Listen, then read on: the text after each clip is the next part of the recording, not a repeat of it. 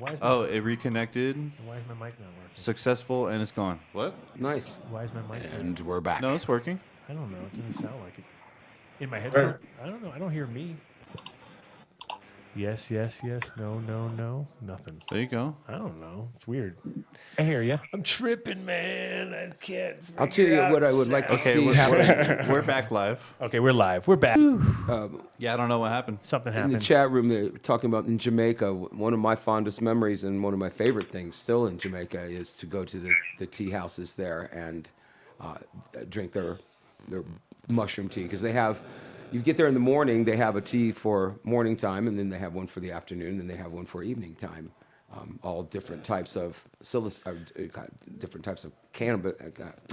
Wow. Psilocybin. It's been a long day. It has been. I picked some. We went and picked mushrooms at Folly Point. Yes. Yeah, where they have the kind of like. So they basically had. So who was it? It was some famous like actor or something like that. Financed that, right?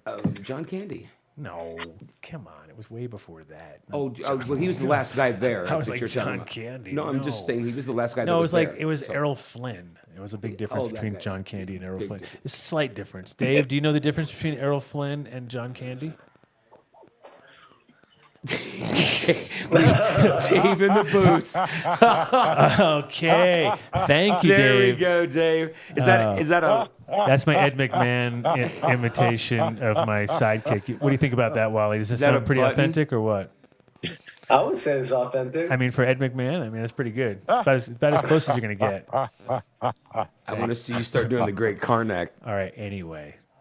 But what is this? Early '90s? If you guys talking about John Candy? I was He was talking going about picking I was talking mushrooms, about and I picking. got him down the wrong. He path. went down this fucking rabbit hole of John Candy. So anyway, no, Folly Point was built by Errol. I think it was built by Errol Flynn. I may be wrong, but I think it was Errol Flynn, and they had built this spot, but they had locals help them build it, and they used seawater for this construction. So basically, the whole thing melted like right away because it was like right on the water, and basically the ocean waves would hit this place, and then the seawater would react with the concrete, and so it was turned into like it looks like you're at ancient ruins, but it's basically from the 30s or something, and all around it is cattle and mushrooms growing. And I just happened to come in at the perfect moment. We went out there, picked a bunch of mushrooms, and it was awesome because it was one of those cool trips where you learned a lot because I learned one thing at that trip, which was if you want to see anything, you just got to stop and fuck it, it'll happen. If you keep moving around and doing shit, you ain't gonna see shit. Because I went in the water and I took a bunch of mushrooms and I just went in the I went in the water and I put on a snorkel and I curled up in a ball and I ended up like 3 miles down the fucking coast somewhere. When I finally got I put my head up and I was like, where the fuck am I? But I was definitely I was having such a good time because I was like watching all the fucking shit happen because I was like, oh dude, if you just don't swim and don't try at all, it all happens. It all came to me. I was like, yeah. But was this a lake or the sea? This is the ocean. This is the ocean. I was totally dangerous. This is the ocean? Oh yeah. I would never in my mind go out of the ocean. Oh yeah. High on mushrooms, man. Because it's the greatest. Man. It was the greatest day I spent on the beach, dude. I'll have a dip. No, man. Snorkeling on shrooms is got to be the most amazing. The most amazing thing you could do, I have to overcome because my you fear of get sharks, man. especially if you're with the turtles. And if you get lucky enough to go dive off, and there's dolphins and other things in the water, there's just a whole different vibration when you're tripping on shrooms. Yeah, you're in the cool. womb, man. You're in the womb. Well, the thing that was funny too was because it was also in Jamaica how they have that it was kind of dead. It was kind of where we first started, where I first started. It was just sea urchins everywhere, right? So it was just everywhere was sea urchins, and it wasn't very hospitable looking. And I just floated above those, and then I started seeing some colors and some shit, and I was like, oh yeah, well, this looks good. And yeah, you should probably pay attention to where you're going when you're flying. What's going on, Rosin Dogs? Are you having a mega sale? I just hear nothing but Rosin Dog going off. Oh, I think my girlfriend's at home. Gotta go open the door. Uh-oh. Wally's in trouble. Uh-oh. Wally's in trouble. Yep. Oh, here you go, Adam. Yo, what's happening? It's the Alfred Mitchell family in Folly Point. Alfred Mitchell. Oh yeah, for sure, Dave. I say not a problem. What's that? I just saw your text. I said cool. Okay. Yep. No problemo. About 10 minutes. Nice. So, what's going on? You can hang with us still, right, Wally? You're not going anywhere. Who else is that besides Wally on there, sitting in front of the Golden Gate Bridge? Is that who's that? RR? Yeah. Richard Rose. Hey, Richard. Richard, what's going on, my friend? Haven't Hey, seen you in a guys. You long didn't have the time. Thailand background, so we'd thought you would, didn't know what's going on. What's happening, my friend? I'm just floating above the Golden Gate Bridge and over the fog. Where are you at? You're in Thailand, or where are you at? No, I'm in Italy, near Switzerland. Oh, Mr. Traveler. What's going on up What there? are we doing there? Hemp stuff? I live here. Oh, Yeah, sweet. I live here. Oh, I thought you were I thought you were in Asia for a bit. Well, you were there kind of just off and on, right? Or Well, no, I was. working. I was. In Tasmania with Rob. Australia, Tasmania. We were trying to put together a food, hemp seed. He grow it. I turn it into food and get it into people's stomachs. Deal. nice. So we got. Well, I don't know if you know Wally Johnson, who's on now, but he's in Sweden. I was trying to get him and Rob together because Rob is now, he's there in Sweden. He's actually gone to the most cannabis unfriendly place that he could possibly go to. I can't, Yeah. But Yeah. yeah, I figured. The irony is that I moved to Canary Islands, so that's where I am right now. Oh yeah, you're out of there. Sorry, that's true. That is So true. yeah. Well, I did try to link you guys up, and you did talk to each other, right? A couple times, or Yeah, we still have each other on WhatsApp. Oh, okay. I mean, all right. Well, then that was Europe my is job. small, and Canary Islands like Europe's Hawaii. I'm pretty sure we will. Our paths will cross. I'm pretty sure. Nice. Let me know. So Wally, Richard has been in the hemp sphere forever, for longer than me even, and he's been putting out. He did the classic. He did exactly what a lot of us do. He put stuff out about 20 years too quick. It was just about 20 years, and now everybody's just figured it out. You're 20 years ago I did that. Fucking and he made hemp cheese. He made hemp, all sorts of hemp food products that were No way. cutting edge at the time, and haven't even really been. I don't think a lot of them haven't even really been replicated in any way, shape, or form because people just said, "Oh shit, that's been done." Move on. Yeah. Well, no, there's so the aged vegan cheeses are now being made with hemp seeds. So Yeah. they It's a whole mine had There's a renaissance of Yeah, that back- now happening for sure. You see in all New the- York. I think there's in Brooklyn or somewhere. Yeah, I had hempeh burger. Tempeh burger with 10% shelled hemp seed, hemp nut in it, and it actually had an FDA legal health claim for preventing heart disease. Wow. And that was like in- 93 or 5 or what was it? 94, 94, yeah. 1994. Yeah. Cool. What you got? Blue corn chips made there in Denver at Western Tortilla, chocolate chip cookies, an energy bar, hemp seed oil, powdered frozen dessert mix, some other things. So what was the reason this never took off back then? Was it education? Were you worked against from your competitors, or you used another plant?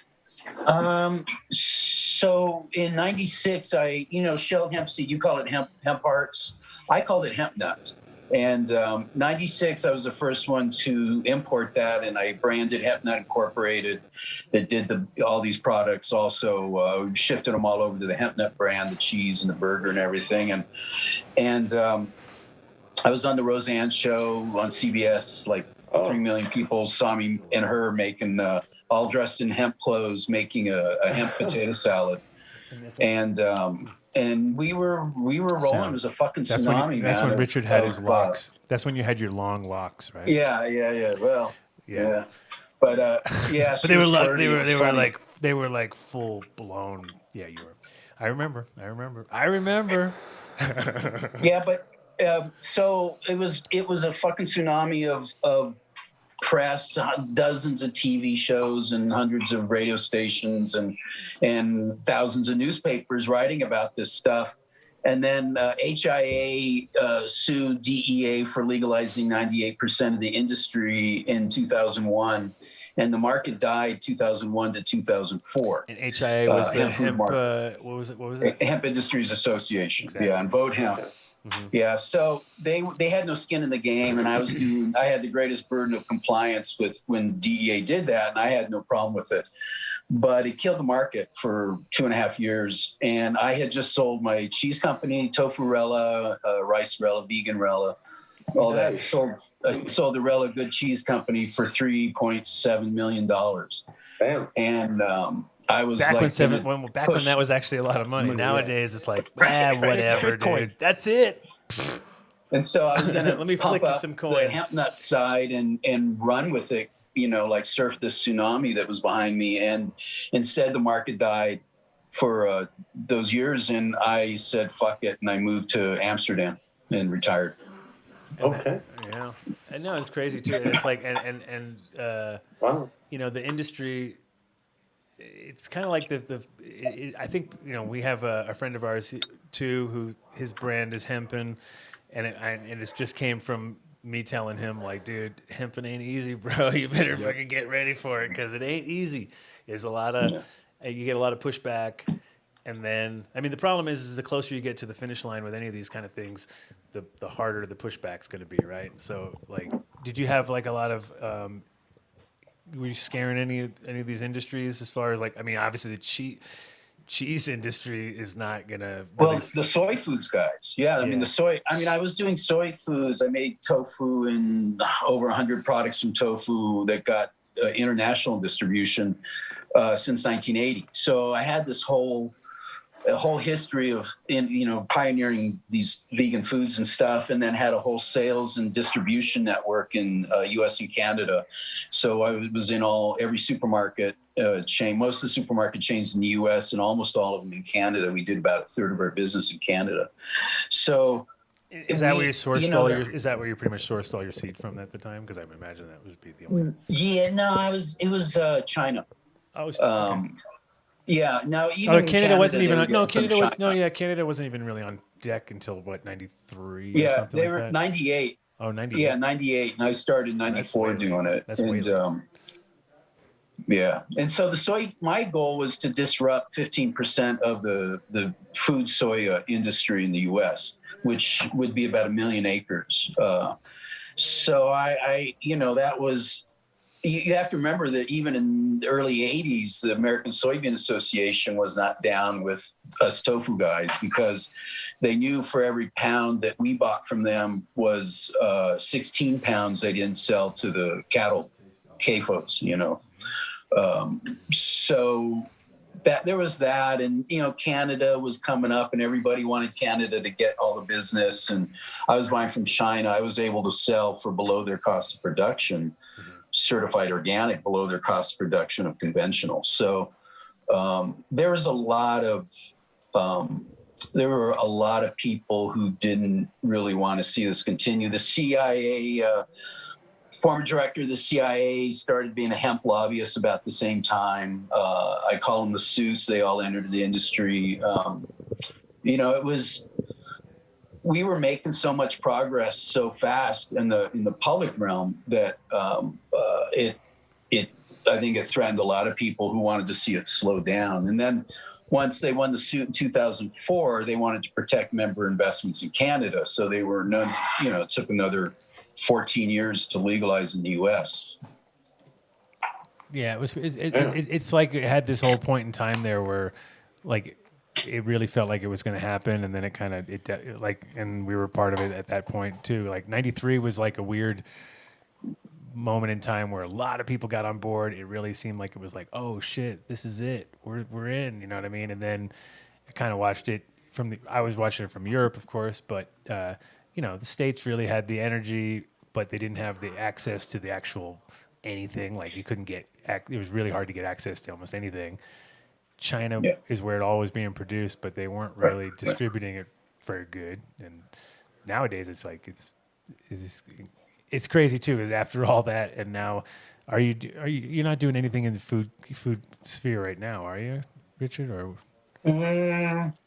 I'm advising some companies and consulting, and people keep wanting to see me come back. There's a couple projects on the table. We'll see what happens, but it's just inspiring these young people. Carla there and Garla Boyd in Evergreen, yeah, doing Hempway and Hempway Foods. shout out to Carla. Shout out to Carla. And there's this couple back in North Carolina making hempit. And so we got a lawsuit. they were using. We got a lawsuit. No. I'm just kidding. If I didn't sue Nativa and Manitoba back then, I'm not going to be suing this sweet couple in North Carolina today. No, I'm just kidding.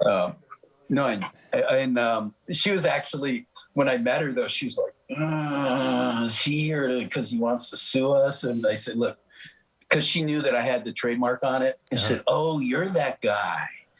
And I said, and she had that, she realized that, oh shit. And I said, yes, I had the trademark, yeah, and it's okay. I'm glad you guys are doing this, man. This, don't worry about any of that. It's great to see these, the cheese we were talking about in New York. And I think they're also doing a hemp ice cream, maybe. The same company, Doozy Pots. And I think it's so awesome to see. You call it hemp hearts. We called it hemp nut back then. Right. And it's also it's super cool to see things mainstream enough now that you can pretty much see obviously every June when there's hemp week and you go through Whole Foods and you see they always have the end cap set up and you're like, oh shit, it's happening. But it gets every year there's more and more products where you're like, okay, this is getting it. But still we're like, I don't know, people just don't get it. People still are just hyper focused on CBD, hyper focused on cannabinoids and not thinking about hemp as a bigger picture, which food is obviously a huge, not just for people, but also for cattle. And that's where it gets interesting. Like if you feed cattle really high quality inputs, right, compared to a bunch of crap that they normally filler, they feed them just filler now and wonder why the quality is no good. But then if you with hemp, it always feels like you're just bringing in the best of when it comes to omegas and the quality of the it's all basic building block shit that if you're like, hey, if you're going to eat meat, you might as well eat meat that's either been grass fed, and supplemented with hemp, compared to eating like they were doing with mad cow disease, like feeding them themselves. Like that's a great idea. Yeah. That's also been part of the prohibition. You're getting blamed. That's kind of the last hemp prohibition you're to fall in the U.S. is animal. Yeah, feed's actually bro. It's more regulated than even human food. Don't let them get to you. Sorry, they're trying to get my tech guy all worked up. Sorry. Long past caring. Long past caring. Yeah. The streams are cut because I don't know why, and that's your answer. Wow. Sorry, Wally. You have to witness this. No, I'm just kidding. It's fine. This is to be expected at 18 hours and 39 minutes. Is that photo that Rosendogs have up? Is it going to get us canceled off of YouTube since he's got butt up on the screen? No, come on. You didn't even know what it was. You had it on. You had it on. I didn't even know what it was. He had no clue. But the best part was it actually looked more like nuts on him. My wife's ass. Oh, My wife's ass. it's my wife's ass. Good for you. Good for you. Good for yous. For yous. Good for yous. Good for yous. So, so I know, like we were talking about earlier, this is like another. I wasn't 100% clear. I guess is this a clip to the new edit, or is there? I mean, because there's still obviously going to be a bunch of weed. You're going to focus on. You're going to talk about weed on Mary and I, right? It's not. This is just a piece about the new stuff that you pretty much put out, right? Yeah, that was part of the new edit, but Gotcha. I'm kind of like following a chronological order from when I started smoking weed, but even prior to that, because this documentary is really more about me and how Mary entered my life, but I'm also focusing a lot of like on mental health for somebody who's crazy and creative, as I say. I have PTSD and I'm bipolar. So I'm also talking about how much Mary has helped me with that. So it's a very personal and in some way romantic story. But that was a part of the new clip. Absolutely, new edit. Absolutely, and I'm also talking about hemp. I spent like a good 12 minutes of the movie just talking about hemp, and I took in a lot of pictures and footage from NOCO that time when we were there, 2015. Right. And if I known, I would have had the opportunity to talk with this gentleman and everything he's gone through. And I'm assuming you're vegan too, just like I am. Yeah, you bet. Yeah. 41 years now. Well, 42 years now. Damn. Yeah, I have a lot to learn. So 42, the magic It would number. have been super awesome to have interviewed you for the documentary, but like I said, I'm sitting now in post-production. Oh, see, now we screwed up your whole thing. Now you have to redo it, a whole new edit. There you go. No, I mean, Richard's no offense to his knowledge and everything he's been through. I have the footage is amazing, and everything that you say and everyone else I interviewed are really. It's a great. I like to believe it's a great warm movie that even if you're not a stoner, you can relate to and will understand. And I like to believe that type of movie will make a bigger impact than just stats and facts. Right. Because, So we had Fab Five Freddy was on the show earlier, and damn, Fab Five, yeah. And his documentary Greener Pasture or Green, what is it called? Well, I can't remember. It's got green in it. I know that. I know it's got green in it. A lot of green. But grass is green. I like to believe. There you go. Yeah, it's on Netflix. Nailed it exactly. And that was really, really. I mean, that was one of those things where it was so well put together and so timely and everything, and just like made people like, oh shit, there's a lot more. There's a lot more to this than just weed is bad, which we know it's not true. And then they, there's been so much energy put into stigmatizing this plant for so long. And it's almost on remote control now, where it's like it's gotten to that point where it's like not that people believe it, because a lot of people have figured out like, there's no stepping stone or all that kind of shit is all bullshit. Every time they try to throw something at it, it almost always comes out clean, and you're like, well, actually, that's completely bullshit. And at the end of the day, like, when it comes to food or any of those things, it's luckily like pretty hard to fuck it up because it's so good if you just don't you could, I mean, yes, you could fuck anything up, but if you just leave it as close to original form as possible, it seems to be like always the best at whatever it does. You know what I mean? Like if it's paper or like food grade, anything food or oils or, the quality, it's like, oh yeah, it's the best. It's fucking the quality's super high. And, it's like a perfect ingredient to start with to make high quality products. It's just figuring out the product that you want to make with the thing, you know what I mean? And sometimes people fuck up and it's way too good for what it's even being used for. It's almost like it's almost a waste, But also, I mean, it shows also how collectively short memory we have as a species, because we have to remember cannabis is considered to be one of, if not the earliest cultivated crop. Right. That means we have had a history of at least 12,000, if not more, uses of hemp, right? And then 100 years of prohibition just eradicates that from our memory. Yeah, like less than that's the problem. Like 85, maybe 90. Yeah, pretty much. Close to 100, but that's not much. It's a blip in the fucking time zone. But the funny part is I think that's all. But that's all you need sometimes. You just need that little short of a time to have people forget about it. Because if you look at it historically and culturally, if we're talking about grain, what's the first thing that comes to your mind? How come it's not cannabis? Why is it wheat? Right. You know what I mean? And et cetera, et cetera. And it's just like it's unfortunate because it's the same plant as cannabis. I think that's the problem. It has an image problem. Right. Well, that's which is sad. Yeah, and that's all bullshit too. That's just like, but that whole, Anslinger based sort of, which was super racist from the beginning. Like again, just the extension of the Oh, whole. geez, who's that calling in? What's up? What's going on? Who's that? You have a YouTuber coming in full military gear. Really? Oh shit! Uh-oh. Is it the feds? Where is he? I don't even see him. Oh, I kind of see him down there. What's going on? Uh-oh, Wally's got man, what scared. did You we do scared wrong now? Wally. You scared Wally. That's all I know. Wally's out. Y'all hear me? Wally saw a suit. He saw hear ya. military-looking gear. He's like, Are I'm we in out. trouble? Yeah, looks like it. They're searching. They're checking. Uh-oh. Oh shit, he's calling for backup. Once they do Y'all that, hear me? once you get the little We hear once you get the little like bent down neck thing, you're like, uh-oh, we're in trouble. Richard, what did you just say about the guy in the military? Did you just say he looks like a puss? I thought I heard you just call him a puss. It's the guy over there in the Golden Gate Bridge. He's the one that insulted you, not me. Yeah, let's talk about that. I think he looks like a Trumper.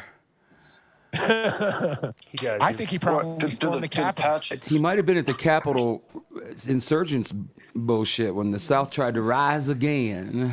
Uh-oh, what we got going on here? Matt is back. I was there incognito. How was that sleep? You can't prove anything. I cashed at 14 and a half. Yeah. We have you on camera, 14 sir. and 20. Was it 14 hours, 20 minutes? On the live chat You could have done that. in the morning and I cashed Oh, out. man. Who just walked into the studio? Latte would be great if that exists in this world. Latte.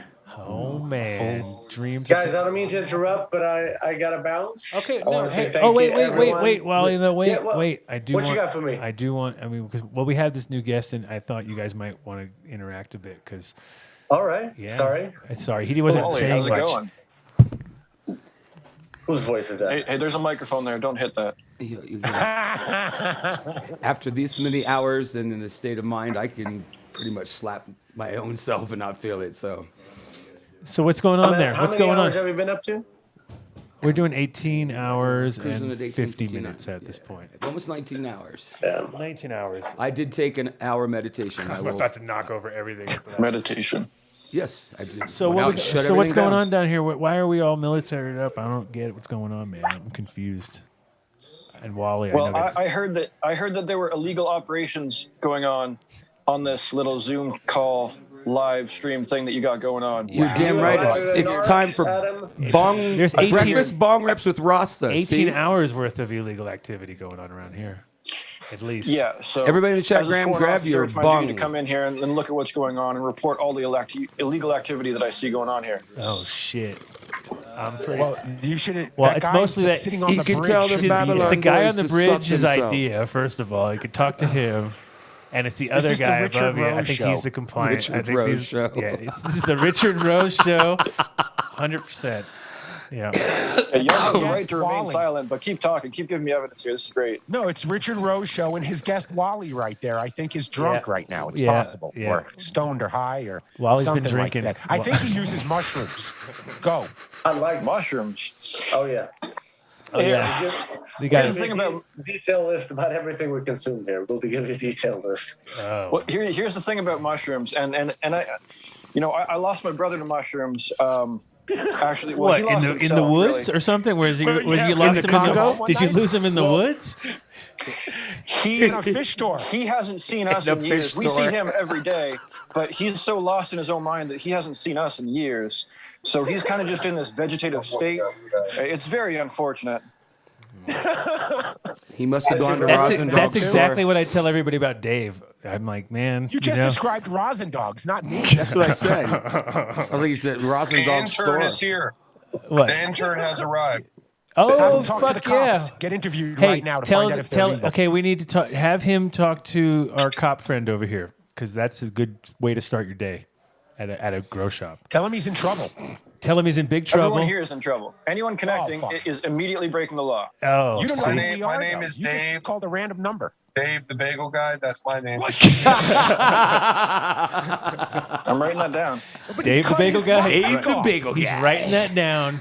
I sling bagel. Hell. Yeah. Dave, bagel guy.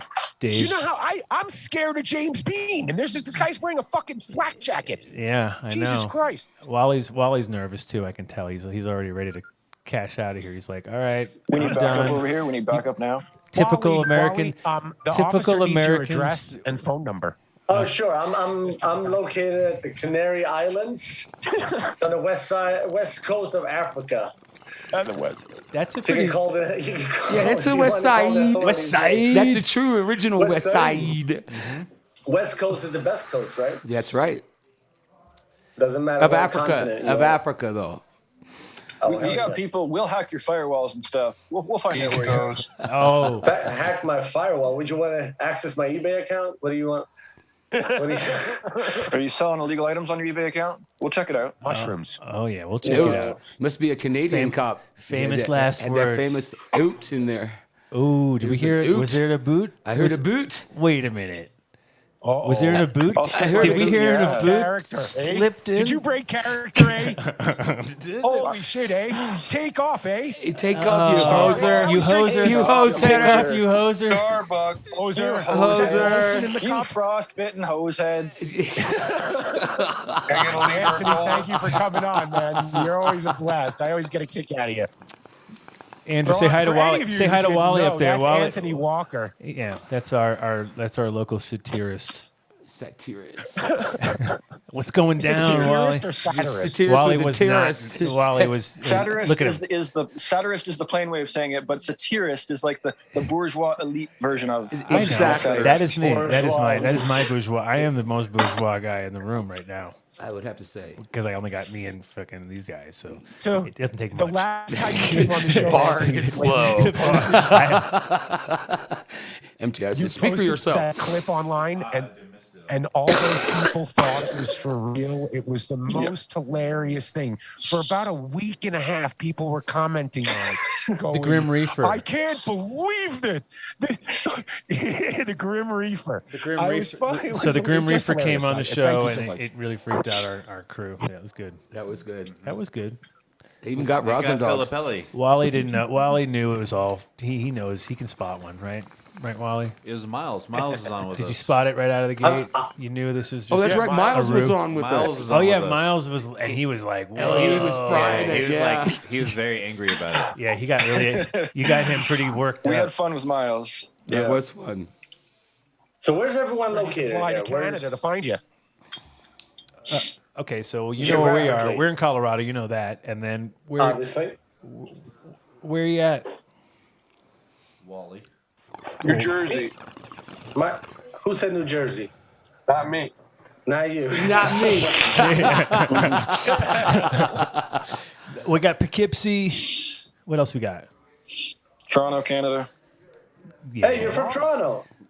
Yeah. I'm Yeah. a Canadian by association. I used to live like a year and a half in Toronto, Scarborough. Right on. Right Wally, on. you gotta follow Scarborough's him on Twitter. Anthony He's Walker. been. What do you say about Scarborough? Scarborough's getting time. Scarborough's getting hit pretty hard right now. hit. In what way? You mean the Snow? pandemic or? Yeah, with COVID. Yeah, we got issues with our vaccine distribution, and right. also Doug Ford. Everyone, I mean, you probably know who he is, but to everyone else, do you remember how Toronto back in the day had the crack mayor, famous crack mayor? Uh-huh. The brilliant citizens of Ontario decided to elect his brother to run the entire province. Mayor Barry? Wasn't it Mayor Barry? Or- No, that was Washington D.C. That was DC. Oh, that was DC. Sorry, Yeah. I just, one crack guy. Oh no, I know exactly who you're talking about. The other guy. Yeah, for sure. Yeah. And his brother is just slightly less retarded. Just slightly less retarded. Just a little bit. So, yeah. I'm sorry to hear about that. Are you in lockdown now in Toronto? We're on the third lockdown. Yeah. And it's, God, he's flip-flopping all over the place. Like the science advisors are saying, do this. And he's like, okay, we'll do the exact opposite of that. Like they said, don't shut down playgrounds. He's like, okay, let's shut down playgrounds. And also let's give police the authority to stop people at random and ask them where they're going.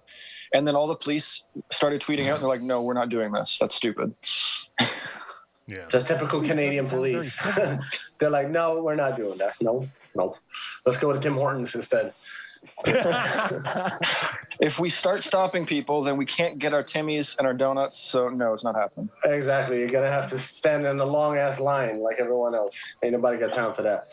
We're coming up And to the we're rest coming of up y'all, we're coming up to the Italy, 19th hour in 3 minutes or 2 minutes soon. So we did Mazel tov. we did another one. We knocked another one down. Cranking it. They're still alive. They just come. They Down, come. baby. They go quick. In 3 minutes till it's 4:20 in.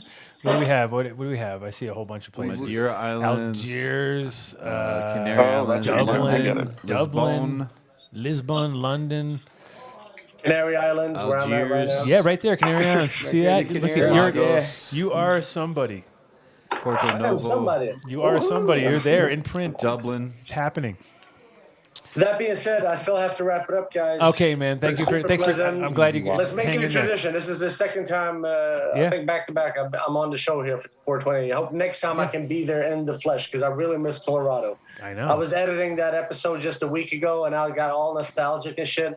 And I told myself, if I would move somewhere where they still have the 4 seasons, winter and everything, I think Colorado could be a possible place. Right. And But well, right next now, time, I'm enjoying the shit out of this tropical weather here. I bet. West Coast Africa.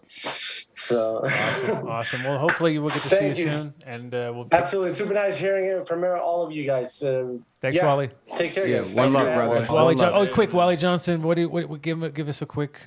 Where do they find you? Because Oh, just Wally Johnson on Instagram, Yeah. Facebook, YouTube. You can check out my art. Adam is going to be in my future Oscar winning documentary. So you might want to Right on. see all the clips coming up from it. It's going to be good. Nice. It's going to be good. looking forward to With a it. risk of coming off like like I'm bragging here, but it's going to be good. Braggadocious. Thank you so much, guys. What a braggadocious guy. All right, man. Thanks, Wally. Sometimes you have to.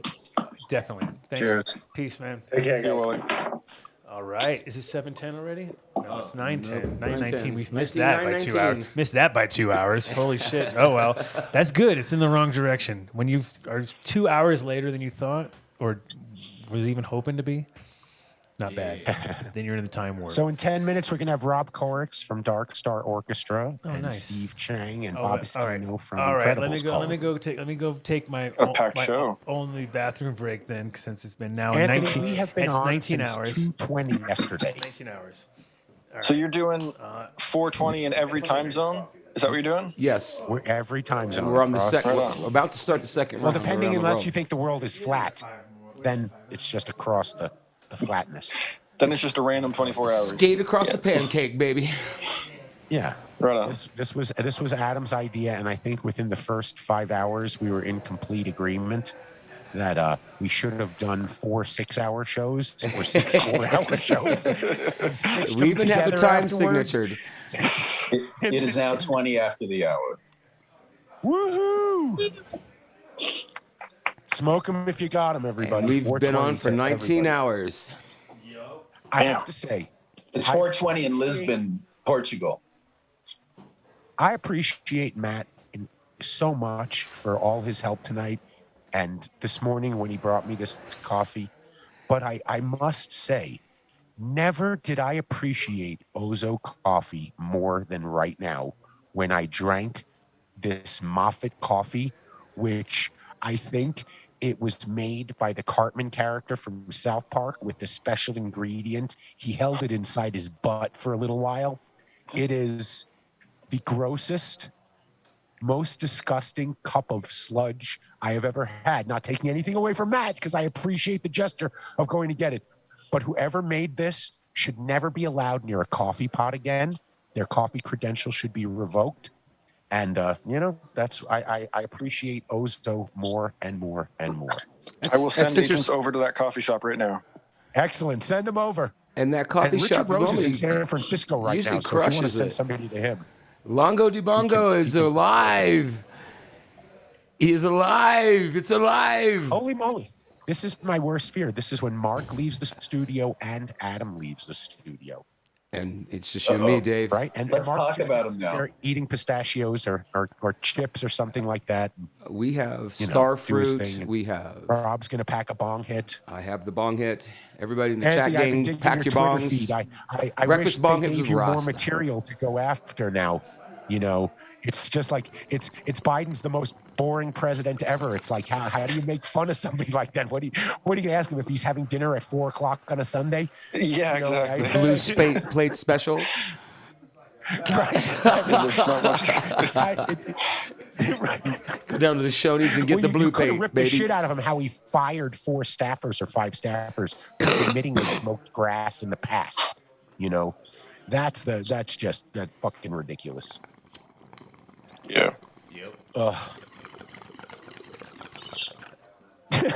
Oh, look, I'm gonna get shit from James B. Oh man, come on. You know that bugs me. I was having fun. I love James Bean, and I need everybody to buy a pack of seeds right now, or I'm fired. So go to seedsherenow.com and buy some seeds. Wow.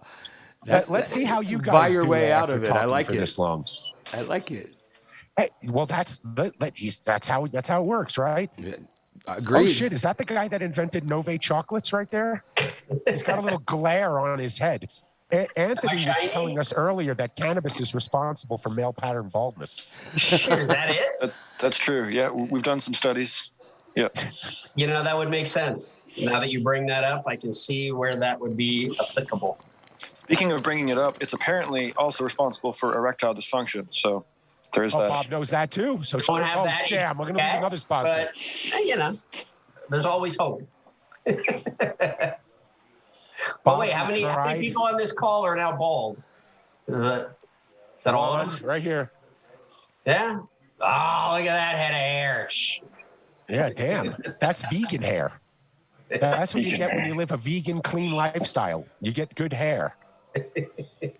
But I'm only 25. Nice. The hair is 25. The rest of you is 62. 65. 65. Oh, In my mind. Right? In my mind. Bob, we loved the chocolate, by the way. I mean, Did you? we really did. Oh, bro, Oh, they're so yeah. tasteful. They're so tasty. It's been really good. I didn't get any chocolate. Good. No one gave me any chocolate. Anthony, I don't know if you want this. This is funny chocolate. Medicated chocolate. THC in it. They Yeah, kick that's you 2 out of years your worth of RCMP. So, Wait, hold on. No, seriously, Bob. The peanut butter was awesome. I wish Is we it- could is it find something somebody like to this? infuse it with- Oh, look at that. Look at that. Confiscated this off a perp. He was violently beating people after he ingested some of this. Yeah. He just went around beating people. That's what this does to you. Uh-huh. when you're on the pots. There it is. Yeah. Yeah, friend of mine, he went to a party once, okay, they were smoking, he didn't even have any, okay? He woke up 4 days later in Nambia. Like, how does that happen? Did he have both of his kidneys? He had a scar. We didn't actually look inside the scar, though, so can't say. Tale as old as time Could happen to anyone when you do the pots. when you do the pots. Yes. Yep. Chocolate's really good, Bob. No shit, dude. Do you get the salted caramel? Shit. Dave, that was my favorite. The favorite is the raspberry. Yeah, the raspberry by far. I like the peanut butter. Yeah. Oh, yeah, I haven't had the raspberry though, but I like the peanut butter, the ones I've had. Raspberry's bonfire. No, What's that? raspberry was absolutely amazing. Awesome. I'm glad you Nikola guys like Tesla it. is here. They thought they All were right, kidding. I put the balls in balls, and I pissed off James Bean because I liked his shirt, and before I could get out, I liked it. It sounded like I was making fun of him, and I wasn't. I was excited, and I offended him again. Let him and now talk to he'll Mike. probably Let's build fucking it up to drop us. No one believes But, what can I say? I'm Shut him human. I fuck down. up all the time. I fuck up all the time. Like, at least my head tell is not just by glowing. looking at Oh, him, don't he's insult the sponsors, Dave. Adam, what did you think of the last night Nove when I met chocolate? him, he was just like, "Wah, this place is So so two things just happened. I went to the I took a dump first of all. There you go. Yay! I feel 1,000 times better. I used the last piece of toilet paper, so whoever comes in there next is fucked. Motherfuckers. Yeah, so that was a good feeling. The knowing- only shitter in the That's whole actually area illegal. We're sending 420. people over there right now. You that was a can't do good that was a good feeling knowing that I just made it in time. I literally just made it in time to keep the show rolling. And then on the way out, I met Nikola Tesla. There you go. Top that for a fucking Nikola for Tesla. a dump, a morning Nikola dump. Tesla in the How hizzy. tripping balls are you if you met Nikola Tesla? No, dude, he's here. He's here. He's and going to be on screen. He's coming into the room in a minute, and he's literally, what is he? Like the great grandson or Great grandson of the original Tesla dude. And his name No is, shit. And Yes. his name Very is cool. Nikola Tesla. And the man is, And like he's his great grandfather, just is an amazing mind. So Grab on, get a bong hit, get your dab rigs out. You we're can gonna hang take on it to your the, seats. Take it to the next level now. We're gonna. I thought we were going to be talking to Rob Koritz from the Grateful Dead, Nikola Tesla. Well, we can do both. I think do both. Why, He'd love to meet Nikola Tesla, don't you think? How do you not? You can't bump Nikola Tesla's kin. That's amazing. There ain't no bump. I know. Nobody's bumping nobody. He didn't even like bumps. No. Have you guys Don't get Rosin Dogs going with bumps now. Oh, He's got God. his interns there. He's not allowed. They're not allowed to do that at work now. Now that the intern's there. Who else joined us? We got a whole bunch of people now. What's going on? I see Frank. Oh, I see. Beanie, Yeah. and I see Fast. What's happening, yo? Yo, guys. There we go. I'm glad you guys remembered. See, I would have forgot. I would have been like, oh, yeah, were those guys supposed to be on the show? I think so. What's happening, Frank? It's understandable. Are you guys breaking the law right now? Because there's an officer on, and don't do anything that's going to get you in trouble. Is he okay? still on the show? He's more of an orificer. Oh, he's an orificer. He's an orificer. Yes, orificer. Anyway, Recording all give this is Anthony great Walker evidence. a follow on Twitter. You will love his Twitter feed. It's at what is it, Lord Anthony Walker now? The @ thingy is Anthony C. Walker. There you go. Yeah, my handle there is Lord Anthony Walker because someone gifted me some land in Scotland, so I'm a lord now. They do that for everybody. Everybody gets that. I think you get that. Was it somebody in the Trump family? I can neither confirm nor deny that. What's going on, Fast? How's the London 420 Part 2 going? I know. It's all right, man. Sun is shining. Yesterday was in Hyde Park with thousands of people. Really? And loads of cops on horses see, trying to bum everyone out. And that was a big week. And that was for 420. That was an actual 420 event, or that was just like. Yeah, they do it every year. They tried to cancel it this year because of all the nonsense happening, but yeah, no one gave a shit, man. There were so many people there. Everyone was blazing. I smelled it from like a mile away. It was crazy. That's fucking cool. We started the show off in New York with Mateo. I don't know now. Yeah, he should be joining us. I'll hit Hyde Park. So and then we started off there, and it was like we had Fab Five on and Mateo, and it was nice to see like New York finally. Now what do you feel? You feeling like you want to go home now all of a sudden, or what? Because you can have no way. I don't want to go back to that New York. If I could go back in time to the late 80s, 90s with New York, I'd be there right now. Yeah, with the accents of the new laws.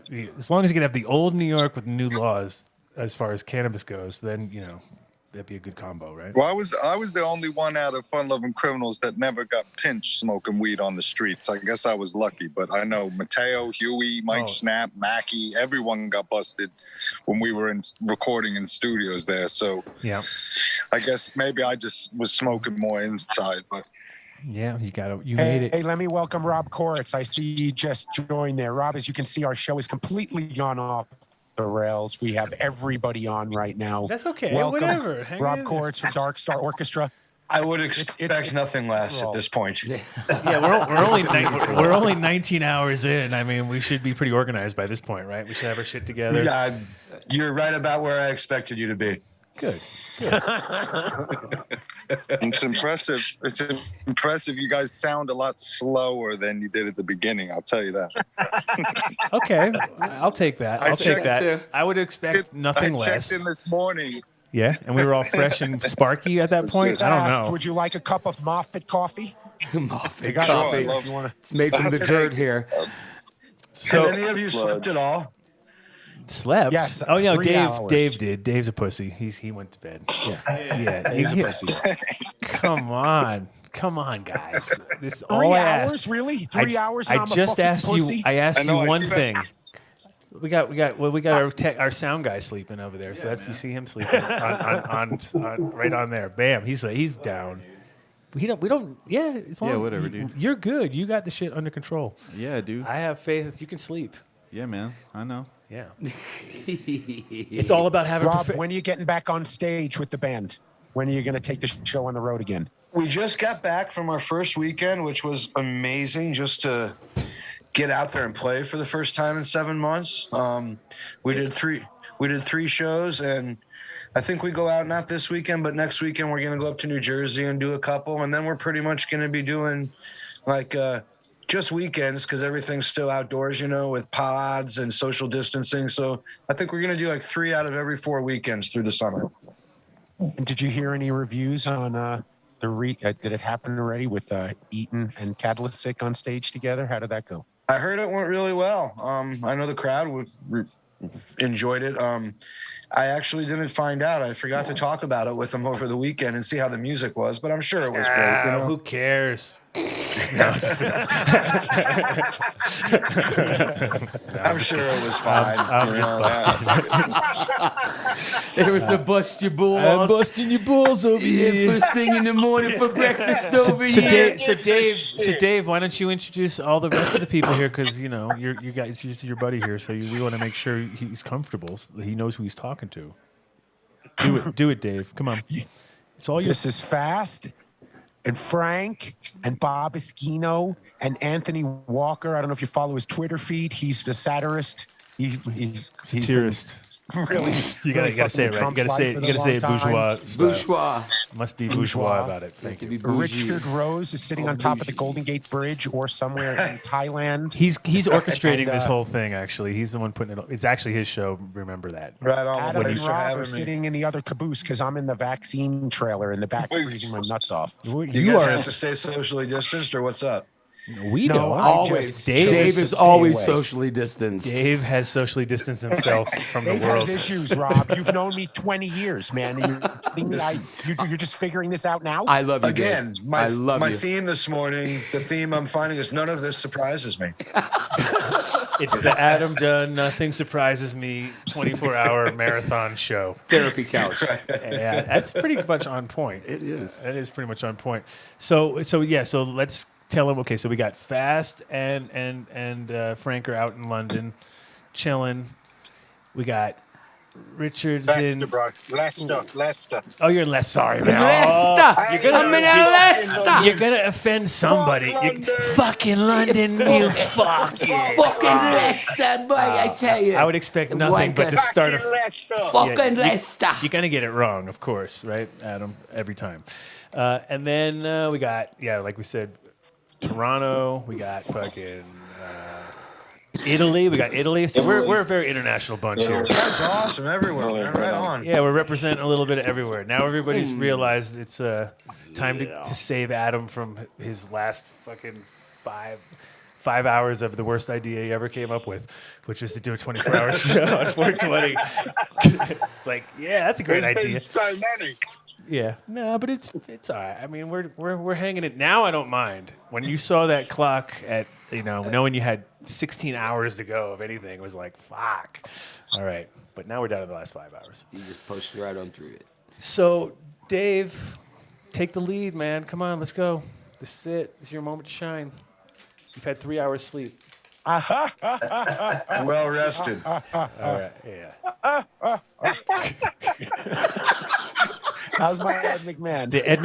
Your Ed McMahon is improving as the night goes on, or the day goes on, I should say. As we there you go. That's deeper. I don't know if Fast and Frank know about the Grateful Dead or anything about the music. They've never heard of those guys. Of course. Dark Star Orchestra? Yeah, man, we've played in England actually. We went over there twice and played over there. Yeah. After Jerry passed in '95, as a Deadhead wanting to really experience the music, just a random person in Boulder said to me one day in 2000, "You got to go check this band out, Dark Star Orchestra. They play Grateful Dead songs note for note. And I'm like, note for note, really? And it turns out they play it song for song in the spirit of how it was played in the past. And I tell you, if you're a fan of the music, you have to go see them play, because it allowed me to transition into not having, I didn't know how to live after Jerry passed. I felt like my entire life was following the band, and seeing DSO, I had to take a knee. No, I remember when that good. I think Dark Star played probably like around 2007 or something like that, maybe in Amsterdam. There was some show. Yeah, we went. M&M. I think we did. I'm looking at the posters on the wall, trying to figure it out. I think it was 2007, 2008, Okay, 2012. So around 2007 is when we named our strain Dark Star, and it was kind of funny because we had Rick Fayer was in town. You know Rick, guys, right? Of course. You remember Rick Fayer? Fast? Do you remember Rick from Skids?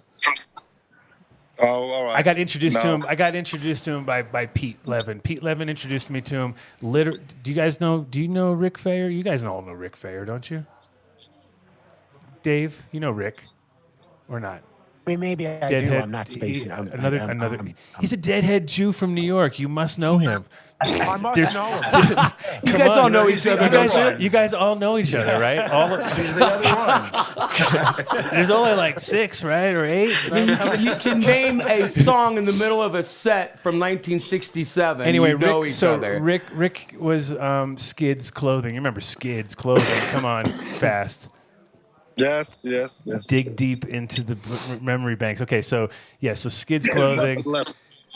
And Pete introduced me to him, and when Pete introduced me to Rick, it was funny because it was like he was handing me off. It was a good thing in the long run. Of course, Rick's a great guy, but he was like, "Hey, here's my friend. He's a lot of work." I was like, "Okay," and it's true. The guy's a maniac, but that's what happens. But he loved Dark Star Orchestra so much, and the guy that worked for me, Terry, was like, we had a Purple Kush hybrid with no name, and it was just kind of like waiting there for the name, and he's like, "You gotta call it Dark Star. You gotta call it fucking Dark Star, mate." Holy shit! And that's how the name got even generated. Was like, you guys were in town, Rick was in town. It all made sense. We were like, shit. "Yeah, that's it. That's the name right there, Dark Star." And it actually it fit really well. So That's fantastic. I didn't know we had a strain of weed named after us. I'm much prouder now of what I've been doing. Oh, you're better than Dave now. That's all you need to know. Now you need to know. Dave has a can with his face on it, but you have a strain that's truly named after you guys. So there you go, Charnick. Yeah, Charnick. You know what, though? I wouldn't be playing poker if it wasn't for you. I took that ride with you on the bus in 2001, and I'm like, what the hell did they do on a bus after a show? And I'm thinking it's going to be like glitz and glamour and girls and everything. No, they sit down and they play poker. I mean, it's like poker. And I'm like, well, let me learn how to play this game.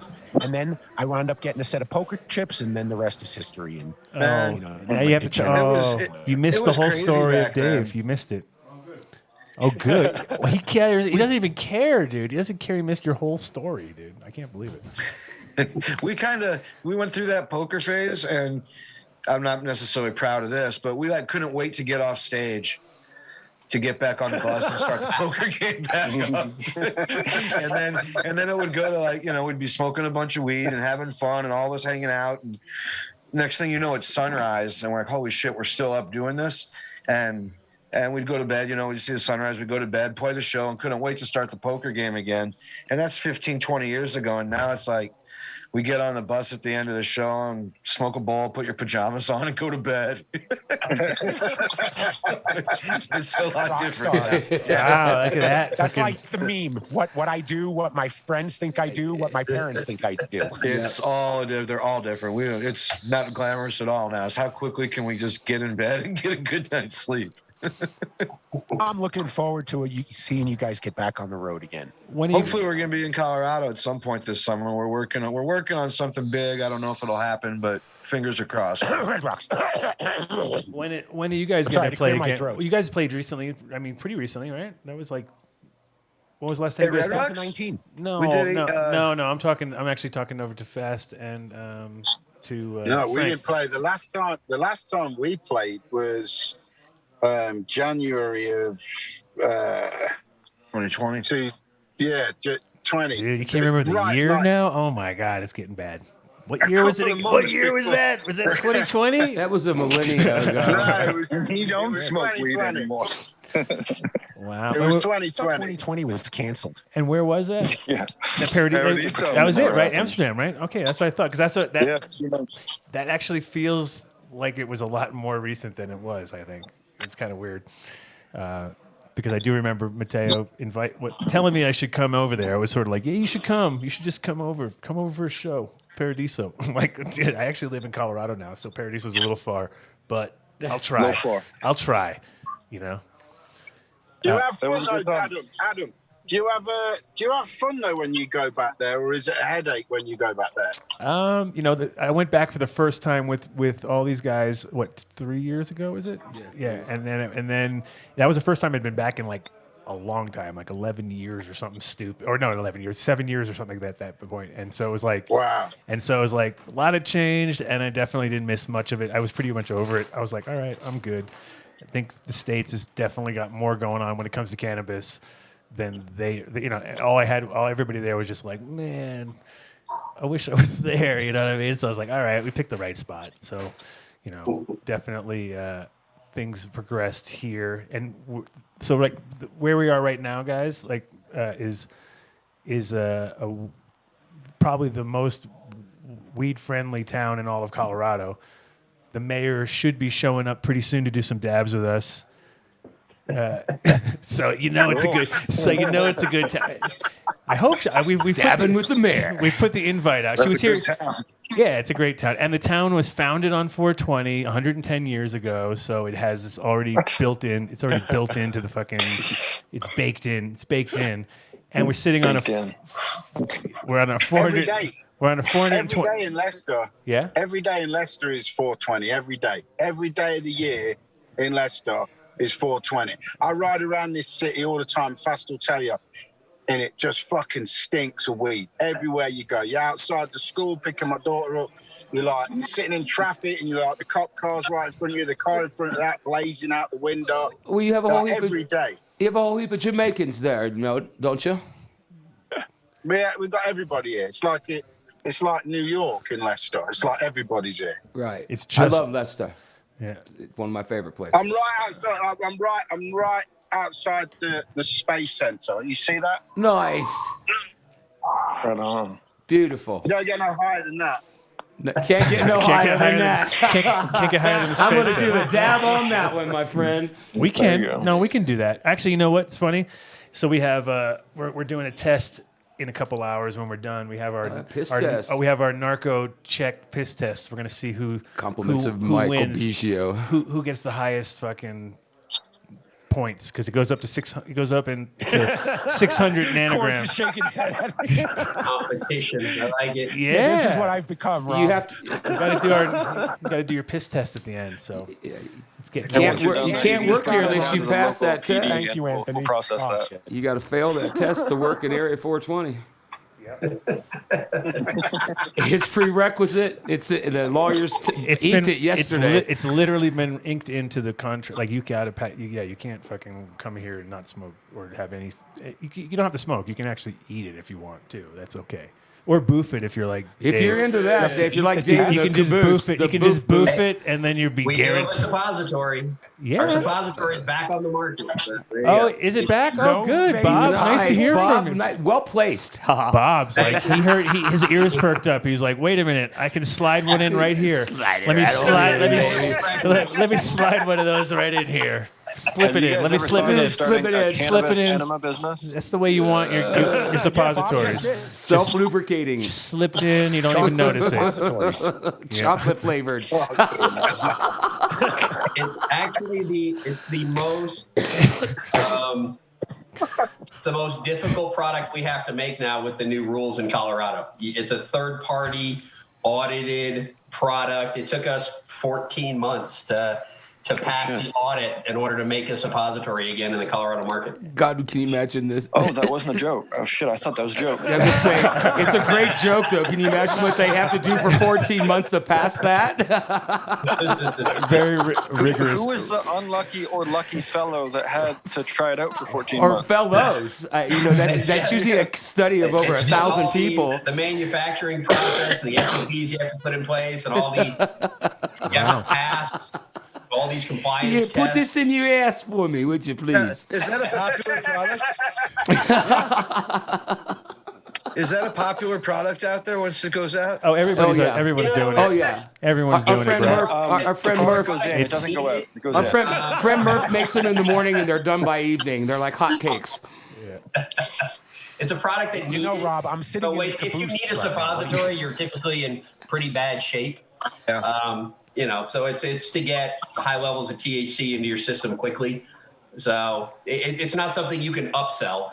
It is. It's a Oh, yes, you can. Oh, Ba-lum, yes. bum, bum. Oh, yes, you can. Let me tell you. If there's one thing you can upsell, it's Stick this in your ass and it's going to change your entire day. Instead of the government sticking it in your ass, you put one of these in your ass and you're that's going it. to feel something. You can just call them the government, dude. You should just call them the government. And then, the government plug. Yeah, Rob's getting out of music right now, and he wants to now come work with Nove. yeah. Nice. Oh, speaking of Nove, we got some right here. Oh, those bars. We ate them all, of The course. raspberry. I mean, we're 18 hours in or 19 and a half hours in, so they're gone. But they were excellent. Thank you. The raspberry one is fire. That one, I think Dave tried to eat them all, but we actually got some. Somehow we pulled them out of his hands. We had to pull it out of his hands. Put it out of his ass. He's going down. We're going down. Man down. Man down. What, you guys are one of the- My you guys eyes are are the starting to first burn. group Though. I of got the people to Bernie drive it. eyes. I got the Bernie Sanders eyes now. Really? They're burning a little bit. Yeah, I got tired eyes. I'm getting like. No, they're really fucking good, Bob. I mean, really, really good. Well, look, I value your opinions, and that's why you It's guys starting are to feel like the first cement in there. I basically made my Moisturize. You gotta bones on BSO moisturize. tour making them brownies for 10 years. Okay, your chocolate is really good. Okay, so tell us about your chocolatier Really, guy. really Who's that? good. Who's doing the chocolate? Because the shit's It's still all- Josh and Derek. So Josh Oh and Derek man, are Josh still- is killing it. They really, Yeah. So this has been a lot of months of They have stepped there. R&D, They have. and I think we finally got it right. It's funny because I was there in the first kitchen with the definitely not successful first runs, which was also part of the R&D, of course. But chocolate's such a bitch, right? It was like one of those watch Derek go through the process was pretty interesting because it's like probably one of the more frustrating fucking things to do in cooking, right? Is to do proper chocolate. Yeah, you'd think it'd be easy, but Dude. I got nothing's easy in this let industry it anymore. happen. Like Now it's on. it's on. Now it's on. It's like, all right, come on, man. You want to sleep. It's over. It's Yo, I gotta head out. What's up, later, Anthony. Thank you all. Yo, I gotta head Thank out. you, Anthony. Anthony? Yeah, and Dave, just make sure you send me this video afterwards. I need all the evidence. Those narco What? kits, Huh? they can just drop those off at the local PD. We'll check them all out for you. Thanks, bro. And you have agents coming to your place right now, so Agents. you'll have fun. Agents on their way. We'll make sure we Yeah. get them I out to think it's you. PO Get 'em Box out. 8150. We need backup here. Yeah, California. we need backup. 84913. Back up. We need Back it backup. on up. Back it on up. Thanks, Anthony, for stopping in Yeah, again. just back it on up to that suppository. Yeah. Yeah, Ooh, back yeah, baby. up. Oh, that's the other suppository. That's Your government plug. that's the competing line. Yeah. The back it up. The Back it up. line. Oh. So we have one guest out, but we have Nikola Thanks, Tesla boys. just hanging around waiting for waiting I for us get to. him. Yeah, go Ross get is him. Let's never go get coming back Tesla on the in there. show now. I see the look on his face. He's like, "Get me off of here in 5 minutes," and then Dave. I got a marketing call in 5 minutes, so Oh I yeah. will put in my 5-minute notice right now. What, you think I this is gotta like a actually work day or something? This is like it's Wednesday. work Nobody day. works on Wednesdays.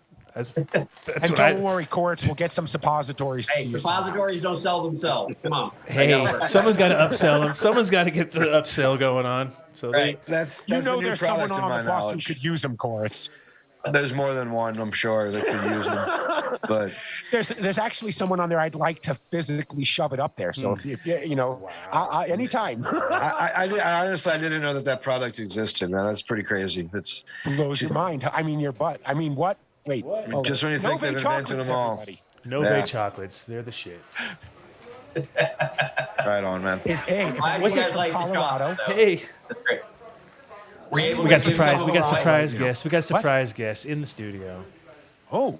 Yes. Oh man. We All right, got before double. the surprise guest sits down, anyone in Colorado, if you want a Nove chocolate bar and you are 21 and older and a Struggle, legal but once you're here, resident and you can can't get out. legally buy it, chat in the chat room right now and send us an email at dundeal@adamdunnshow.com and we will get one into your hands. We have 6 left. All right. Let's give them away.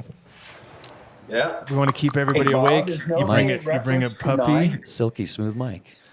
Silky yeah. smooth Nine Mike. or That goes love, with our. That like goes nine with bar? Dave. Hold on, Dave. Flaky white chocolate, or what was it? Flaky white love.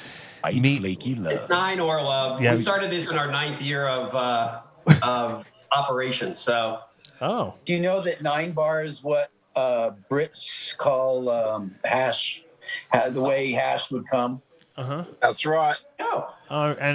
Those 9 bars were fire though back in the day. The other ones, the food one, the hemp ones. balls, right. I survived. I survived on 9 bars, dude. Like there was a time working at my shop, and it was like literally the only thing to eat in the store was 9 bars, and I'd be like, "Oh man, if I ate another fucking 9 bar, dude, I'm gonna." Like, I did my fill with those things. So in the studio here live, we got what's the name of the pub? Or Chai. Chai? Chai is his name. How old is Chai? Chai is 1 year old, and he's the second embodiment of my best friend on earth. So last year, his predecessor was chomped by a pit bull. Oh. In front of my business, actually, like right on the front Don't hold lawn. against pit bulls though, because we all love pit bulls. I So. know, yeah, but it happened. So it happened on my front lawn. So Well, he's they the look like second- a snack. Look at that. Come on, that's No, a he's snack. delicious. He's- that looks tasty already. His only job is to be cute and delicious. So, So tell us your name, because nobody believes me. They're all like, I typed it in and they said, nah, it's not really. no last names in Colorado. My name is Nicola, and I'm a mechanical and electrical engineer and longtime fan and follower of really? Adam Dunn Show. Oh, see, there you go. Now we know. And, We're doing- and last name? Tesla. Oh, interesting. Interesting name. So it's pretty awesome because also Colorado is a real good. I mean, that's like where he did a lot of work, right? So Tesla came to Colorado Springs and kind of cracked the code on a technology which we're still not even. There we go. Oh, See, look at that silky condenser sound. micro gain. Yes. Gain. now you got it. So yeah, Professional. Tesla was here in Colorado Springs, pioneering 100 years ago the transmission of electricity, even enough to light up huge grow facilities. If they only existed back then, right? If they only- Yeah. Well, they do now. And so that's the thing. So Tesla was working on transmitting enough power to light up like a megawatt in the middle of the desert with no wires between you and the grid. Right. And so he perfected that here in Colorado Springs. And the site is pretty much evaporated and gone. You can't find any evidence of the experiments. The towers and all that stuff. The whole notebook was preserved and managed to get pulled out of the archive in Belgrade, where it ended up after World War II. And so anybody curious... Is that the stuff that was... Okay, so like in the 70s, like in the late 70s, early 80s, before internet was happening, like... Because in Hollywood and stuff, it was a really hot thing to go We to these, lost like, the YouTube feed. We did? How did we... Uh-oh. Shitty Jamie, what happened? We're getting all... Now it's back. Oh, we're back. Okay. So anyway, it was really like there was no real like internet to speak of at that point, and it was like the cool thing with these like obscure little bookstores that had like manuscripts from people and stuff. And my mom's boyfriend bought all of Nikola Tesla's like little kind of like hand-drawn little books, right? And all the patents and lectures and articles. And they were just like these little tiny books, and they were like, Yep. I think they were red or something like that. And I used to like go into them, and so what I would do is anything in science or anything, any way I could connect it, if I had to do like a fucking book report or whatever, I would do it with that, and then I knew that they had no way to check it. So I was like, yeah, actually, how you gonna fucking check that shit, bitch? You hit it because they actually erased actively Nikola Tesla's writings, lectures, and patents were erased until like pretty much. It would have never come out unless some researchers from here in the United States luckily got to get into those archives in Belgrade, pull out some of these papers, and a whole part of American history, which was like 100 years ago, big deal, Tesla, popped back. So now he's back in our consciousness since the last 20 years. Actually, it was a History Channel documentary in the year 2000, and the people that produced that kind of re-electrified everyone. And then, look at that, re-electrified. Exactly. Oh, my and then those guys that actually started Tesla Motors, the founders, Martin Eberhard, it's not Elon Musk that founded it, obviously. It was Martin Eberhard was the kind of the genius behind that. They saw that, got in the Tesla thing and said, perfect. Nobody knows of Tesla. He was marginalized. Let's call our revolutionary thing that. And then, of course, Elon Musk stole the company and screwed it over. And them, too. So, just like Tesla. So, the founders of Tesla Motors ended up in a terrible lawsuit. Martin Eberhard ended up, he lost his shit, and Elon Musk kind of took his stuff. Well, yeah. It is definitely one of the more, tragic stories, of course, because it was, so smart, and the timing, was a rock star at one moment, and then, feeding pigeons at the end, and, falling in love with pigeons, or having pigeons that fell in love with him in his mind, or whatever it was. He was definitely... Well, what gives meaning to life, is crazy in your own life when you look outside, but pigeons could be the whole thing, too. That's the thing. He found happiness within that, but it was that whole story was pretty obscure, and I was lucky because I was super young when I sort of got that little taste, and it was I was looking at wait a minute, that says anti-gravity, and this says force fields, and I was like, okay, so this is a force field for a ship, all right, I'm doing a book report on that. And then the teachers would be like, what the fuck are you talking about? And I would be like, no, this is real shit. You'd have to school them, and they'd go check their books and be like, wait a second, I didn't learn that in university. I didn't know much about the whole Edison thing at that point. All I knew was the cool sounding stuff, right? I was oh yeah, you can figure out how to do that, that's dope. But then he got screwed over so bad that's another classic American story, right? Which is everybody thinks they know the real history. But telephone game happens to it, and that's Tesla, definitely. Tesla got... There's a lot more stuff. Actually, a lot of the stuff that we know about, or that's popularly about Tesla, is just stuff that's said about him. Very, very few people read his work, and people that do read his work, like yourself, it has a profound influence. I was 10 years old. No, but it's true. But you're like a truth guy, and who knows? Because those impressions you get as a child. Well, they were also more they weren't even there was no. It was just drawings. That's what was cool about it. So it was mostly his scrapbooks. You know what I mean? So it was scrapbooks, and you were looking into the mind of the guy a little bit. Visual basic data, that's geometry and that basic stuff that. Yeah, and it's now, as. Of course, from a conspiracy point of view, too, there was so many levels. It's whether it was getting ripped off just for, and how many patents he threw out. And there was parts in there that blew my mind the most, which is he had his own video sort of internal system for his own place where he could actually see images from other, and you're dude, that's so transmission. Crazy. That was the transmission and multiplexing of images, like what we do with cable. Tesla figured that out with his radio stuff, back in the turn of the century. So yeah, he had basically, a series of very fine light bulbs and very fine selenium detectors, and he could take a picture of text and transmit it by radio. Just that's today it's trivial, but then obviously that's what got me was in '68 they brought in the Tesla ball, and this in the classroom.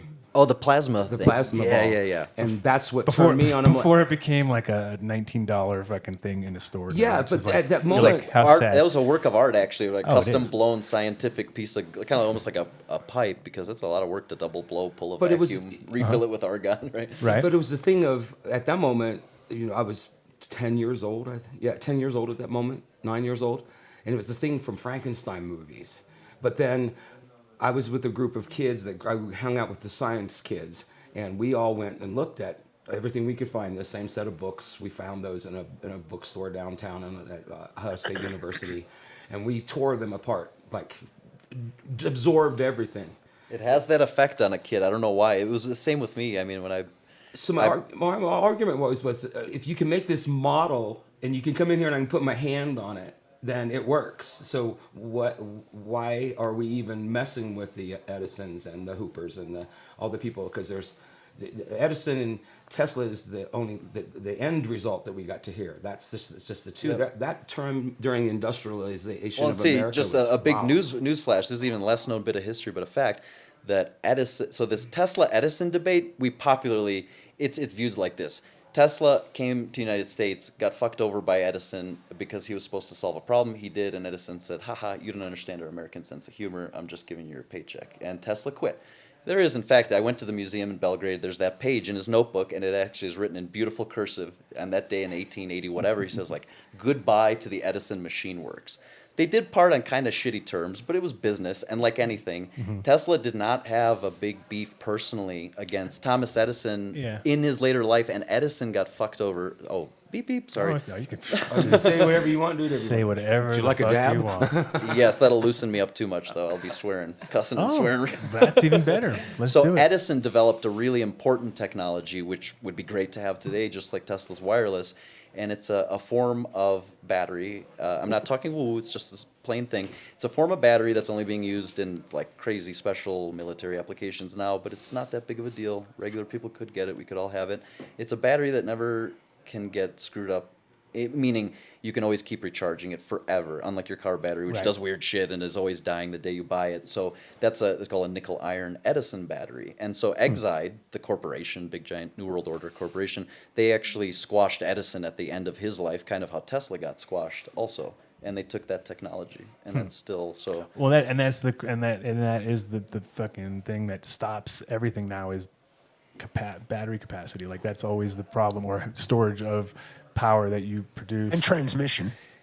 and transmission. Yep, I mean, exactly. And those guys were working on the fundamental methods that even today, I mean, if you'd set those free and people would start working on it, we'd have a revolution.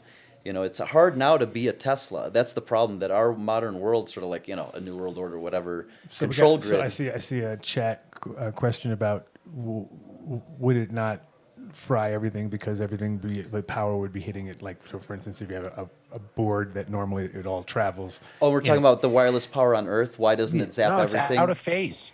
Well, then it wouldn't work with modern technologies. It has to do like you know, because a lot is misunderstood. I mean, things would have kept up with it anyway. It would have been one of those deals where. And as a matter of fact, I mean, I have very high power. I have some of the most high power wireless transmitters in my lab just for personal experiments, and you can have like open desktop computers, like running equipment near those things. It's not like RF. It's not radiation in the sense that Tesla's wireless power.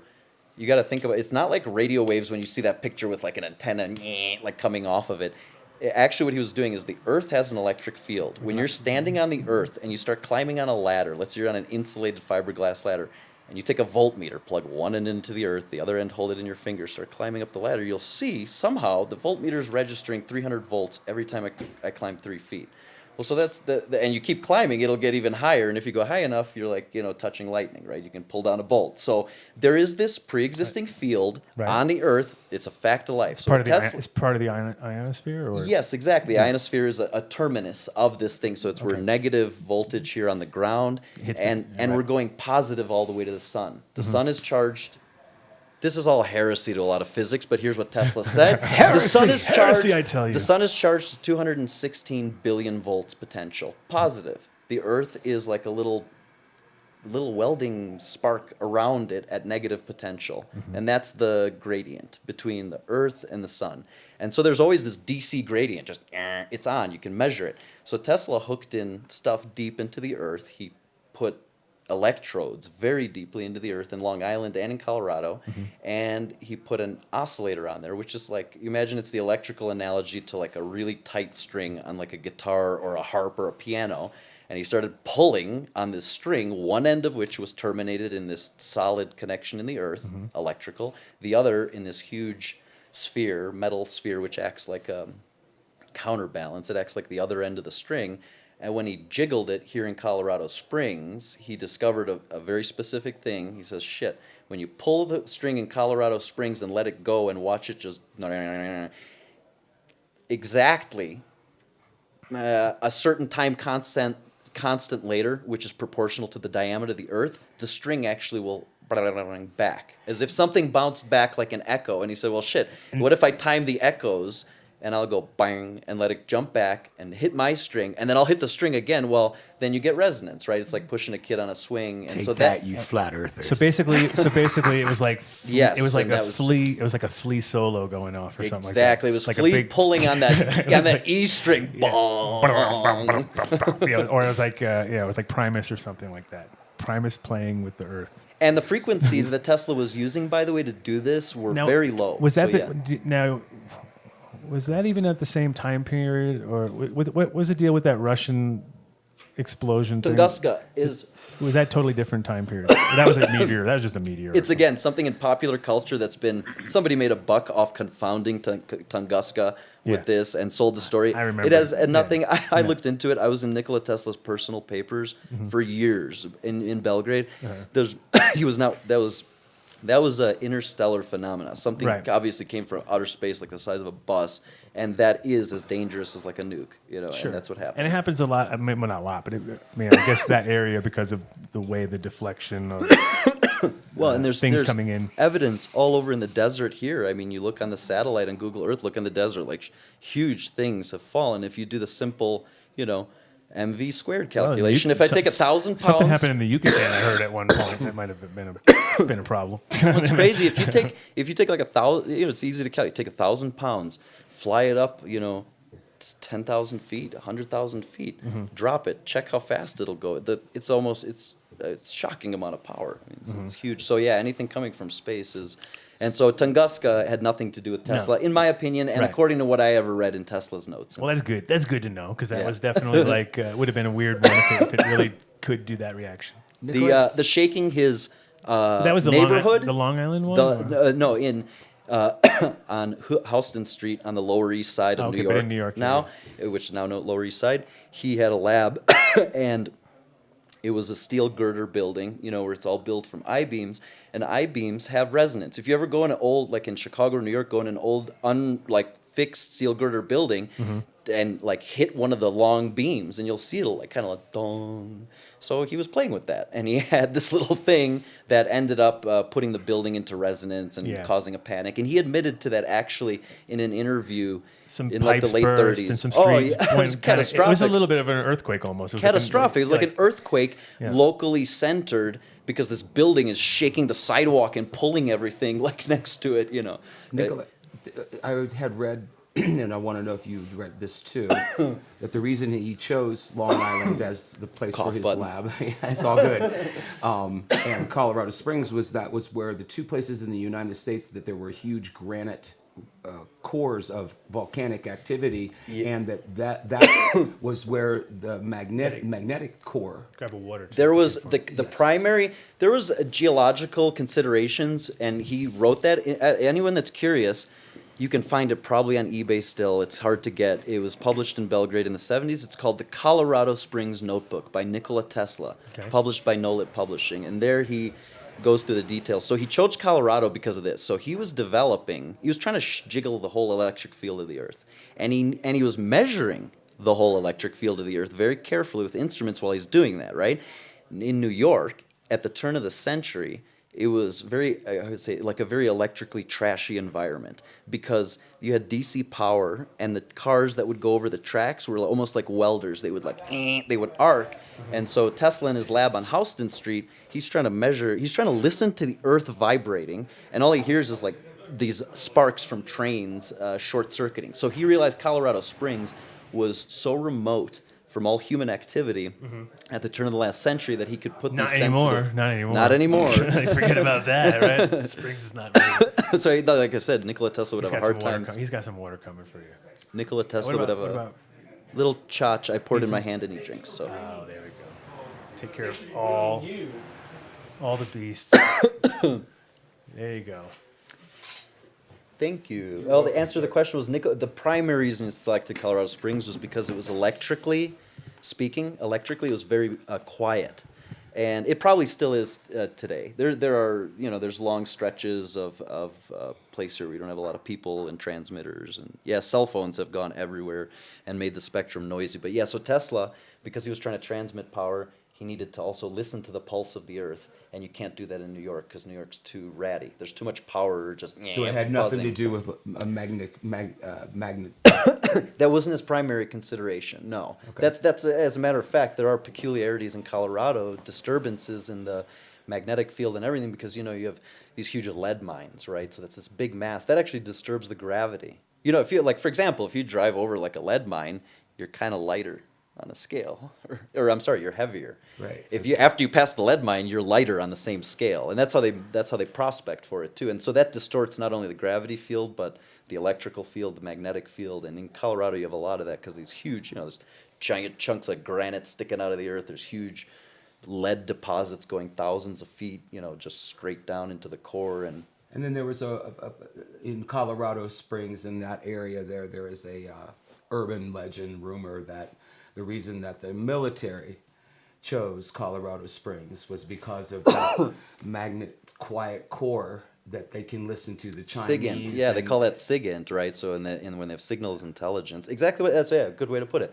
So exactly why the military, was doing it, Tesla chose that because of SIGINT. Tesla was doing signals intelligence on the Earth. He was listening to Earth's pulse, and now the military is like, well, we want to listen to everybody fart. And so where do we go? Well, in Colorado Springs, we can put all this equipment, and if we're really quiet, we'll figure out where you are, where you sleep, and how you fart. Now they have an app for that. But now they have an app for that. So exactly, I was going to say that's already been, that's already been. An app for that? Oh, totally. There's It's like the music app that you sleep and it listens to you and it tells you at night how many times you how many times you farted. talk in Yeah. your sleep. And It's already. I'm vegan, so it'd go off the chart. You'd have to put a new one. That's hilarious. That's hilarious. But yeah, it's so cool to kind of talk to you about this, just because obviously it being part of the family, you'd be like even more obsessed than I was. So I would imagine.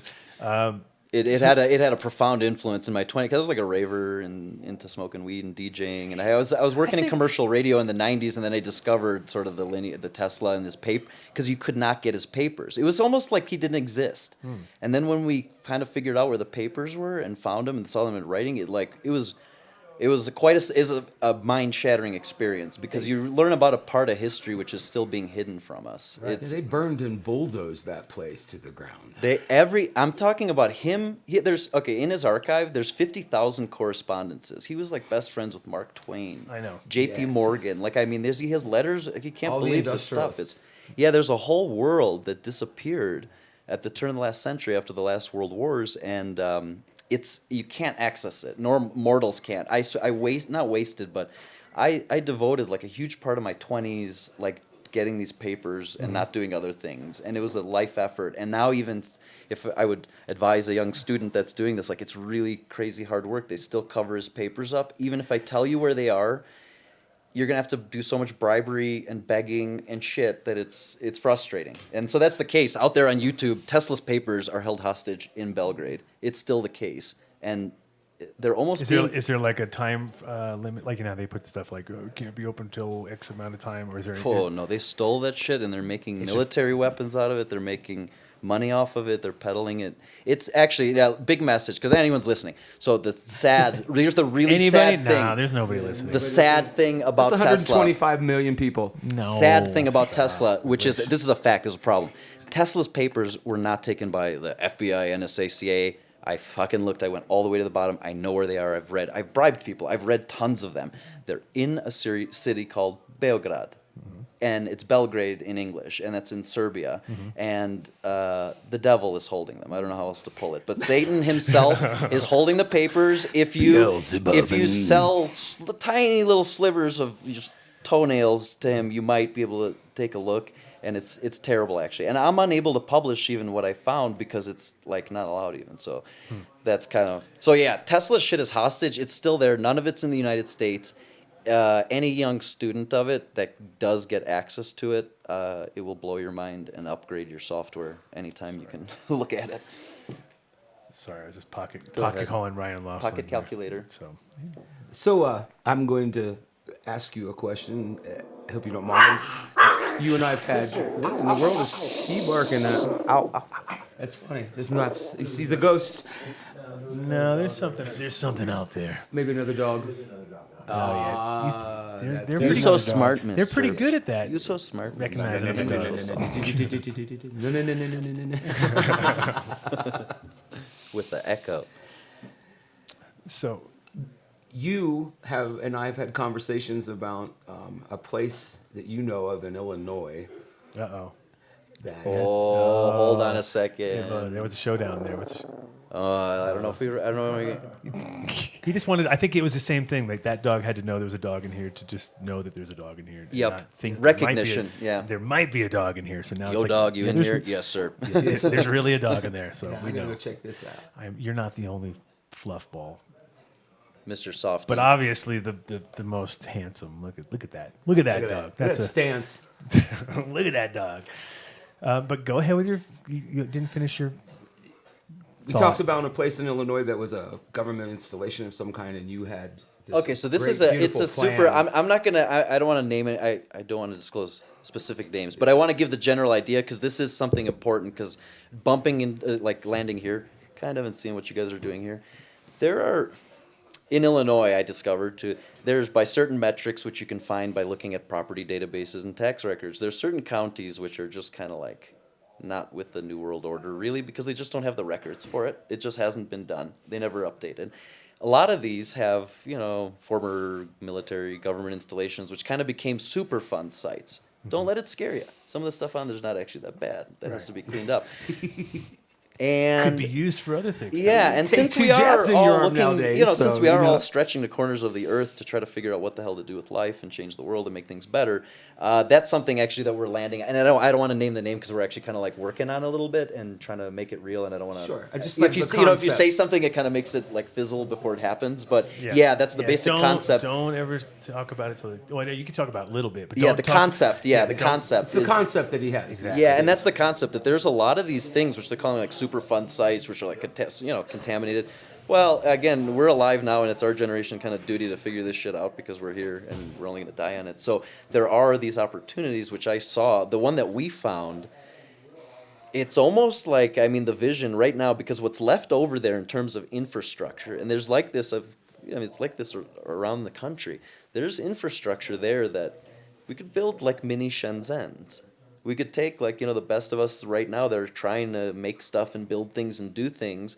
And there's places in the United States where, there's almost no regulation. In fact, people are scared Like to here. go there. Just like People, here. exactly. People are always scared to go there because it's a super fun site and blah, blah, Well, blah. And that's well, a there's big not that, but bureaucratic, there's- that's a big bureaucratic. And there are, I'm not to undercut, there are poisoned fucking places you should never go that have been damned forever. But Denver, Colorado. There is, Exactly. Well, The right, Globeville. Globeville, which is where my kid's school was at, was like a Superfund site, and it's the most polluted zip code in America. So I was like, yeah, I'm probably gonna pull the kid out of the school. Like it was like one of those like what were they doing there? Do you know what was the history? Smelting. smelting Oh, plants. yeah, There's it's filthy. three Smelting is three filthy. smelting plants, I believe, in the same area. You know what I mean? They scraped off the top 20 feet. You know what I mean? And they did all that 20 years worth of cleaning. And then cleaning. just left you guys with all the oxides and dust and cancer fluxes. Well, no, it's okay because there's 2 highways that run there too, so you're good. And they It put a doesn't- dog. it kind of all gets whooshed around. It's like it kind of keeps it. Yeah, it keeps They it put the moving. dog- If they didn't put that there, it would be very stagnant. Like at least you have like a lot of extra carbon and things. We have the dog Kicks it food up. factory there, and also the Oh my the God. stockyards are there. You mean the tuberculosis factory? exactly? it's a nice place in Denver. Has its own certain odoriferousness. Richard Feynman, he was a spy, Yeah. and a safecracker. Yeah, actually, he was. He has a biography. It's called Genius. I found it wandering through Amsterdam in 1995 in an old bookstore. Wandering nice. around. Hi. as hell, enjoying cannabis culture like I've never seen it thing, before. See, that's the thing is I feel like I might have met you back in that time because I had. My I shop. kind of can tell you something. Like when I tuned into you, it's weird. Your face looks super familiar. And I was like, wait a minute, Nikola Tesla. Didn't I meet Nikola Tesla? And I was at one there. point in my life? See, but what's crazy, when I was doing these missions, I was leaving Chicago where I'm from. Because my place was called Amsterdam. It was CIA was the spot that. CIA. Yeah. What part of town were you in? Lights of plane? No, we were right in the beginning when you first came out. The train station? Just to the right, and there was it was a weird spot. So I was definitely at your place. Cause I spent like a lot of my life in Amsterdam, like an insane amount because I traveled so much. Like I said, you felt very familiar, and I was like, maybe I met Nikola Tesla at one point in my life, but I might have just thought it was a dream or something. Like, yeah, it was like when we met Enslinger's great niece, and we were all smoking. Yeah, we smoked a joint with her here, and it was like that's. Oh my god! That completed the circle. That's the whole. That completed the circle. Yeah, it happened. Wow. She went on tour. Smoking a joint with you? She went with everybody. She was like. She wrote a book and went on all the hemp tours, and has she acknowledged her this whole thing? Yeah, she got up and apologized for what her great uncle had done. And wow. Yeah, it was like, wow. It was pretty heavy. I had the convoy. Bro's there. He's hanging in. He's like, this ain't nothing, man. Bro. I could do this like with my fucking hey. Am I in somebody's seat? No, you're fine. You're in Nikola Tesla's seat. You are in Nikola Tesla's seat. Thank you for coming on. Thank you for having me. I know you don't normally do these interviews, so thank you for having me. It's an honor because I'm just like what do you call it? Like the guy that just watches on the internet. Not trolling. Troll? Like, like a troll. Like you're a troll. I do my thing and I'm stuck in like a factory. I'm stuck in a factory all the time in a lab. Nikola Test Troll, we'll call you from now on. How's that? You have a new moniker. You always have to get a good one from us. I'm stuck in a factory, so and kind of in this stuff, and I've done some consulting. When your name's Tesla and you're stuck in a factory, then it's even more ironic at that point. Good thing. That's a beautiful picture. I'm stuck in a factory, but because I was talking with when Rob told me that you might show up, and I was like, oh, I'm definitely putting his name in just for the fuck of it because I want to hear, and not a single person, not a peep, not even one person was like Nikola Tesla. Like, what are you doing? Do you know what's happened? Nikola Tesla's name has been sullied by this CIA charlatan investor guy named Elon Musk, who's like not an engineer, not a genius, is like a piece of shit. I'm sorry, I'm just saying my opinion. I fucking hate the guy. He's a piece of shit. Shots fired. Elon, go into damage control and spend a there goes whatever. My Tesla I was about to get. I mean, he was you just don't about want to it. It's a piece of shit. It's gonna set on fire. Did you see the one that burned down the whole apartment complex in Texas? No, but okay, go look at the story because Elon had it rinsed. Those things are fucking dangerous. They're garbage. Yeah. Go buy a Mercedes. Go buy a real car. I love the stories about the guys in Africa who have absolutely no tools, no computers, and they figure out the retrofits are fixing them. Fixing them. Everybody brings their car from like they're probably 300 better miles away. after they worked on them there because it's like the Cuban, when they do the cars. They fix them better. They'll put nice steel panels. Now you got a real car for a lifetime after it's been done. You go buy a 1957 Chevy in Cuba right now. And it'll have like stainless steel parts on it. You can't even get that in the States. Right. Oh, that's amazing. Seaworthy Ford. Mm-hmm. Well, that's a lot of times things like that where they're, the people have to, like, Cuba's a good example. I mean, they're like, they have to. They just do it because of, there's no parts to be had, so you have to come up with your own. And all the craftsmen come out of the society, figure out how to turn coat hangers into parts for. 4 hours to go? Cars. We're on did we do it? We covered it? Oh, we're at the 4-hour mark. Oh, look at, don't get excited now. This is when you fade. Oh, it's like driving. Think about it. When you start. This is right now is when we're starting to see those signs that were like, "Hey, Pedro's whatever, 500 miles," and you're like, "Oh, wait, Pedro, I got to stay up for Pedro." Casa Bonita. And then you just get closer and closer. And it's just like it's a failed mission. You're like, I am not seeing. I'm never getting to Pedro's. I got to stop before I get to Pedro's. And then they really know that, like, hey, wake up. Yeah, and then things get wider on the roads and all that good stuff. The signs get halos. It gets really crazy too when you're going to Florida when you drive from north to south because they like really know. They're like, you are all sleeping. They got like 15-foot wide those fucking things and like no matter what you do, you could not, The new car, I have a rental car that I hate. I drive like an ancient Mercedes turbo diesel with no electronics. It just starts. But we got a rental car coming out here to Colorado, and new technology. Hate it. You're like slightly off the thing. It's vibrating your steering wheel. It's like Oh, right, the telling you- Bluetooth is disconnecting while you're driving. It says you can't do anything until you pull over, and it's like Oh, I want that- my 1985 Mercedes. I can do whatever I want. I can push the That is gas. some bullshit I right can there. stop. That is. I can change the radio while it's driving. I mean, New technology it's kind of sucks. it's like even when you're trying to use Waze while you're driving, and it's like, don't tell me not to break the law. You're not the boss of me. You're not the boss of me, robot. You don't tell me what to do. I'll show you. Are you driving?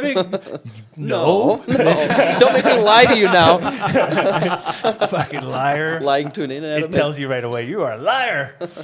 I know, it's amazing. Amazing what your phones probably really know about you that we don't. Everything.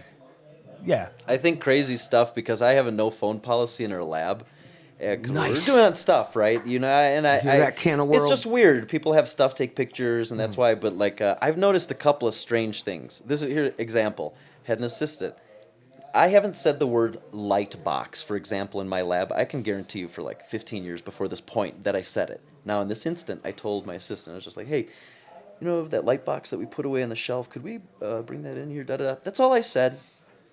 Later, I'm in front on the MacBook, looking on YouTube on my account, and there's a fucking recommended video. It's like, Lightbox, how to build one. I was like, the fuck? Yeah. And now this has happened so often. I didn't have a phone. He had his phone on him. He had like a new Google phone all updated and like everything. I'm like, dude, no fucking phone. Because it freaked me out because I'm like, I just said, can you get the Lightbox off the shelf? And this thing is on my IP address on my YouTube recommended for you shit. What the fuck? Yeah. Well, it's working. The system's working. Yeah, I know.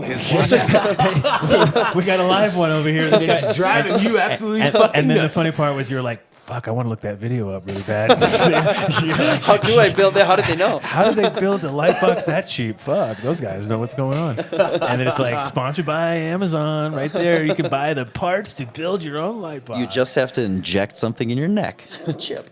That's coming. That's coming. What do you think about Neuralink? That's another. See, now Tesla's name is being What about sullied. nanotechnology and Q-tips?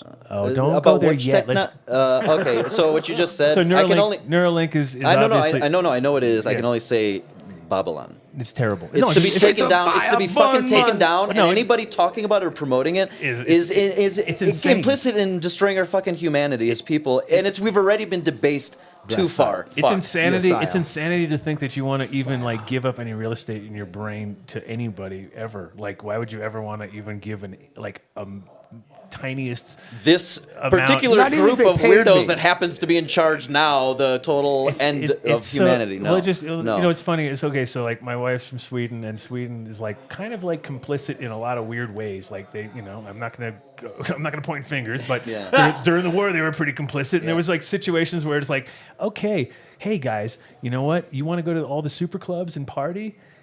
Go get a chip. They were the first ones. They were like out the gate. They Really? years ago. This is like in 2005 or 4. I don't know. It was a long time wow. ago. It was 15 years It was the ago. first ones, and they were big. It was like, here's a grain Like a of giant lump on you. yeah, they had like a green lump. Here's a grain of rice under your skin. Stick an right? olive under and you're your like, skin. oh, you can actually feel it. It was weird, and it was like, but what it did was they could then go to all the clubs, and they didn't have to pay. Like they pay, but they just didn't have to pay it. Like and they get to the front of the line, and they didn't have to. They went to the bar. They just got drinks, and it was like it's the elite. Look, the elite New World Order want it because They when they're were traveling in the airport among us fucking peasants, they want to just walk through and do their thing. They don't want to have to be like confused with the rabble. So that's why fuck this technology. This is not for us. It's not to make us better. I think Dave. I think Dave. We may have a guy who's on my side of like. Do you go through the He the doesn't even machines fly. when you fly, or do you don't fly? I have actually just recently. My family is like not in this country, and I just recently have had this thing where I refuse Oh it. my God, no!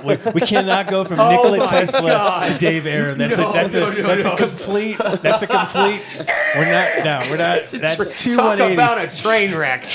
Oh, shit. Dave, did you feel that back there? No. There's brakes no. on the train. No. This train wreck is controllable at this point in time. Once we open that door, it's over. I can already he's saw dead. Adam's eyes kept getting bigger, and I'm like, oh, what is coming behind us? You don't really want to turn around. But yeah, I agree 100%, and I think that the whole idea of patching in and stuff is like we're way too eager to do it. It's We like have to patch in. No, watch. This is the problem. patch in your own fucking. Yeah, we should be allowed to experiment with it, but I can't. For example, my company's developed stuff that's used in life support and medical stuff, and you have to deal with the FDA. And right now, you cannot develop your own. If I wanted to just start talking with Adam, and be like, let's figure out the frequency of weed in your brain and all this, and we just started murmuring about it legally. We'd be disclosed to tell everything the FDA, start getting ISO 9001 comp. You know, it kills the fucking idea before it's even fucking out of the right. thing. Tell us how you feel about UL listings too. Okay, no. So I was.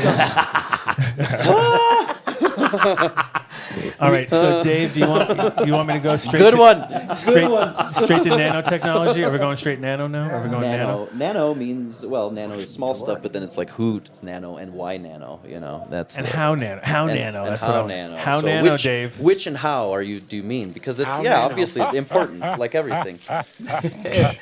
Dave McMahon. Dave McMahon, how's it going? So Oh, no. how nano? How Nanu, nano? how nanu. Nano. There you go. There it is. It's back. Finally. That's where it came from. Nano. Robin Yeah, he was Williams. telling us something. He was like, guys, you got to stop the nano. Uh-oh. Speaking of nano. Everybody. Nighty-night. No, hey, man. We're on the final stretch. Don't worry. We got it. We're only 3 hours. Well, so it's funny. Adam's And been streaming 50. like for what, 20 hours? 20 hours. Okay, and I drove from. Well, we had this trip here because, like I said, Oh, I'm you not. drove I'm not. straight I from stopped there. flying and I drove because I'm not doing this shit. I can't wear that fucking diaper on my face. I'm not doing that shit. Okay, no diaper face. And what about the machine? Do you go through this? Would you No, go through? I mean I have to do X. We all get fucking X-rayed balls and all that now. So yeah, so we all get Oh, X-rayed. I And don't do that. I like flying with my. I just don't like flying anymore. I used to smoke in 1995. I smoked on an airplane. We could smoke and fucking be normal people and go to Amsterdam and get off at Centraal and smoke a joint and Smoke leave. some more. So, you know, like this world is weird. This is. I don't like it. I don't know what to say. Out here it's cool, but when you get deep in Babylon or just like anywhere normal in Babylon, it's weird. And flying is insulting. Yeah. My ancestors developed this technology that allows you to fucking not crash and fucking die, and you're telling me to put a piece of shit diaper that, as a matter of fact, is counterproductive to your aim? That thing makes you sicker. It's a fact. It induces hypoxia. It's that's electrostatically charged polyethylene. Those masks, right? So they like have a little 3D printer kind of nozzle. It shoots out at 15,000 volts charge that polyethylene, and it weaves it into your mask. And now you're walking around with an electrostatic filter. In 10 or 15 minutes, that thing is loaded with all kinds of shit right near your fucking face. It's bad for you. Well, it's like in growing, a lot of times people use RO. I'm so Oh, tired yeah, of like burn that reverse- thing out. And the thing is, it's great for about a minute, and then it's just a big Yeah. contaminated mess, and then it just infects everything, and then you end up with more problems than you never had. Oh, you would just never have created had- you created a new type of like bio experiment and the thing that didn't exist before. Well, you know, and the thing is, it's like, and then it contaminates everything because, you know, who changes filters on time? Nobody, right? That's like, no, the maintenance membrane, is- it's going to cost money, fuck it. And then, you know, the way I look at it is like, it's like if you had you're in the middle of like the city, nobody has a swimming pool, and then you design this, I'm going to put this really big swimming pool in, and then kids jump over the fence and get in your pool, and you're like, are you jumping in my pool? Like, what? Are you crazy? And it's like, of course. Sure. Yes. I don't know if I was rolling with it, then I just found one here, and I don't know if it's mine. way but easier. Nah, it is now. There's many things, and It was rolled like I rolled it, but probably we're among professionals. So. No. Wow. I've been smoking spliffs for like 25 years, so I have You have this a was certain done type. well. This was all right. Okay, that's good. Done well. Done It's well. usually the case around here. Done deal. done better. Uh-oh. Speaking of done deals, where's Mel? Is she in the wings still, or is she? I know she was Spin up. that shit. I know. I am here. Uh-oh, we better spin a Good wheel. morning. Everyone's freaking out. Spin the wheel. There's like Let's give some shit away. we're getting Someone might win a Tesla. There's a wheel here? we have a wheel. spin it. Virtual. It's a virtual wheel. Yeah, You spin it. watch it'll come up here in a moment. Okay, first spin the wheel. Let's see who's going to be a big winner. Because now we're down to the final 4 hours, so we can give away every hour. Might win a Tesla. Oh, the wheel. We're going to give away. There's only 4 left, right? Looks So like a German- perfect. old 4 German hours. flag. 4 people. 600 Spin the wheel. First spin the wheel. Let's see who's going to be a big winner. Because now we're down to the final 4 hours, so we can give away. I don't even have to talk anymore. This is great. I did all the talking. Mel with 1,000 people behind us in front of a live studio audience. Mel, turn off whatever you're listening to. Turn down whatever you're listening to. Mel, you train wrecked us.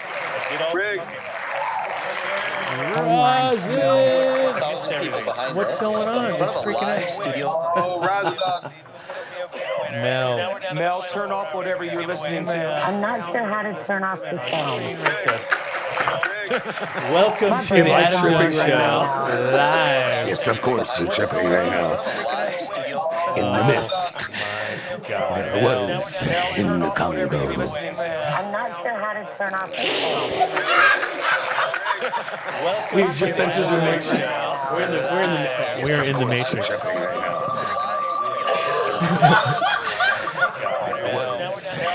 Sorry guys, I'll mute out here. Look, Cody brought a glass. Wow. Why didn't this happen at like 4 o'clock in the morning? Is she just going for it? Just keep going for it. I don't know how to turn her on. Cody brought a glass. The whole chat room is tripping. There you go. You just blew the entire fucking chat room out. They're melting down. They're done. How much DMT was in that coffee? They got ear I cancer. figure out how to turn this sound off in order to get rid of it. Okay, so what happened? What just happened there? I don't even know. Don't even know. So, Jake Aaron just won a piece of Cody brought a glass. As long as you know what happened, that's all that matters. Because none of us do, let me I do tell know you. what happened. Not even Nicola knows what I have no happened.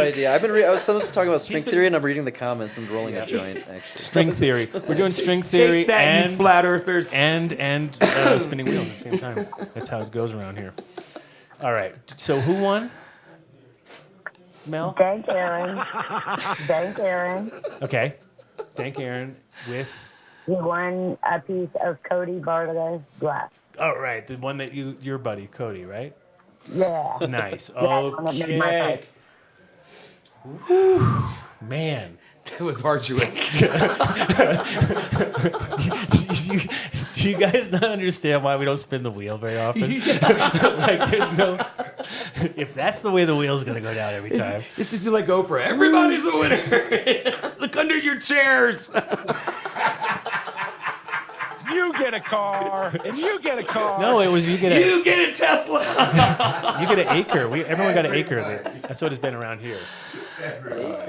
Love it. acre for a spin on the wheel. No, well, no, yeah, that would be a good deal, right? I mean, hey, An acre now for- you're talking. I got a nephew that's in quite some trouble. I'd like to put out here. So We can join the equity he's already program. burnt. He's actually. I have a nephew, and this is one other reason I came up because I have a nephew, and he's kind of like already. He's a good kid, but he's you know what gotten like effed already for stupid flowers in his pockets, like a lot of them. And I heard. I don't know if the flowers are stupid. I mean, no, smart flowers, but yeah. stupid situation in his pocket.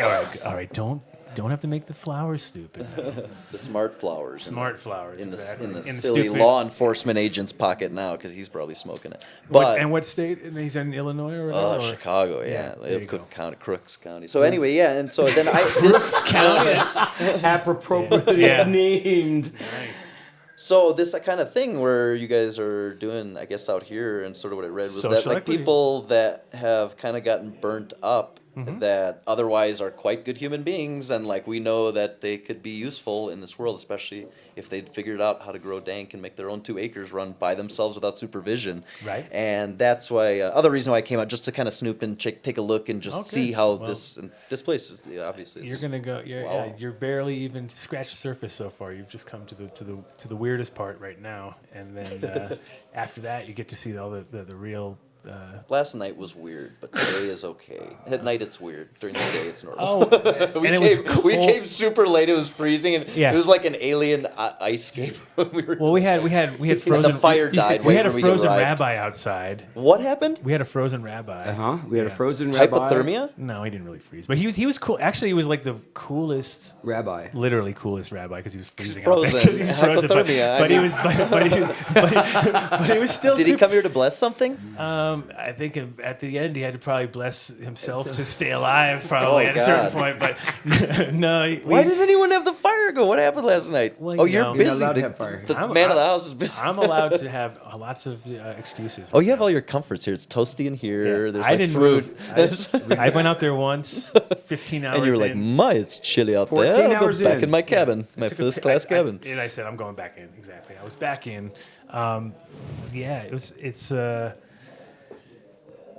It's been a hell of a ride, guys. We're at 20 hours, 17 minutes, and Oh wait, hold on. what?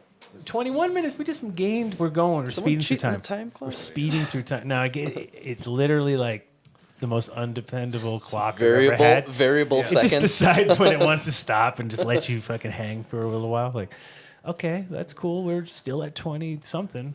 No, it's working now. We're good. Wolf genetics in the house. Is Dutch smoking forbidden of splits in here? Does it I don't stink give you a out? shit. Nah, whatever, dude. I just want to know, does tobacco stink you out? Yeah, but it's okay. We're not gonna lose you for that. Okay, that's all I'm putting in there. Just I a little need bit. I just little need a little bit. spice of that evil It's tobacco. all right. Babylon's got me by the throat. I know. After all this talk, and then you just fucking Poison bow myself down. a little. Yeah. Sucking devil cock. Sucking devil cock Sucking the right here, devil's- right live. There we go. I know, Nick- with all the organic, vegan ital I've put in my life, and then there goes the. Yeah, you're like you it's have like to have one vice, It's like man. vegan. It's like vegans doing coke. You know, you're like Terrible, it's worst not- thing.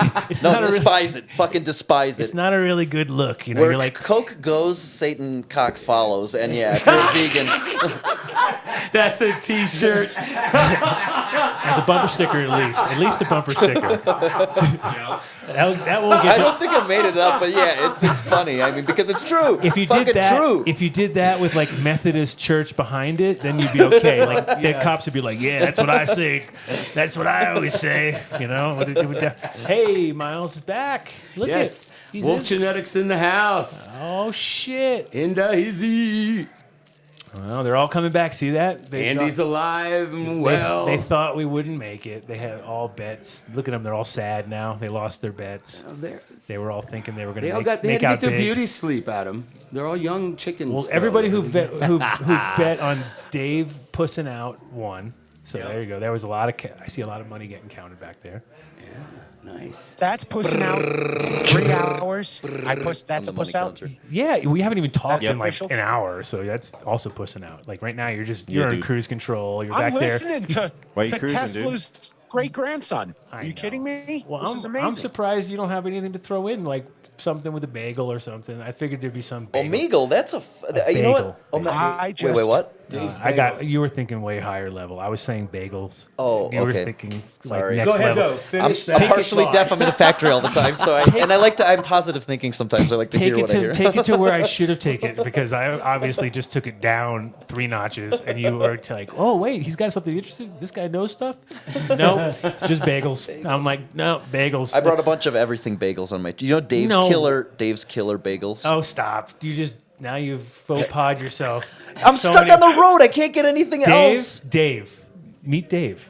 Wait, what? This is Dave's Killer Bagels. Hold on a second. What's going on here? Right there. In Am front I of- eating? Where's Dave? in the caboose. Boofing he's- in the caboose. He's The fuck? in the booth. Kaboof. In the kaboof. Hold on, Booth. It's- Anslinger spirit, Dave. Oh my God, what's happening No, here? it's not the. Is this for real? This is Are the you goody kidding me? good. No, this is the goody good. So the one you know is the guy who was the hardened criminal, right? Yeah, this is the yeah. other version. This is the New York This Jew. is the mensch never got in version, trouble. you know what I mean? Tried to stay out like Straight A kid. Straight Oh, A yeah. student. He's a still stis- he has is our crossing guard here. Yeah, still. yeah. He wears the orange he was thing the and he was make the sure everything's safe. The hall If I'm monitor. such a goody He two was- shoes, why do I have an OnlyFans page? He was the hall monitor for a while. Yeah, that's just like a hall monitor to have that. You are so hall monitor You are material. so hall Take off monitor, clothes. dude. You. Oh wow! You were a recruiter for hall monitors. What happened? Can someone turn down my volume? It just went. Oh, I think I might have done it over here. Jamie's asleep. That's why. Oh, His volume just went super loud, and I think I might have done it over here or something because I pulled on this cord, so I don't know.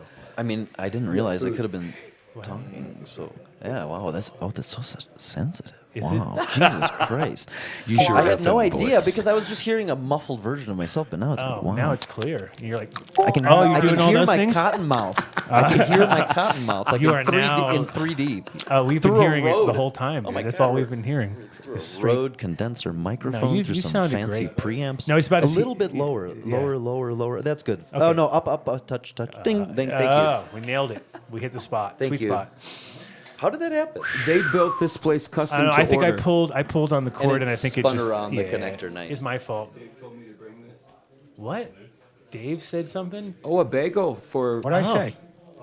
for you. I was just talking to John Paul, Tommy's. Was the bagel for me? He'll be on the show Let's today. get, okay, so 1 o'clock let's get to this close the straight. show with us. Dave is a master bagel maker, and his name is Dave. What? And yes, Get out of here. I'm telling you. But he's not the Dave. Okay, 'cause okay, but the that's Dave- interesting. but That's an the interesting Dave coincidence. sold And out, this, you right? made this bagel? Yeah, we have a whole Yes. bag of them back there. Oh wow. Now, Dave, tell it because you must know the real Dave, not the real Dave because you're the real Dave, but the other fake Dave story of the guy who actually went to jail and served time and really did stuff, but now he got sold out and he's just a big nothing, right? Yeah, but you know what? Sell out. He made money. Forget but about that guy. Again, No. it's like when you're at a mainstream grocery store on the road. It's all right. It's not. He's like, basically like the My Pillow guy of bread, basically. Really? So, yeah, kind of. I never saw that much. I bump in the grocery store. But He's a little bit of a My Pillow of bread. does he have I a don't even public know who this persona? guy is. Does he have a public persona? Who, or Dave? You don't. YouTube or Dave does anything? not know who Dave's Dave's bread is. Come on. Dave's Killer Bread. So Dave Killer Bread. was like a I guy know what that you're talking killed about. Yeah, somebody. they sell it at Costco. I He's hate a that felon. bread. He went- See, I already knew you would hate it just because it's called It's just Dave. We've got a picture of him. And you're It's like finally you're you're eating finally stepping a in the line slice with of all of mud. us. You're like, I hate that Dave's bagel guy thing. Dave had a real murder rap, I think. There you go. All right, now you've earned your keep for the. Are you smoking tobacco in there with MTI? Don't you know he's got sensitive lungs? Doesn't matter. Wait. MTI's fine. He can't hear me now. He doesn't have his headphones on. MTI How doesn't did- care. I lit that and it's like a sensor went off. I love that you're about to use the I'm looking can at of you. cabinet He's bomb. watching you from there, so it's like Dave. Can of cabinet bomb. You're under. I'm on a security camera. You're like, Yes. whoa, busted. It's okay. The hyper realness of being on digital media. I'm not often on. I hide from all. Would you like a terp wipe, So sir? we're lucky. We're double lucky. Would I like a terp what? A Who's talking terp wipe? wipe. A terp wipe. Terp wipe? Yeah, I like terps. One of our Sure. greatest I don't know. sponsors. What is he is- going to do with the terp Dave, wipe? Do you put Wipe this on your his- spliff? Like No. that? I your was spliff? asking MTI if he would like a terp Oh. wipe because he's using the Okay. Cannabong. It's basically alcohol wipe, but it's a very you go. specific for concentrates. So it's got the right. Because a lot of times those all the wimpy ones are 70%. They don't do shit. you Yep. know? No. It has to be just the like alcohol. sticks. Yeah. No. If there's any water in it, turns it into that weird. It has to be 100 or as Yeah. much as it can be. They're a sponsor of the show, and you can go online to terpwipes.com. No. No. Dave. Dave. Dave's Where you at, Dave? Your one job. Terp wipes. Terpwipes.com/AdamDunnDeal. Turpwipes.com/done deal. There we go. There you go. And they will. You can sign up for a This is subscription, useful. and they This is will useful in they'll industry send it to too, your house because every then month. it's useful everywhere, not just for terps. Because you have this. I have this. You always have this problem with It's solvents. literally like one of those things that you don't know you need it till you got it, and all of a sudden you're like, dude, This I use is an these for excellent I- product I then, use these right? for It's- everything, and then you're like, pure solvents. Your solvents got to be pure. yeah. And the thing is, it dries really quick, so you got to work with it fast, and Yep. that's a good sign because it's like, okay, it's not like it's fucking full of a bunch of bullshit. It's like it's alcohol, but it's also ethyl alcohol, so it's not so it's food grade basically. So you're not, Yep. you know, it's not isopropyl. And it smells normal. It just smells like you're drunk grandpa instead of Exactly. smelling like... That's so funny. That's exactly. Because this reminds me of when I first smelled the difference between isopropyl and that's that. what my wife says. She says that too? Exactly. Because she's from Europe, and I am too. And that's I remember that when I first smelled, because in America growing up, you only smell... It just smells like a drunk grandpa. Yeah, in America growing up, you only smell that, like, you know, the Walgreens totally denatured alcohol, but that's not what alcohol smells like. Alcohol smells like a drunk European grandfather. Right. And then in America, it would be with Old Spice. You have to add the Old Spice. Yeah. The American version. Take 3. I don't want to drain you out. No. Take 3 of them. Go ahead. Take it, man. Man. Yeah. And you can sign up on I just the, you wait. can sign I up just on the need website. to make a PSA right now, Adam. And It's they'll important. Tell me. We have fans out there that like you and care for you. You should not use a Terp wipe as toilet paper. You'll burn your I was just about to do that. Did that come from Rosin Dogs? Fuck you up. Rosin Dogs always. It'll he actually pull the terps out of your anus, which is really bad. If you Nothing worse than a terp-free anus. No, yeah, there may be places those are highly sought after. Taint wipes. We do. Taint wipes. There are taint wipes. Bidet is the only way. That's the shot of water up the butt. Oh shit. Tesla technology. Tesla taint wipes. There you go, Nikolai. You traveled all those hours to get your great next product. Well, it's good. It's a good. You had 15,000 manufacturing Shrek's square back. feet, right? So What's back? Who's back? Shrek. Where's Shrek? What up, boys? Oh shit. Oh shit. What's going on? Oh shit.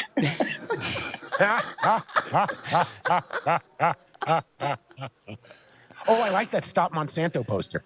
Fuck Monsanto. Fuck Monsanto. I actually made that for one of those events about 5 or 6 years ago. Walked in it, and it got into their global website. It was so cool. It was like a huge crowd, and there's my sign sticking up. Oh, wait, there's a question from the chat gang, T-Dog. Have you ever used a Terp wipe as toilet paper before? Wouldn't admit it. That's a yes. He's on. Well, you can't hesitate on that one. You gotta be quick. You gotta be like, "Are you kidding me? I would never do that." Oh, Not wait, like. That was a pause that kills. He's Shrek showing off his grow. I'm sorry. Shrek. Has Shrek used a Terp wipe as a? Yeah, of course. It keeps his ass cool.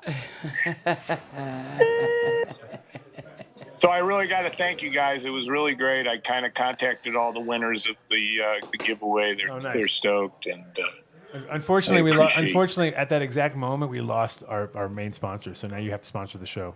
So A lot happened in 24 yeah, hours. it happened right at the moment. It was pretty much Dave. It's kind of a Dave's fault mostly. I'd say I'd blame Dave mostly, but the timing was like he was like, "Oh man, you guys don't need me anymore. I think you guys got to go out," and then he just ran. We lost him. So peace out. I was falling asleep at the table. I needed to get myself some 3 hours. Jesus Louise. you guys got to quit doing this as a hobby and get serious about it. I know. I wish we were a bit more serious, right? The same thing happened Think on of Gilligan's all the Island, things we David. could do if we were just put our minds to it a little bit more.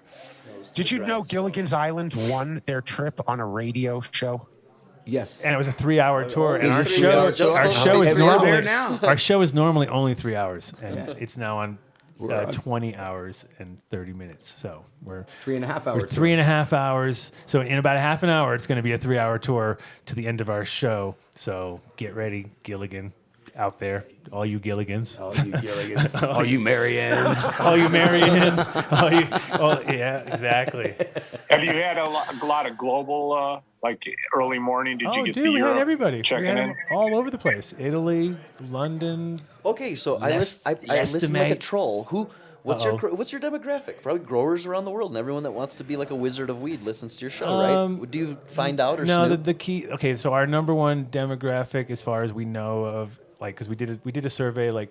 We have to update it. Our survey sucks. But at the moment, don't disclose top secret business information. I'm just moment, asking, like, at generally. the moment, at that time, it was the one number that we pulled, that the data that was great was 85% of the people who listened to the show, according to the survey, trimmed weed while listening to the show. Awesome. So that's already like, that means they have finished a crop or worked for somebody during a crop or got tortured in some sort of fucking torture camp where they were like, listen to the Adam Dunn Show on repeat. Weed jail. We want you to be fully informed. Well, yeah, exactly. Or just like insane by the time you're done. Like, get me out of here now. Trim jail is too much. Rosin Jugs has been in trim jail for months, right?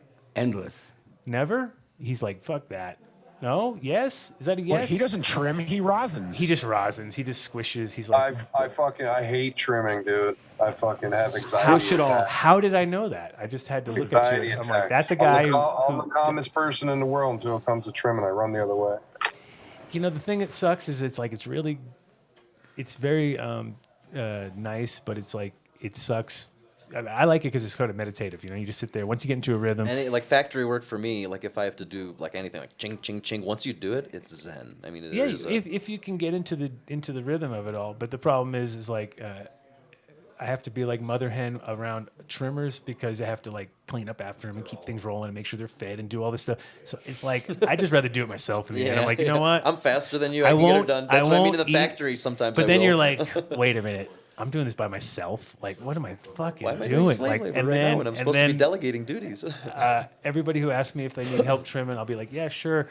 And the next time they ask me, I'm still trimming from the first time, and they're still asking me, and I'm still working on the thing. So, you know, trimming is not easy. What's going on? Who is it?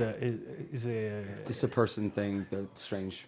I don't know if the trimming's so hard. It's the posture. I feel like I can trim all day, but then I notice you gotta get your posture up and then get in the right repetitive position. stress injuries, and that happens whenever you use your body. It doesn't matter what you're doing, even if you're doing it well. You use your body, and it just starts dying a little bit. So how to bring this podcast right down to the fucking to the real nitty gritty, and you're all dying. Good night. Yeah. Uh-oh. What? Oh shit. Uh-oh. I get hives. Uh-oh. Something going down. I just had to wake. I had to wake up. I had to make sure that he was standing there. He was like thinking like he was gonna just pass out standing up. I was like, get back. Okay, you're back. I'm fine. Oh, good. I don't know what your problem is. It's okay. It's all in video, bro. We know. We've got it all. We've been documented. This is the show you may want to go back and watch. If you ever want to know how it is, like, because that's one of those things that as a kid you always were like, man, I wish I could see myself falling asleep. Like that was always like a weird, like thing because you couldn't see really yourself do from it the outside. and you could always set a camera up or whatever, but you never it takes knew. actually a lot of discipline to do that. And you're like, and then you would just sit there thinking like, all right, when am I really going to go to sleep? And then you run out of film 5 seconds before you fell asleep. You'd be like, oh damn it, again I missed. Like it's like it was a. Except now you get the app, and then it tells you when you farted, and it tells you all the good little things. And the chip's about to go in, so it's going to be knowing so now you don't want to know those things because it's too easy. But back when it was really, really hard to even... It's even like looking at yourself in a mirror where you're trying to catch yourself and like you can't do it. It's impossible. Like, what are you gonna do? You're gonna fucking outwit yourself in the mirror. Like, come on, man, I can do it. If you get into photography, that's the same thing. You get into photography and you're like, okay, I want to take a picture of myself and see what I look like. Well, which lens are you gonna use? Because you know that all lenses produce totally different distortions, right? And just putting it on a 2D page again. So whatever's the best. How do you want to see yourself? I want to see yourself. Obviously, the best, right? Like well, whatever so then makes you got filters. That's why they invented all that shit. So that you push a button, you're like, oh my god. And then you have like a flat face with no nose left, and you're posturized like, perfectly. Great. You've never done anything. You've never been in a battle, and that happens like that. Right. Well, I think those are. I think people are going to go the other way too soon because now you start to look at, especially like if you have a bunch of Instagram filters, which is dumb. You pretty much don't even know who you are after a certain point because you've always looked through that filter and it's like it is like there's a lot of scholarly work and they show that that's like your perception, your image, like the way that's what the thing with even a camera like 70 millimeter, 25 millimeter, you feel like you look like you perceive yourself like a different guy, right? Are you an Instamatic guy or are you a proper Polaroid guy? What are those old what are those cool? What are the I'm black and white. You're talking about full format, like the German Rolex, not Rolex. I know what camera you're referring to. We're on the same tip. I would wish. No, that's an expensive hobby. Huh? And no, it's called a Rolly. Rolly is the nickname in the photographic community, but I think it's called like a Rolly Dexter. It's some No, German. you see, you're on the thing. Both of us are thinking the same, but not right. We're both wrong. Okay, we're but both yeah, wrong. it's like that. Yeah, and that kind of. But I mean, that quality instantly and by the changes way, everybody. Holy cow! Because you have Nikola to Tesla's- stand there like a freaking No, and this statue. is a funny thing about just back to Tesla, just for a sec. Yeah. So Tesla was doing all his photographs on full frames, like these giant frames, and when I saw them, like these pictures, like of his lab, the resolution, I think, to give you megapixel equivalent, it would be like thousands of megapixels in these glass frames at the turn of the century. And I saw the original glass plates, which are like, they're about this big. And there's like that famous picture of him in his lab in Colorado Springs with the lightning bolts. And if you Sure. take a loop to the thing, there's like infinite scale. I mean, it's such high res that, so, it's, but no, I'm all about I have like one of the Sony Nex cameras, which acts like a, kind of like a plain old 35 millimeter here. You can slap any lens you want on it, Yeah. do all kinds of, you can use it in the lab to do like quantitative pictures. You can just put it in your pocket to do fun pictures. So that's my favorite thing. Those Sony Nex are fun to play with, and they're cheap. Yeah. And if you break it, you don't care because there's a couple $100. Right. You can go on Craigslist, buy a whole bunch of weird old lenses, make some adapters, and put them. And then you learn. Actually, it's a great way to learn photo is with those And that's things. the not the E lens, but they have like a E-mount. E-mount, yeah, exactly. Yeah, you and get the E-mount on there, and then you can pretty much put anything. And I have a lathe in my shop, so what I've been doing, I'll find like lenses on Craigslist or at like the surplus places, and I'll just machine a thing so I can stick onto there and just start playing. And it's like makes what photography are the fun. newest models? Because I had one years ago, like maybe 10 years ago. Like Oh, the first when they so- first came out, and it was like, and I got one, and I pulled it out recently, and I showed it to my kid, Like, dude, and he that's was old school. so not impressed. He was He's like, like, "That's old, Dad." Whatever, Dad. I'm like, dude, this was the epic thing at the moment. I bought this when I first came to Colorado just to take photos of weed, right? And he's like, of course, and it was like, yeah, because you could get a macro lens for it and do all that shit, and it's like nothing. It's The king in the Sony cameras is actually, they got this one called and it's actually made a long time ago, and they still haven't superseded it, so they still sell it. It's from like 2014. It's called the Alpha, I think A6000, and it's the low light version, and it can actually see in the dark. It's like almost like a little low grade military night vision if you use it like that. Yeah. And it's got a giant full frame sensor. And you can just like buy all kinds of weird lenses, stick to it. They're not that expensive if Right. you should buy them used on Craigslist, so you can play around and not feel bad if you break it. And so yeah, that's the higher line. So they have. And that what years are those from though? 20. It's the I can't Google it now, but so if Yeah. you just Google this, you even find it on low. You're looking for the Sony Alpha 6000, 'Cause I which saw is the somebody- low light I version, lit- not the high light version. Because Yeah. and listen, it's only like 12 megapixels. It's not 18 or 20. The trick is. High megapixels don't help you beyond a certain it's in the physics of like the deep depth of the wells, how much charge they can absorb. So at 12 to 14 megapixels, you really reach this diminishing returns, and they figured that out in 2014. And so even though cameras have gone 20, 40, 80, 100, and if you have forensic cameras or satellite cameras, you want to have. But you can see it when like it's good. Oh, shit, Mr. Cece. Quiet. What happened? Jealousy. Jealous. Oh, you're right. That's funny. There's a little jealousy going on there. Thank you. But yeah, you notice it with the digital compared to like true lens stuff. It's so different. Like it's all bullshit at a certain point. Like it just turns. I mean, it's amazing.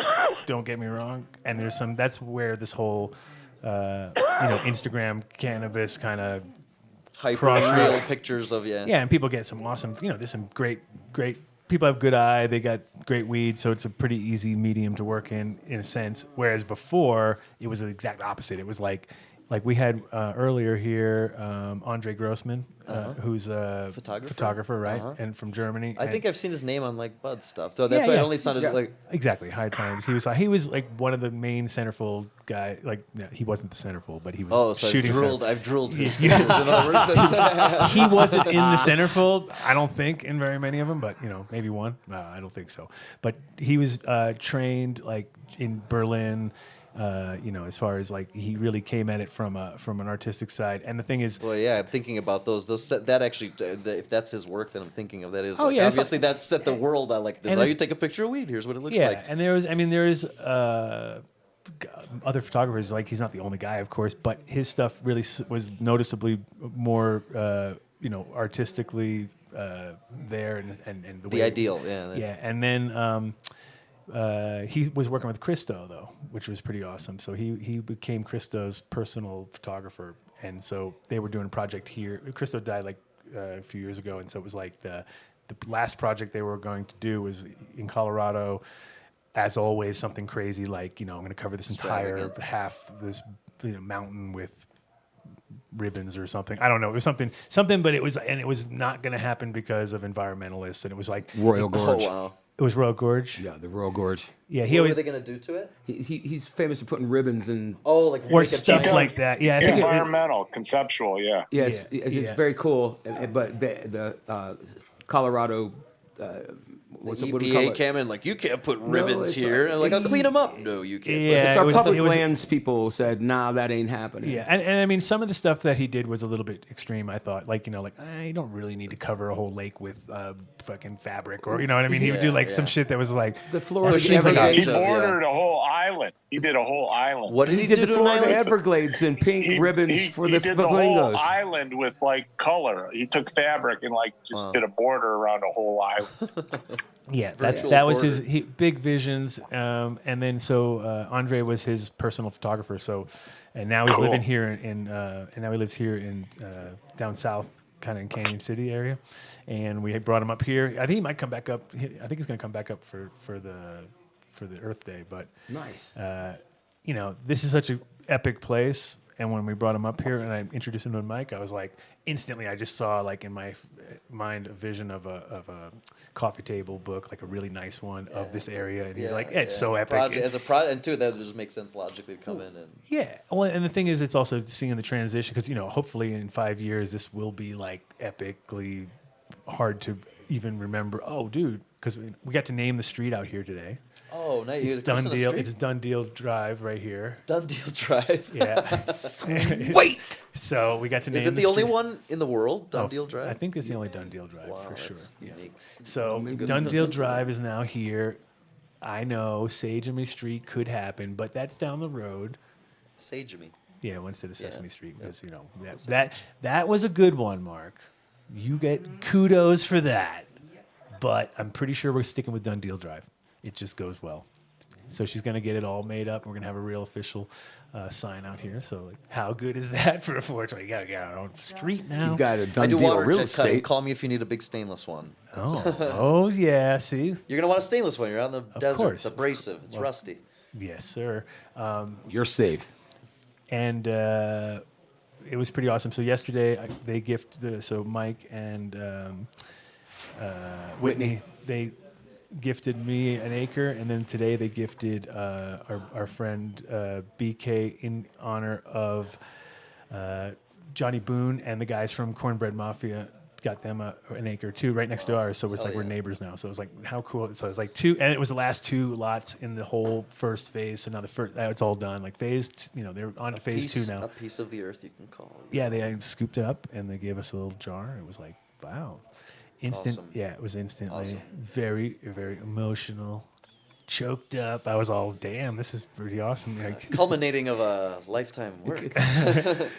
There's a Done Deal resale store in there's Durango. Done Deals all over the place, but there ain't no Done Deal Drive. No, I just put it in Google Maps and it's not there. If there was, I'd be really impressed. And then I have to say Done Deal Drive 2. Yeah. It's part 2. No, so it's pretty cool, and they're gonna hopefully name all the streets. So maybe I'll get a little digs in here and there. We'll see, but that's pretty dope. Well, there's going to be obviously build out because how much is now just quantified? This is 420 acres. It's a 420 acre. What is this now? Like how many little places do you have here? Right now there's 51 active licenses, and there's 100 plus in the wings coming in phase 2. So nice. So 50 acres now are being occupied. Yeah, and utilized, and I think a couple of them might be multi-acres too. So there's a few more here and there, and they've, and it's like the definitely it's like off and running because they're already on year 2, so they've got the numbers. They got the, it's not like this is stable. Yeah, because when we drove by and we were trying to fight it, I saw the way that we spotted it was you green could see fences. I saw HPS coming through polyethylene from the distance, you and I was like, that must be it. Yeah, it's a pretty. I mean, it is one of those deals. Like, I mean, at nighttime, of course. Yeah, you're gonna need light to because it gets dark as fuck right here. People couldn't even find this at night. At night it was like a spaceship, but I could see the train silhouette in the night. But yeah, there was the green you had like a green rave going on somewhere here. We did, and it was a greenhouse rave, I think. Actually. A greenhouse rave was going down. I think tonight's going to go down again too. Oh, it's going to go off the hizzy tonight. It's going off the hizzy. Mark can't wait. Look at him. He's like hanging. He's holding that wall up. He's just. He's like, if I could just stand. It's called a buttress when you hold the wall like that. He's buttressing the wall. Man, he's like, just shut up and get over with. How much time is left?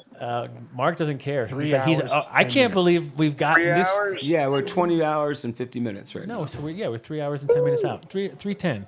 We're coming up to the Gilligan's part of the situation where it's 3-hour tour to get this thing over with. Right, Mark? Over. We don't care if you listen. How do you feel? I feel all right. I'm good. I mean, do you always sleep light?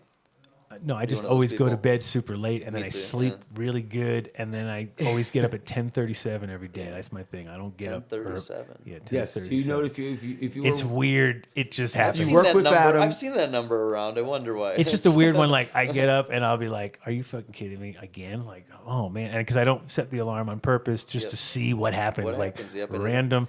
And there's times where I'll be like now I do the same thing with that 10:37 number as I did with my alarm clock, where if I wake up like just a couple minutes before and I have that 5 minutes that I don't have to like justify, if it's any more, it's not worth it. But if it's that just enough, you're like, all right, I'm on tune. Like, you're synced up right. You wake up on your little weird, and then I feel, I mean, I've already missed a bunch of fucking business, obviously, at 10:37. I am not seizing the moment or the day by any means. I am going I'm going on the Dutch. Okay, so the Dutch have changed the early, the classic, right? Yeah. Early bird gets the worm, right? Yep. That's just ingrained into the American psyche. In Holland, it is the early worm. The early worm is for the bird. Yeah, they've just switched it. Yeah. They've switched it all up on you. You're like, so wait a minute, now I'm the worm. I'm the worm. Yeah. So wait a minute, I thought I was the bird. They walk into that bakery. You're walking to that bakery in Amsterdam, like, hey, worm. You're just like, you're straight up like, oh, don't. No, well, the idea is too, don't stick your head up. You'll get cut down first. You know what I mean? It's like the highest blade of grass gets cut first. It's kind of that theory, which is a complete opposite of what the we. Dutch are shrewd and successful people, and they're some exactly. of the bravest. And that's why we're big ass failures, because we tell everybody that they're gonna make it and you're great, and then they're over there. They're like, you're just a piece of shit worm. Did you ever meet? And you're never gonna make it, and you're never gonna fucking make it. And if you stick your fucking head up, I guarantee it's gonna get cut down. And we're like, no, you can be president. Oh, and now you can, of course. Doesn't even matter anymore. But yeah, that whole idea. Costume, but in general, as far as we definitely like all everybody gets a trophy. That's like our thing, right, Dave? You're number one. Dave? Everybody gets a star. Right, Dave? Participation medal. Huh? Yeah. He knew right away. He was like, that's my thing right there. Participation medals. All around. Yeah, once again, there goes that whole hall monitor theory. Yes. Yep. Straight from the hall monitor to the participation awards. Yep. Gold stars. We got your yearbook covered, Dave. I'll bring my yearbook in. We can look at it. That would be priceless. Most likely to go on Dead Tour? Is that what it said, or what? No, I didn't discover the Dead until college. Then it must be interesting to see. Did you have a quote? Because everybody, not everybody gets quote, but did you get a little quote? No, I didn't have a quote. What? I was a fucking nerd. I graduated fifth. You can't even make a quote. Nerds make the best quotes. I didn't have a quote. Their job. That's all they study a got. lot. That's all they got is a quote. What else they got? Bagels. I discovered cannabis at 13. That's what I word would magic. tell them. I couldn't. 13. That's way before you grad. I'm talking like high school graduation. You get to have a quote on your thing usually, don't you? Or not? In New York City, you should mine know was this. most likely to become president of Colombia. Well, that's not a quote. That's just what they said. But did you have a quote? What did you say? Senior year? What happens in New York City? We take off because we had already applied to colleges in junior year. We took our SATs right. then. So you're kind of Didn't not even change there. anything. You weren't even there, right? What you a were already lame, on your way. What a lame yearbook that is. It's a bunch of people. We all left. We don't even do nothing. Yeah, no quotes. Fuck you and your quotes. I clept out of high school. I went right to college. I got to do a quote. You want to hear my quote? Yes, please. Yes, Adam, obviously please. leading this all up. Give us your quote. All Look I at want. them chatting. Everybody Holy wants We're to know. obviously nerds and not as you're- social as Adam. So you got Yeah, exactly. So I was happy because the whole thing about it is you could try to slip something in so that it gets past the fucking security, right? It had to make It's like you encoded a message. Exactly, and it was really simple and it was pretty straightforward. It was the best thing about being high is the view.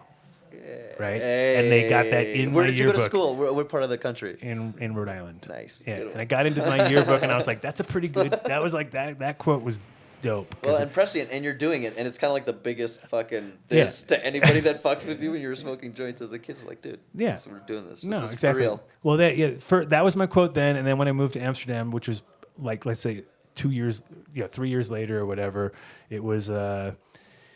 I may not have friends in high places, but I have high friends in places, right? When that got stolen by Fish, I'm sure when they were Fish stole that? I'm That was sure they a did. Those little sticker? bastards. Come on now, that was pre-Fish, and they used that on tour, and I was all, you guys saw Me a couple of little you saw my fucking royalties card. there. No, that was my business card forever, which was, and it's. I think some people out there probably still have it. And it was a picture. It was funny because it was a trichrome. It was a trichrome picture, and it was like my first one that I ever did. And it was terrible, but it was good enough. You know what I mean? It was good enough to get the idea across. Photoshop, early '90s Photoshop. There or how was was no it? Photoshop. No, this is like Xerox graphics. No, this is just like a photo. This is like a camera. This is like Oh, all you analog. photographed it, So I got just it. took Yeah, it yeah, like yeah. through a lens of a bad microscope that Yep. was not supposed to have. It wasn't like even like the proper Rosin. one. I just did it through the thing and got the right distance, and I was like, okay, that's it. What's up? Rosin Dog passed out at the shop. He couldn't. He stayed up all night. Now he's passed out at his own shop. No. No, I slept for 8 hours. No, you pussy too. You're bad as Dave. You're worse. You're worse. I ate a bunch of You're worse. edibles. You're a sponsor. You're supposed to stay with us the I slept entire in a time. rental car going up the mountains not for a a half hour. sponsor yet. No, I know, and Dave almost ruined it. So you're probably going to not be a sponsor now because you now know that you have to stay and watch the entire show every time, and that's too much, even for Rosin Dog, who actually does do that. He watches almost every show. Yeah. We caught him at the mall a couple times trying to slip on us, but we found out where he was Wait, at. Adam, whatever happened to the guy who used to call in from Home Depot? I don't know. You had a Home Depot Connect? Yeah. Those were great. You know how expensive lumber is right now? What Oh my happened God! in It the went up last 3 weeks? It went up fourfold. Everything, the world is. I'm in manufacturing, and I'm going to tell you right now, we're fucked. What happened in this I'm no like little breaks.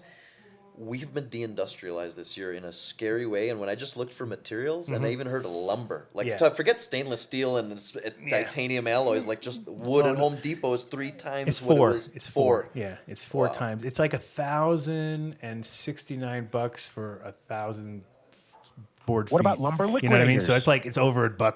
Time to start a little tiny lumber mill at Area 420 to meet your lumber Yeah, needs. there ain't right? much lumber around here. You looked around. Have you looked There's around? no acreage around here with the timber. It ain't There's got to much. be. We're in Colorado. There's probably I timber mean, acres. we're not in the right spot so much. Yeah, if you get to the mountains, there's some spots, but definitely it's. Aren't we above the tree line? Yeah, we're not in the prime spot, that's for sure. But no, it's crazy how it's gone up, and the part of it is because of a lot of it they've said because of COVID. Everybody's like, I want to fix my house, right? So everybody went, and the thing is that we've been so, like, the opposite for so long, right? That lumber was like, fuck it, we're just like cutting all the jobs. Nobody's gonna make anything. We're just gonna run lean, and we're just gonna be like, all right, we got like a week's worth of lumber at all times. Inventory for and don't go more than a week because if you do, you might get stuck with it for life. You know what I mean? And it was like, and now it's the opposite. There was a run. There's gonna be futures, obviously. I mean, it's a big deal. Well, like there's when you go to like a real wood place though, and you look at like big chunks of wood like from all over the world, and you see how much they cost and what you're like, holy shit, this is weird because it's almost like. No, our world is. By the way, this thing about Tesla, like the world was going in one direction. It's a matter of fact, numerically, on everything, any metric you care to measure, and that was during Tesla's life, and even after World War II, that was still continuing to some extent. Mm-hmm. Things have drastically changed. In my industry, in engineering, science stuff, consulting in that world, and making stuff, technology, it's in the last 5 years, it's been getting weird. In the last year, it's like, I don't even understand. Like, I'm out in Colorado in the mountains. I just thinking Right. about things are weird. Well, the with supply chains are definitely turning harder and harder to like. I mean, it's becoming narrower and narrower. Well, so they it's easy- shifted it. The power has shifted. United States, I saw this vision in my head, whatever, but that they kind of want to make this country like a farm, and that we should all be farmers. Not that that's bad, but like we also want to have like industry and like making stuff so we can bring our agriculture up. We don't want to be.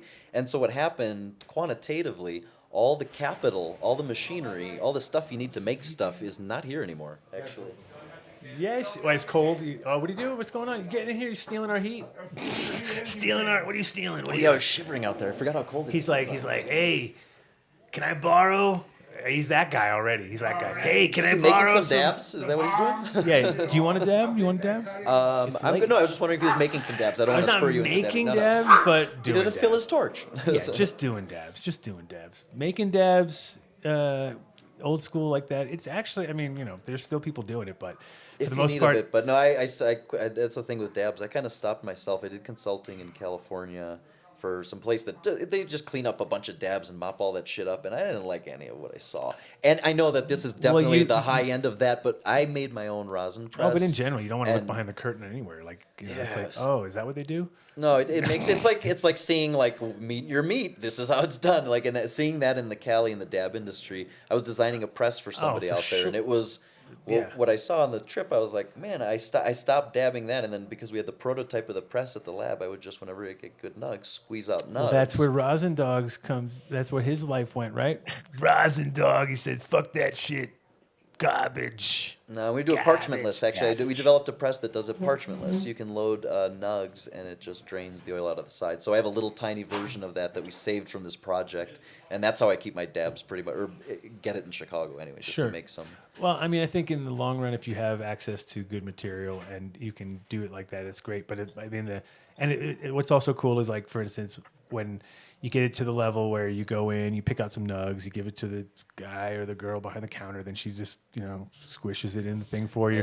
And that's like, supreme, but there's no economics. We realized that, and that's why the project stopped 5 years ago, because we made the machine. It worked, and then it's like, dude, we need to do trim and shitty stuff. Like, there's not, like, you're not running dank nugs in these presses. That's not what it's for. I mean, you can. I mean, I do, and it should, but it's. But at the same time, it doesn't not really for make industry. sense. Yeah, no, because way. of course, and there's also has to be a flow through rate, and there has to be, it has to make sense. At the end of the day. Well, it's funny. We figured with this manual thing with an operator, like 12 pounds per press of dry stuff. But still, I mean, when they have those cylinders and they're running the propane and butane and the distilling, that stuff is so fast and so productive. But Well, and the thing is, if you because now everybody's using CRC, right? And they're what does that mean? I've heard that so much, and every time I've seen it, it's like just more disgusting than anything I've seen before. Well, which is like mopping up it's dirty dabs or something. Pretty much exactly that. Yeah, it's like take the worst. Like the crazy part is it's almost like when you see those life straws, how they can just go into the dirtiest water and come out with with a few drops of pure. Kind of like the same. Wow. Don't. We're okay. We're okay, baby. CRC is like Vaseline. CRC. I mean, I've seen a few that have it was really good material, and they used it just to clean up the tiniest amount of whatever, and it still was good. I gotta ask a question. But the problem is there's so much crap out there that they try to take crap and turn it into something good, and you're like, it can't happen. I gotta ask a question because I saw something. We just got joined by someone on Zoom. Stachi? Did I pronounce that right? Or is there a mark on my screen? Where are we at? Do you see them? Oh, Stash. What's going on? There we go. Stashy. That's the French. That's his French brother, Stashy. What's going on? What's going on, Stash? It's been a long time. Can you hear us? Or is he muted? He's probably muted. Hey, Stash, can you hear us? Unmute. No, you're muted. You're muted. Restart your audio. No, you're muted. Just go. You're muted. You get a dab. You get a dab. What's going on, Stash? Can you hear us? He says he can hear us, but we can't hear him. Oh, okay. Well, that's cool. Stash is we're sitting in the train right now, so you can't quite tell the work involved, but he's got multiple torches there ready to go. There's like 50,000. We're sitting in a 50,000-pound cask of steel in here. I mean, 1933. It's an original. 1933. Is this a Bud car by any chance? What do you mean by Bud car? Bud was a manufacturer of train cars who was a partner of Nikola Tesla's when he was working in this country.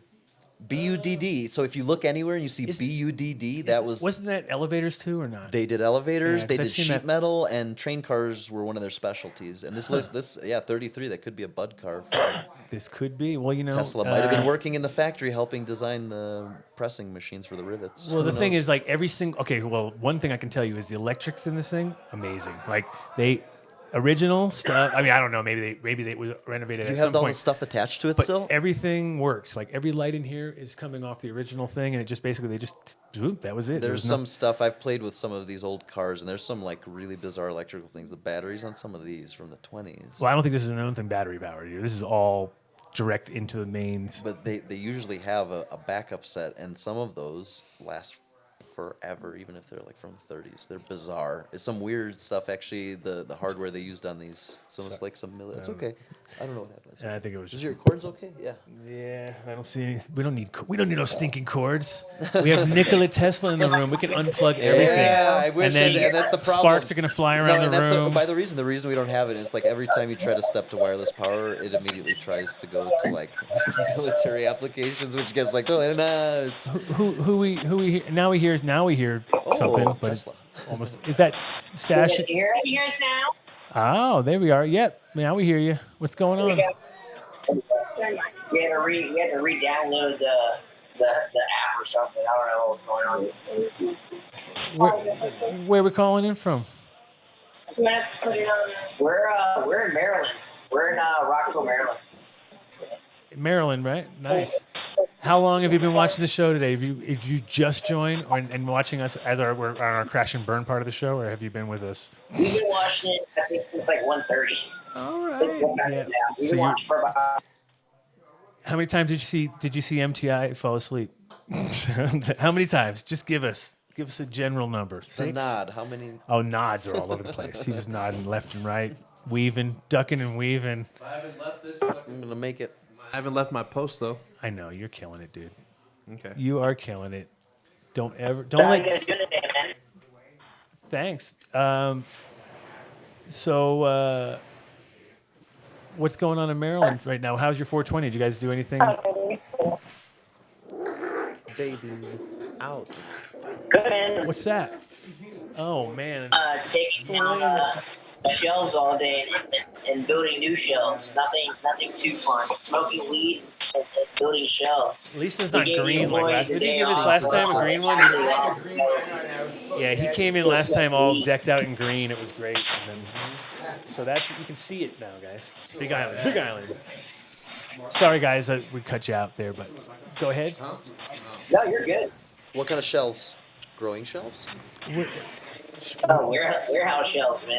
Pallet shelves, pallet racks.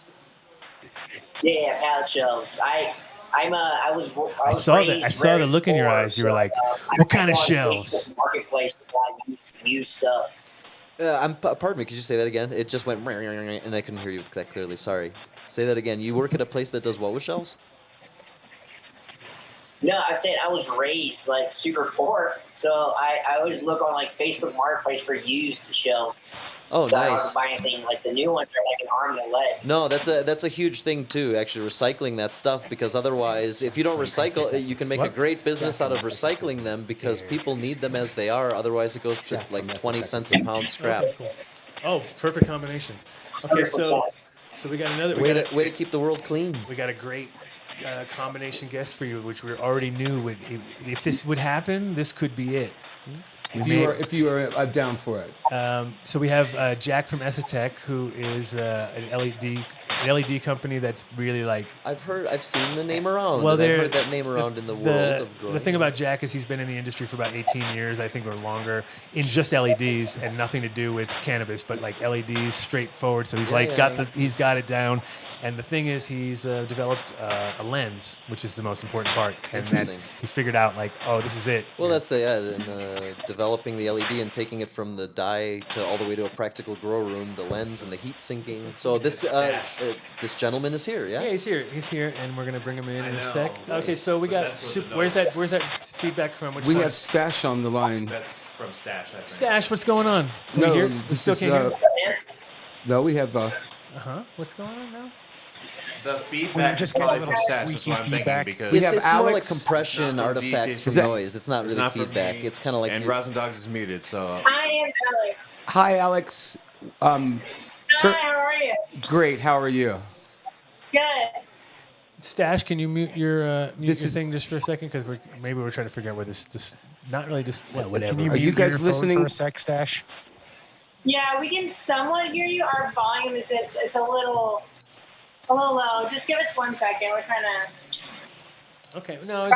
It's I mean, the problem is, of course, it's like whenever you have a mic, one mic that far, it's always gonna sound. whole Okay, voice now cord that we goes- yeah, got now we're good. Okay, Yeah. now we're good. We're So good. So who just muted? So that's Rod and Alex from Stash Products for the Rio. They're Oh, right. the Rio Awesome. people. Oh, well, there you go. So now we got all sorts of technical-minded people coming through. So we got the Yeah. Rio crew. We have the Esotec crew. And we have the Esotec crew. Have you been noticing the ergonomic smartness of that design there? You're talking about the light, or the, No, I'm what talking were about- we I'm talking about oh, the this Rio. is, About no, the we- Rio. Last night we hit this. This thing is what so a you- device with the. I mean, that's a lot of work. That's a lot of work Okay, in one Tesla place. approved. Now you So, can say now Rod, you can go this out and is- say Tesla approved. It's done deal here. Done deal right Rod here. meets It's a very Nikolai Tesla. sophisticated, Marketing has just very gone through the roof. sophisticated, and also fundamentally well built doodad. It works nice. It's a doodad. Look at that. And it's all modular too. So the thing about what I love modular systems is so like you can replace the torch, you can replace the glass, the quartz, everything's fully replaceable on it. So as we upgrade the system itself, you don't have to buy a completely new Oh, I'm sorry. unit. I'm really stoned. I'm just realizing you're the maker of this. Is Yes. that- okay. No, I get it. I'm sorry. I'm just really high. You're This smoking, is what and happens. now I'm getting in the we're whirlwind doing of the. everything I know. that's happening. Esotec's coming. Don't worry. That's. Wow. Hey. Well. Okay. In that You're case, like you knew a lot about. sorry. these Now I pipes, understand the considering- gravity of what you're saying, and pleasure to meet you. And yeah, what a great device. Are you manufacturing these by yourself, or do you have like partners to manufacture them? How do you? And when did you start doing this? Well, we've been making vape devices since 2014. And then we wanted to go against the current. Everybody was making something that looks like the Puffco or is the Puffco, it's a copy of it. We wanted to be the square in the room. We wanted to be different. We Right, wanted yeah, to this go is and smart. give the customer. We were selling vape devices that were close to a dab. Yeah. All electric dabs are as close to a dab as you'll get, but we want to give the customer a real dab. Not as close to. We want to give them a real. It's a technically it's a technically challenging problem. I know, and you guys, what a great device.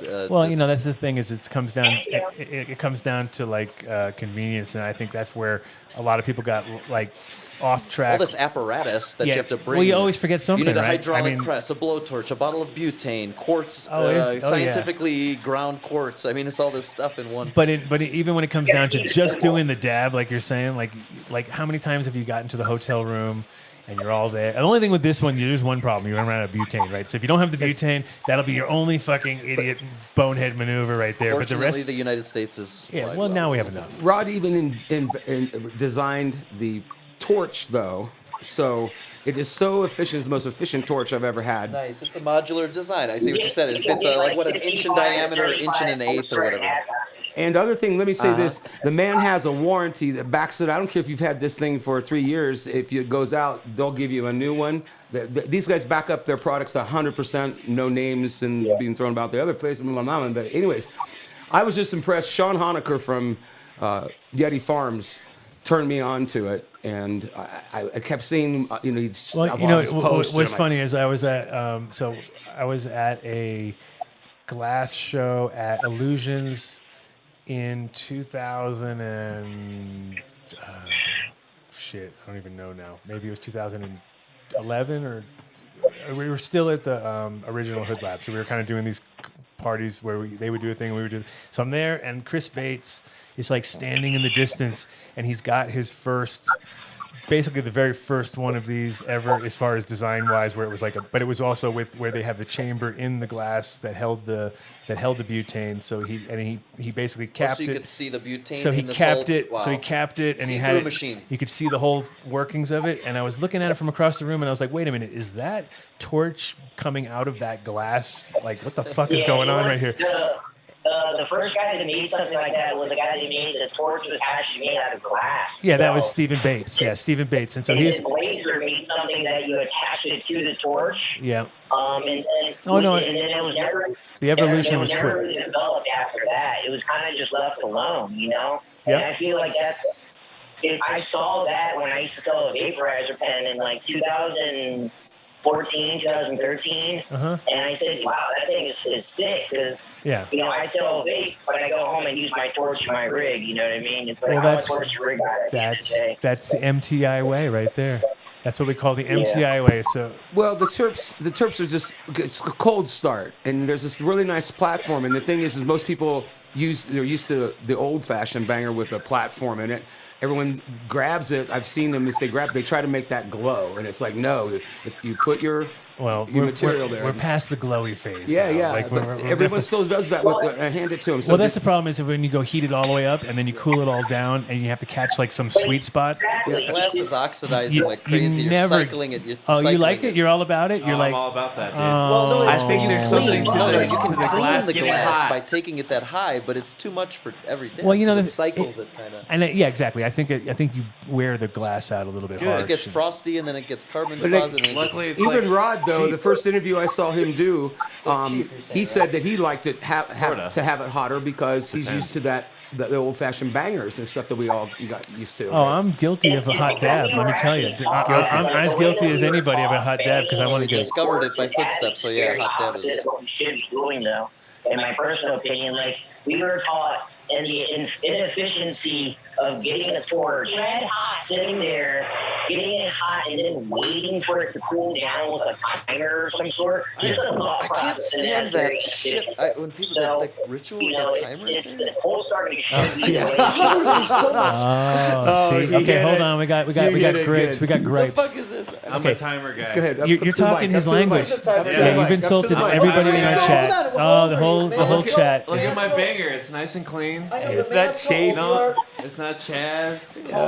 How old are you, sir? No, and I do 39. the same thing. I'm an old school Yeah. guy. Okay, so you're eat from my a- banger and I don't know. It just drop seems too but fucking not complicated. Board everybody timer. will take it's- it. I know it is a little pretentious. The timer, was so but the problem worth with the it just timer to is show that Dave it my changes over hamburger. time too. You have to be like it doesn't always hold exactly at this. I noticed. Yeah, the because only if you'd thing be I've making it noticed as a machine. how long? How Is many ambient seconds? temperature in the room. If it's colder or if there's a fan blowing on the nail. Other than that, Well, so I what don't- you're saying is that your intuition now comes into this timer, which I'm saying it's a whole new level of like dealing Yes. with this. Oh, That yeah. Whereas like, Well, they is have your no. They have. intuition, is the wind blowing? We have Is my time 10 there's, seconds? Well, there's You temperature know? gauges There's now. gauges now that you and you don't can have to- just yeah. Instruments for measuring and then Yeah, so yeah. you can either put it into there with a ceramic tip and then test it with that's a terpometer or whatever it is, and then they have other ones which are like actually like you put the Clipped bowl onto it or above. something? No, just like reading, Something that we're gonna be like coming Tesla out with technology, that- bro. It's that reading your resolves shit. a lot of those problems. Really wirelessly. Yes. What was that, wireless. Rod? What's that product called? I don't. Hey, We have 3 Hold on. prototypes here that we wanted to show you guys that we're going to be releasing in the next 6 to 9 months to actually resolve a lot of those problems. Okay. So, like the first one that we have is this one. It's a thermometer with a torch on it. We actually have utility patents on that as well. So it's a built-in torch with a thermometer on it. We have a handheld version of it as well. So both of these will be called the torchometers. So these will have built-in thermometers onto it, and the thermometers are going to be built for quartz. Most of the thermometers on the market are not built for quartz. We've been developing that thermometer for almost 6 to 8 months now. Yeah, there's a And then the last technical. thing, There's a Well, technical this is the thing. last thing Well, we're also gonna be there's releasing. also with heat This is the with this heat is the bead distribution. right here, which is going to be the torchometer Rio, and it'll have the spring back there. And when you slide the Rio back, the thermometer will come up like that. Yep. And then that's how you get the reading. And then when you're not using it, you just close it back up. So did you buy yourself a thermal camera so you can watch this thing as it's heating up and FLIR, cooling like a down FLIR to camera? to see the how the heat goes? Because they're actually not that expensive. They're and like if you're they're cheap. super cheap and they Like help you so much. $600 or something on your phone. You can get like you can yeah, get a you nice know one. you've used them, right? They're excellent. They're Yeah, excellent. I mean the thing is the FLIR technology. The Dutch were using them on drones years ago. To like just find your just for- HPS a mile away. Just looking for It's throws. You know what I mean? They were like, "Oh, this is easy. This is like, bing, bing." Yeah, and they'd find them all for sure. So you said how long? 6 to 9 months for the new ones, so for the prototypes? Or I would say in the next 9 months, we're going to have every single one of these released, plus a lot of other things that we're working on. A lot of people don't and can't really microdose because they don't know how much they're dabbing. So we're coming out with a scale dab tool. So it'll be a tool that it's in your hand. We have a prototype, but can you it? just go into I got your- one question though. Can it do my taxes for me? And can it save me 15% on car insurance? If it can save me 15% on car insurance, I would take it. But besides that, no, I'm just kidding. 50% of your oil wasted. If you guys there bump you in, go. if you guys Oh bump in, yeah, there you go. There you go. shit. You got to get on that tip. That 15% of anything will perk people's ears I'm up. going to do a little shilling here because I'm here. If you bump into any thermodynamic control problems on that issue you're working on, somehow reach out to Adam and maybe he can reach to me because I can solve it for you, if there's such a thing in that. What's the lead time? Is it just to get the technology together? It's that tricky, right? To stick the thermometer in and get the electronics and make it last? Well, the thing is with this one right here is that the first prototype we did, the torch doesn't move. So our final prototype, the torch goes up and down, and this goes up and down too. Yep. So the torch can go up in height, and then the thermometer can go up in height as well. Those are the first two problems that we ran, is that not every single torch is the same height, not every single, not every torch and rig is going to be at the same height. And measuring the temperature. Down on the ground, it's not really the process that we want. And that's why the handheld one is something that I'm a big fan of, because you can really place it however you want, whether it's flat or that way. So the handheld, and we'll release both options for The you. handheld lets you do your intuition again and kind of figure out where, because there is a challenge, and that's the thing. Whenever you try to There's look at inside measuring and outside too temperature. inside So and like outside obviously the conduction, inside. it's convecting at a certain rate, and like where you stick that thing, it's a challenging. What you're trying to solve is a challenging problem generally. And I worked on something like this a while ago. The crazy part about it though is it's complicated yet so simple.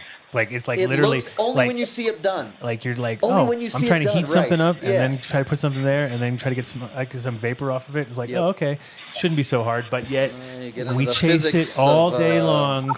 But see that is the hard work that we have to deal with. That's the guy that You just sits have to keep slaving for 9 months. You Must don't see keep him doing doing dabs it. and keep testing Must away. keep It's really testing. hard. I know. It's so Alex, hard. did you guys come out with the? You have an electronic clip-on thing, do you not, for the Rio 2? What's that? Electronic. We've always been a vape company to begin with. You mean the connector? The connector is something we just came out with. It's an attachment. Most people have these 510 threaded batteries just laying around. They don't really use them, and if they do, they use them for carts or something of that nature. We came out with the connector, so it's just a 510 threaded attachment that makes any 510 threaded battery a nectar collector. So you can thread it onto your battery just like this, and then in your battery becomes a nectar collector. And we use a clapping coil.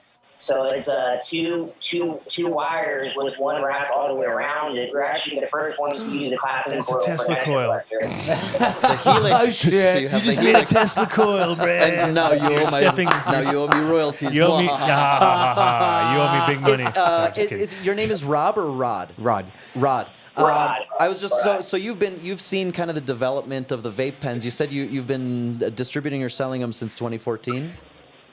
Yeah. And like with the Now it's 2014.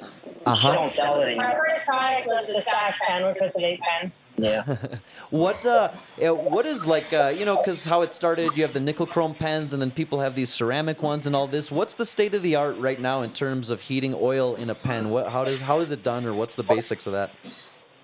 Well, most people use just like regular, coil that has a positive and a negative. So tantalum. But So it's the what is it called? Constantin or tantalum wire or whatever.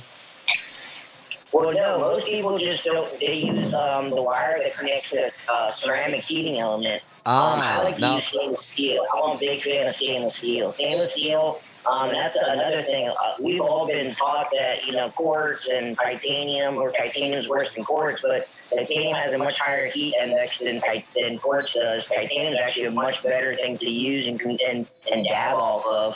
And at the end of the day, it's just as expensive as quartz, but I think it it lasts longer and it won't break. I think you you know? have. I think you have also. There's so many different types of titanium and qualities of it, and then there's stuff There's that alloys, and then is- there's the thing with like how also with quartz, because quartz has this crazy insulating quality for heat. It conducts it poorly, gets rid of heat poorly, and working with it is again, it's a very challenging material. Oh, Needed a dab. I said he needed a dab. Hey, can you make me one also? Can I have one of these Yeah, too? of course. Oh, so Well, you're doing it now. I didn't want to bother you before. Oh, no. Anytime. Induction is, I think, the future. That's what's up a lot of people. Hey, now we're talking. Yeah, the induction is interesting. It's like that, right, where you'd have a little So thing. close to abduction too. So. Yeah. we have an induction Rio. That's the next Rio that we're going to release is the induction Rio. The first Rio we ever made was an induction heated Rio, but I didn't have the money to really develop it or the mold fees. And I actually got frustrated one day, and I had like my prototype Rio with the induction, and I blew that board up again. And so I tore it out and I drilled a hole in it, and I just stuffed the torch in it. And I looked at it, and I was like, that'll work. Instant So- mod, and then instant I made it- modification. Yeah, and I made it better, but that's what I've been working on the induction Rio, and we have the final prototype, we have the final motherboard and everything for it. It's gonna run off two 18650s, so there'll be external batteries. I love external battery units. Yep. And it's gonna be amazing. I've been looking forward to this thing for like 4 years. Nice. Now we just blew out the main guy. I was trying to speak, but it's not going to happen for like 15 seconds. But I'll respond to that in 15 seconds. All amazing work, and that induction thing, super interesting. That's definitely a way. He just got done. Adam killed a Tesla. I know. Now I killed And it Nicola. tastes like Great. what it's supposed to, too. That's good. It tastes good, That's right? what it's supposed to. I lost seeds here now today, and you killed a Tesla. Well, I'm not the first one to kill a Tesla. So there's a bunch of broken, but unfortunately, it's the living Tesla, not the driving Tesla. That vibrated in my hand at some point. What did that mean? That's a signal that it's ready to go. It's at the right temperature. No so, cough button. What would be the MSRP on the induction approximate? I mean, obviously you don't know until it's really ready to go, but what do you think you're going to be selling those ones for? Because I know the one thing I do have to say is that the Rios are so well priced that I'm like, damn, that's like a steal. So go ahead, tell me. Sorry to interrupt you. I'm guessing if we include the two batteries with it and all that, it would be around $250 or like $299. Oh, yeah, so it's right in the same zone. That's what I mean. But that's the regular model, right? And then what about the? It'll have an LCD screen on it. It'll have full adjustment. It's not going to be like anything that's really on the market. Like the fact that my vape, my regular vape, has a screen on it. All these like devices that are coming out, and you're paying $300 for them, don't even have a screen on it. You have to go on your phone to adjust the heat on it. Is like you have to give your personal information just to adjust the heat on a device. I think it's a scam. Right. I think every unit should have a screen on it that you can adjust on Yeah, it. it's dedicated I think the battery hardware. should be external. I think the software should be upgradable, so ours will have something that you can put onto your computer. It's like Apple versus PC in a sense of like proprietary or to have open source. You know what I mean? Yeah, yeah. And yours is like a more of an open source. And this interface thing where it's like it's not really that convenient to use stuff on your phone. Actually, in practice, like if everything you have needs your phone to use it, and you want to use two of them at the same time, you instantly run in a conundrum, and that's why the developers of products got so lazy. They're like, yeah, there's an app for our like thermometer, but then you're like, yeah, but I might be like doing something like navigating while I'm using this, so I can't, I need another burner phone just to use this thing. But big companies like that because they can, like, I've had a lot of big companies ask me if I can develop something that needed an app for it because that's a way that people gather information, whether you like it or no. Babylon loves Yeah, of course, these apps. of course, Please of course. put our app So on your that's phone. something I've always been a big. I don't like that. Yep. Every time I go to CVS, they're like, "You like to see?" I'm like, "No, I use my mom's card." So I don't like giving my name. I don't like giving my number. I don't want people to know what I buy. Like Do unto others as you like did unto yourself. It's that same exact thing. It's killing the industry. Yep. Right. Haterware. So, and then how many places? So, how many Rios have you produced per, up to now? Let's say, have you got a number? Or is, A lot. Yeah. A lot. a lot. Well, it's what you see when you go to sleep, basically. Is You what like you're it trying when to the say. marketing You see director says a lot. We've never done any advertising until 3 months ago. So January of this year. So that's when the product sold itself, and we did nothing at all. And just in the first year, we did well. We did really well. Now, So it was we have word a of whole mouth. team It was here. word of mouth and organic before the first year, yeah, with that product. Yeah, More totally, 100%. 100%. For If the you first didn't, several years. for 3 years. yes, Only like for I the said, last, Sean, only for the last 3 months has there been. Sean Honecker would put up every time he's taking a trip somewhere. He owns Reality Farms here in Pueblo, and what in the world is this thing? Because at first when I saw it, I was like, that's a nice piece of art. And then the functionality of it, and then I watched them. They did what you guys did smart is you used the talk shows, all the podcasts very well, because it just went on, and then also you gave away a lot of product, which segue, There you go. there you go. They're crying because they thought we were giving away every hour. Somebody's getting free shit. That's what the whole show's about. Yep. Sorry. Did you get any intellectual property trolls goofing with your product development, or did you coast pretty clear on it? Yeah. So I have a lot of utility patents on the Rio and the induction Rio. We have a lot of utility patents. I spent every single dime that I ever had on protecting my work. I asked the question a little different. Sorry to interrupt, but I wanted to ask the question a little different way. I was just curious if has anybody, while you were attempting to develop and market the product initially, did you have people trying to shake you down or say, hey, we got something like that, now come write us a letter back and defend yourself? Or was it pretty clear? Were you able to just sell and kind of market your product without too much interference?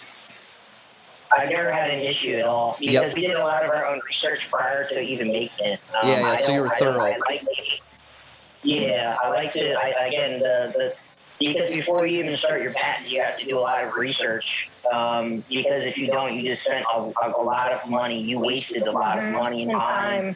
It's interesting that the patent pretty much hit no flags for anything else. We have on the first patent on a utility on this, we had over 21 claims, and none were even considered.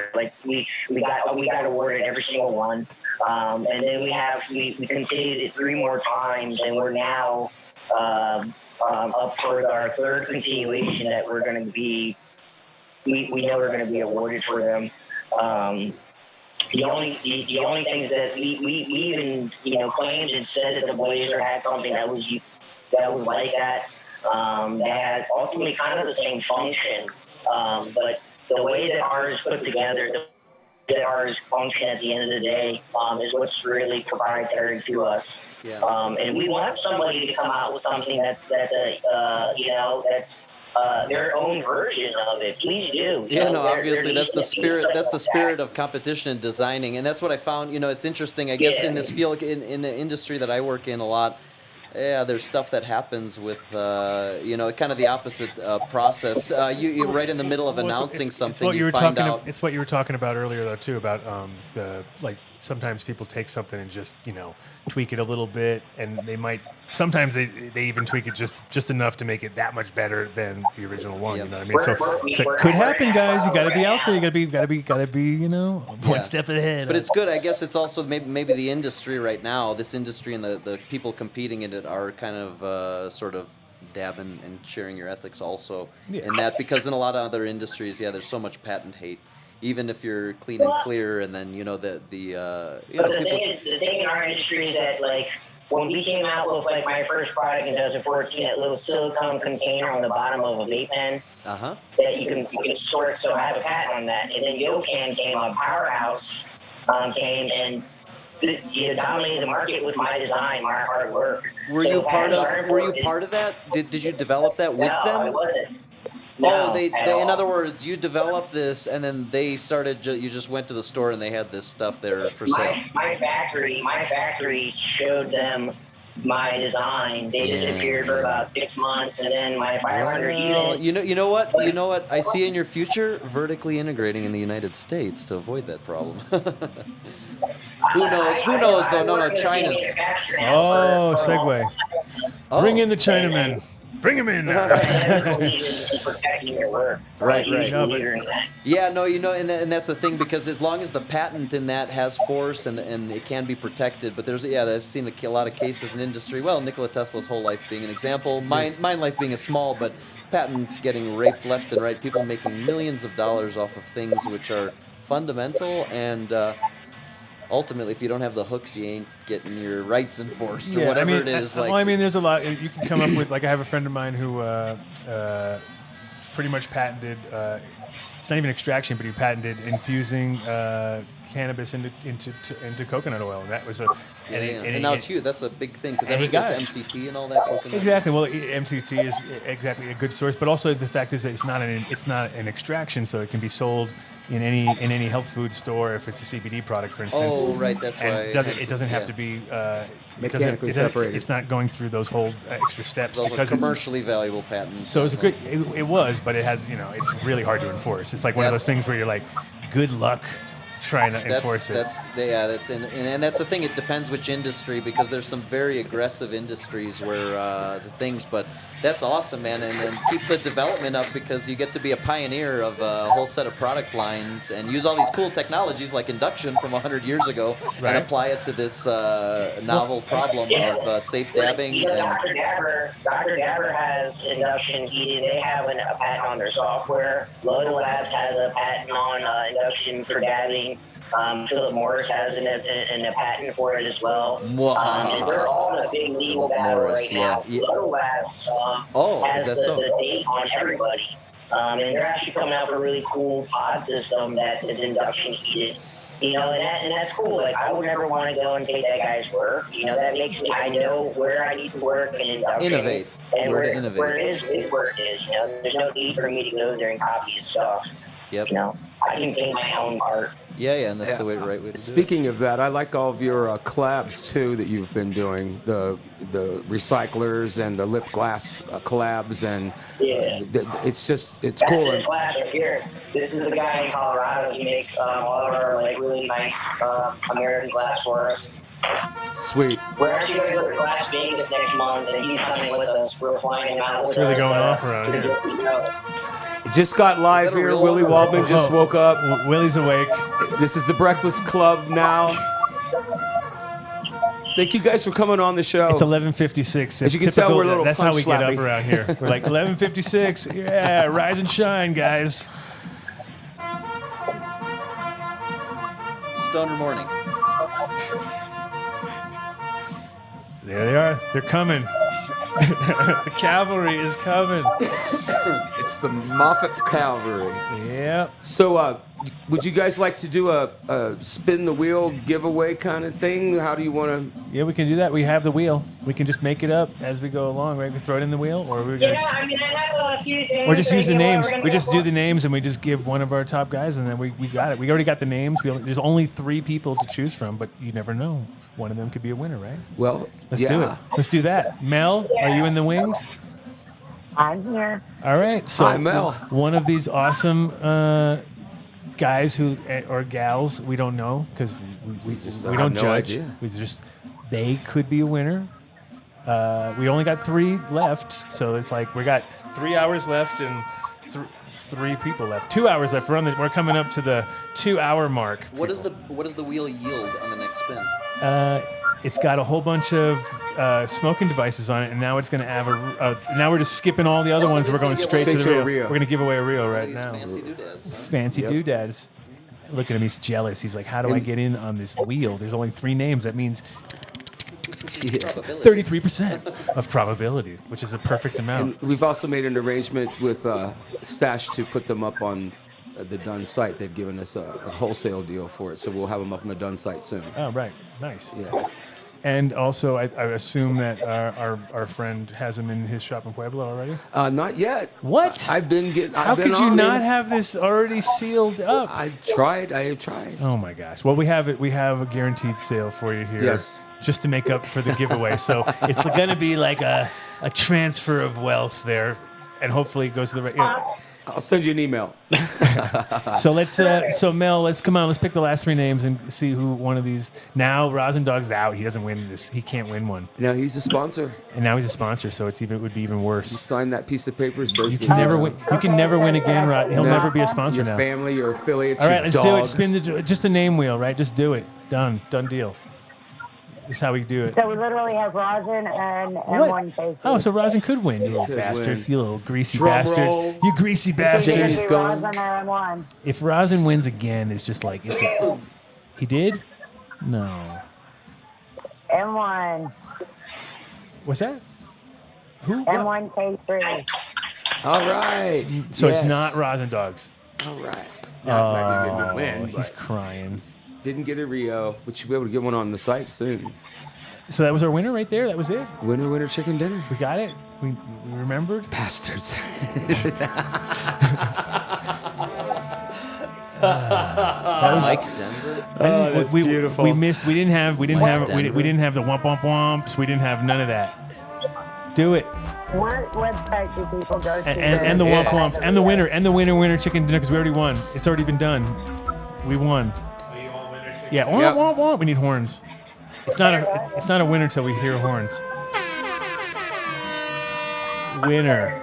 It's official. It's officially done. Oh, it's a done deal. Wow. Oh, speaking of a done deal, they are going to sweeten the deal with a 10% off of Rio devices. If you order it directly from them at Rio. Yeah, you're going to do like a... It's actually 10% off our whole site besides Eddie's. So anything on our website besides any glass, you get 10% off with done deal.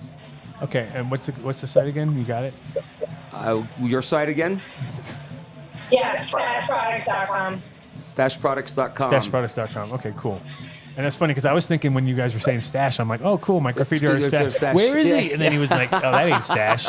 Stash is definitely not. I haven't seen Stash in like 10 years, but totally different.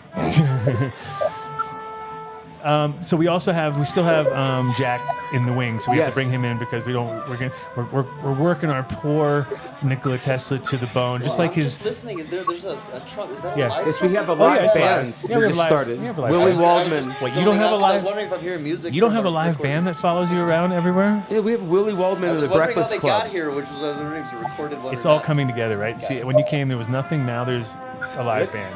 Yes. So go grab Jack. Let's get him sure in here. will. Go grab him. We're gonna bring in Jack and Kevin from Esatech, and they're the LED guys. Are and we I all think, gonna fit? Where do we sit? yeah, they're gonna fit here, and he's gonna have to just kind of stay on the wings for a minute. That's all. He can figure it out. He's a big got two boy. chairs. This is not our first rodeo. Yeah, we're bringing in Jack from Esatech for LED lighting, and his partner Kevin. If we can find them. I can find them. And we're going to get Super Tech for the last 2-hour stretch. Can you do it? Could you Well, we do can 2 also hours? speak Yeah, Super with Tech is his Corey company, McCabe is that- from Super Dune Tech. Valley No, Farms. Esatech is Esotech, the Esotech. Esatech. Esotech. Yeah. I don't know the brand. I got it all wrong on the thing anyway, so I have to have him help me because I just picked the wrong. If you give me a choice, I'm going to go for the wrong one and then give props to. You're still breathing? The nose is back. So are we just doing the Rio giveaway, or we? Oh, we already did. Didn't it already happen? Didn't that already just happen? I thought that just happened. Yeah. I had a few other. I thought we were doing a few, so I had a few things ready. But I think we're gonna actually head back to work. We still got some stuff to finish up at the office. Okay, well, we had our two contestants left. Oh, here we go.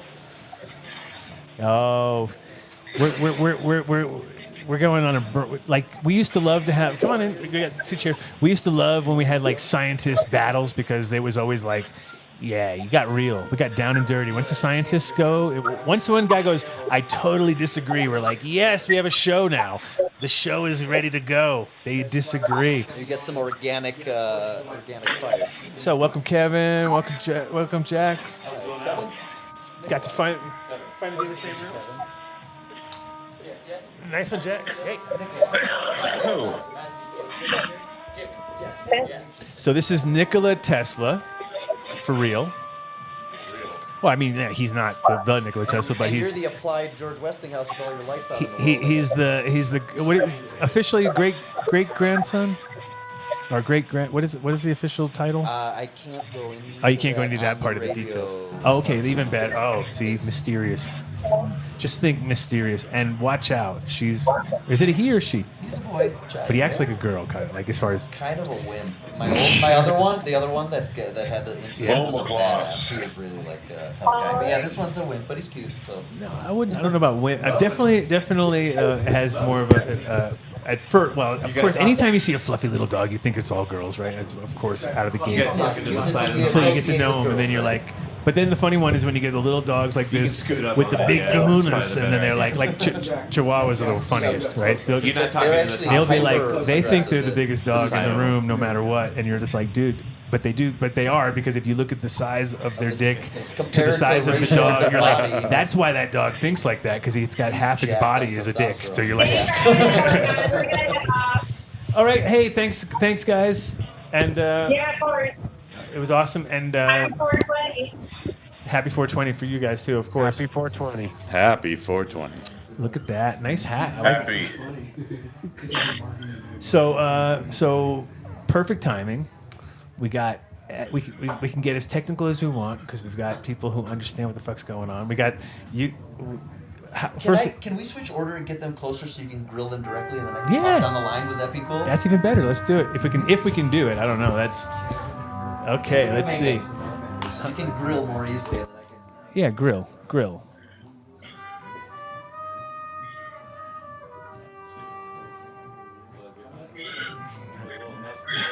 Nothing like a little.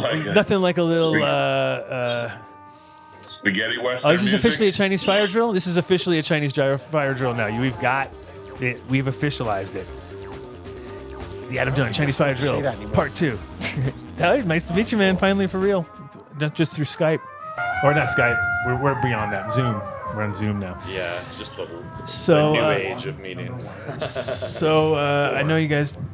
So when did you get in here? What was the time? Did you guys get in last night, or did you get in? Yeah, we got in pretty late last night. Yeah, it was kind of crazy, wasn't it? Yeah, we ended up just staying for a little bit, meeting a bunch of people, and then heading out to the hotel, or else, we'd get caught in festivities, Right. Festivus. Nothing worse than getting caught in festivities, right? On 420. Yeah, but it was like for me too. I was here. We were getting everything together, and I had to go back, and we didn't get any.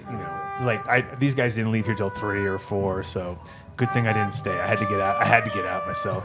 So what do you think about this? What do you think about, first of all, just the logistics of it all and stuff? It's pretty epic, right? Yeah, it's really cool. The view is amazing. The backdrop is ridiculous, right? You got mountains on all sides. Yeah, you got to show everybody that's watching, like, part of this view. How the mountains surround everything. We can send Matt out. We can send Matt out for a visual, but we've done a couple tours to show people what's going on here, and it's hard to wrap your head around it until you're here. Now it's actually there's more activity now than I've ever seen, of course, because it's for this weekend, but.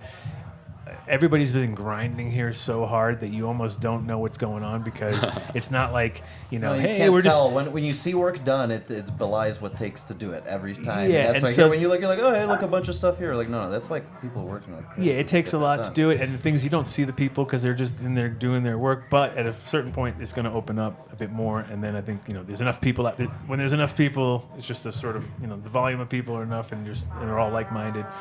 Things should start to pan out pretty fast. But so Jack, you're super interesting guy just because you were in the whole LED world before people were thinking about cannabis and LEDs, and you are like the living embodiment of what I predicted a long time ago. I said, dude, these lights are so fucking archaic. Because I lived in Holland, and in Holland, that's where the whole lighting tech came from, right? And so back when we were still HID and simple, and it was like mostly 600s over there, they didn't even do thousands because thousands were like totally wasteful and didn't make. So you kind of saw the efficiency was about as high as you could get with the 600. You know what I mean? It was like for grams per watt and all of that. And I remember just saying like, of course I used the metaphor of Japanese because I thought that was the highest tech at the moment in my life. But I was like, you watch, some Japanese guy is going to come up with like the best lighting in the world. It's going to be like in this weird thing, and you're going to be like, how could that do that? And it's all, and it took fucking 25 years to happen, but it's really happening now where you're seeing like developments that are faster and like quicker and quicker. Yeah. Tell me about this whole lens technology, because it seems like that's where you guys figured out a lot. You guys have taken it to the next level. And get up on that mic. Okay. This time, I'm very happy that we can go to here, and a very good video and very interesting for us. And for the Aztec, and for we have do the research this technology I found from the 2001, so almost 20 years. And before we do the street light, so this we, and also our company for the this glowing lights. Glowing lights we is researched with the Cree company together, and also our specification is very special, and the approved is very efficiency and very good. And also we have used our patent. Last year we get the patent in USA for the LED and with the full spectrum. For the patent for this, that is very good for pencils. Is that a patent on the light technology, or is that a patent on the lens? The patent's for the lens. Lens technology. So that lensing covers 30 to 90 degrees lensing with the use of a full spectrum LED. Okay, so basically spreads it really evenly is most yeah, efficiently? so LEDs traditionally are going to have like a glue lens or a natural type of lens. Yeah. Molded epoxy. And it's going to be 120 degrees. So that's the standard, is 120 degree lens naturally on an LED. And that's too much dispersion for a normal growth thing, because then you have to put it right on it, and you can't make up enough area. So you guys are working on something with a narrower dispersion, right? Exactly. Damn it, you figured it out so fast. No. Well, that's why we brought Nikola Tesla to kind of. Are you guys injection molding the lenses, or they're injection molded, or they're cast onto the silicone, or how is that still secret sauce inside the process? They're all polycarbonate. Yep. Based off of molds and everything. So it's pretty simple. Realistically, just tuning, like anything, just tuning it in and making it work right, and consistency in production, right? That's the whole thing. And for him, his access in having an LED factory that makes many different types of LEDs, his access to different LED diode providers, manufacturers, everything is more vast than most of these companies that are stuck with Osram, Samsung, Philips. Well, the other part, to make the product, the supply chain, all that has to come together, and that's definitely the secret. So I was just wondering, because I got the perfect guy. I don't have to do nothing. I can sit back and do dabs and let you ask all the good questions. Oh, you'll be back in a second. I'm good. I'm going to do some dabs. Do you want to dab by any chance? Or? I'll take another one after. I've been partaking heavily, and I'm trying to not. I'm sure he's been keeping down. Once you're done, Adam, you can pass it down this way eventually. Oh yeah, I'll get you. I got you. So there's the luminous efficiency of a light source, and then you also have PAR, which is because nobody really cares how bright your light is in a greenhouse if it's not doing photosynthesis. So there's that thing where I recall seeing a few years ago, you see those like space alien looking LEDs which have exactly, let's say, 420 or 440 whatever nanometers, 680 nanometers with 10 nanometer bandwidth, just like this. And then now I've seen also commercially available, there's also appear to be white.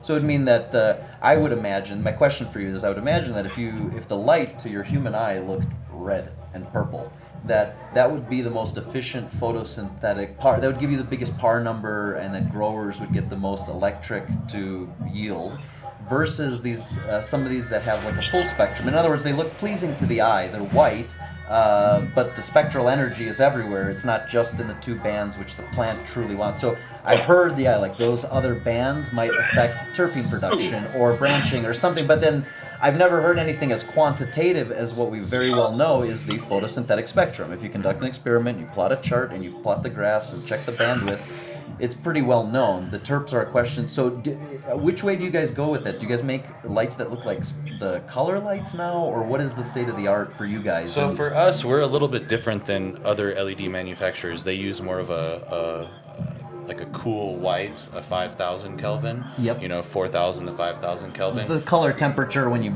average the light, that's what you say. That we use more of a warm, which is a 2,700 Kelvin. So what he did is, a lot of these lights that people are just seeing now that are so efficient and working so good, or other people using lensing, he utilized those same Samsung Osram diodes 3-4 years ago. And then he started working with Cree, doing R&D with them, trying to find something that would be more efficient. So our and is this efficient? You're saying trying to get closer to just 440 nanometers and 680 nanometers, right? Is that dialing in that problem, or? This one is for our LED. We have the full spectrum and the very spectrum. So we have the full spectrum. It will be like, let's say 450 and another 600. Full spectrum is from the 380 to 810. To 810, you have a couple peaks. So each one has like a 10 nanometer band or 15 nanometer band at each number, 5 numbers or something, right? 5 bands. Yeah. So, and to your eye, it looks white. Right? So because to the eyes, you can't see for the UV lights or far LED. So we put only for these times we work with Cree, and this one is only for us. We have the LED spectrum with the purple lights, UV lights inside. UV below 400. So we put the UV specification in each LED chip inside.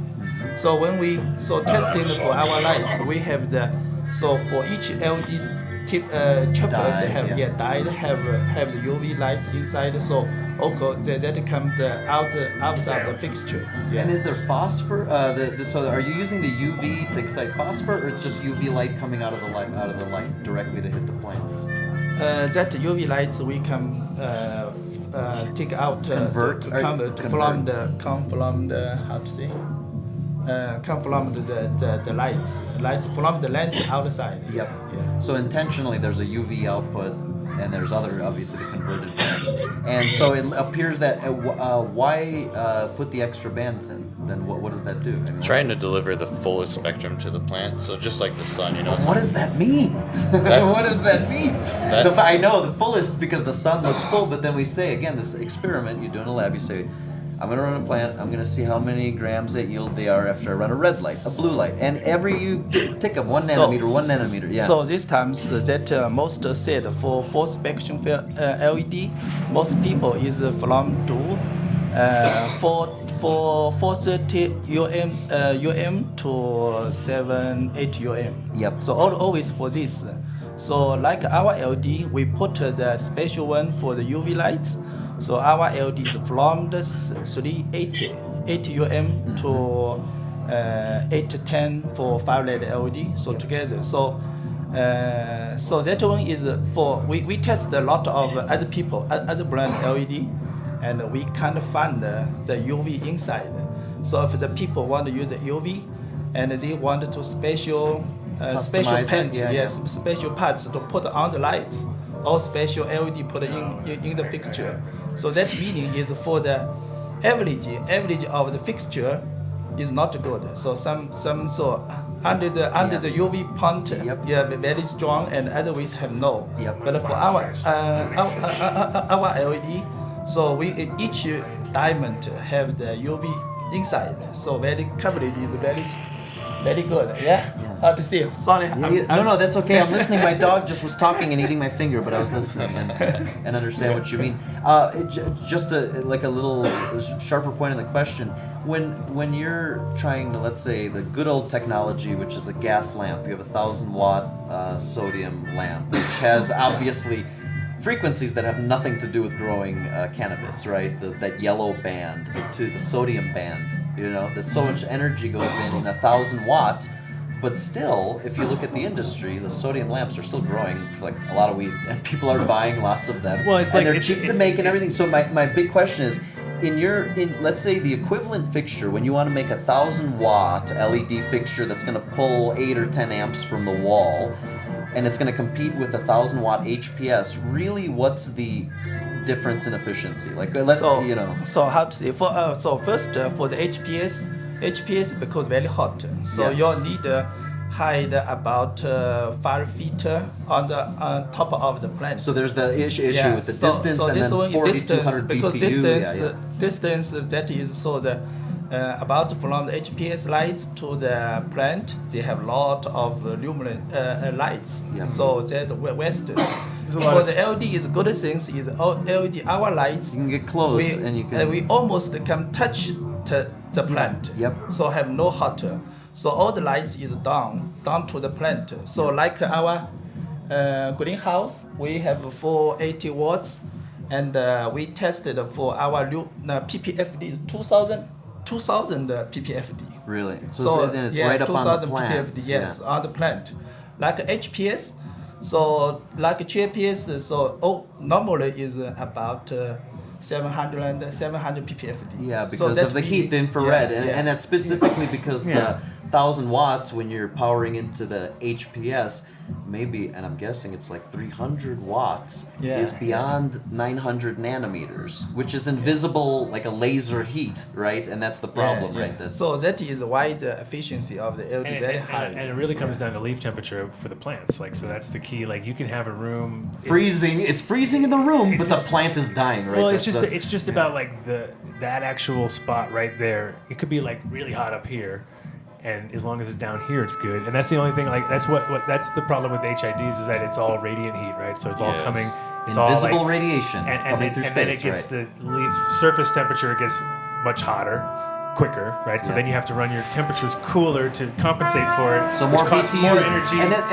If you know, Adam, isn't it a rule of thumb if in a 1,000-watt HPS, if you're running a conventional thing, people typically will put in 4,200 BTU of cooling for each one of those, or 4,000, or even. It's like 5 ton per 15 lights or something like that, or 10 lights, depending on your Okay, efficiency so of in your round lights, number, you know. 5 ton for 15,000 watts, Yeah, let's say. something like that. That's a kind of a round number, and it depends on your height of your room. And now, your what happens if you convert that room to LED? How does the tonnage? Obviously, you're Well, backing that thing down. No, I'm not. What I've noticed is about 9 degrees difference from leaf temperature on LED compared to. So you can run your temperatures warmer, so you can go up to like 80. You know what I mean, and the plants will be happy and fine. Whereas if you try to do that with HIDs, you have to go down to like 72, which is costing you a fuckload of money. So if you start looking at the summertime, like, holy shit, dude, if you could see like the dollars going out the side, you'd be like, oh my god, what am I doing? There's no way I'm making. Well, it's like chasing a tail, right? Because there's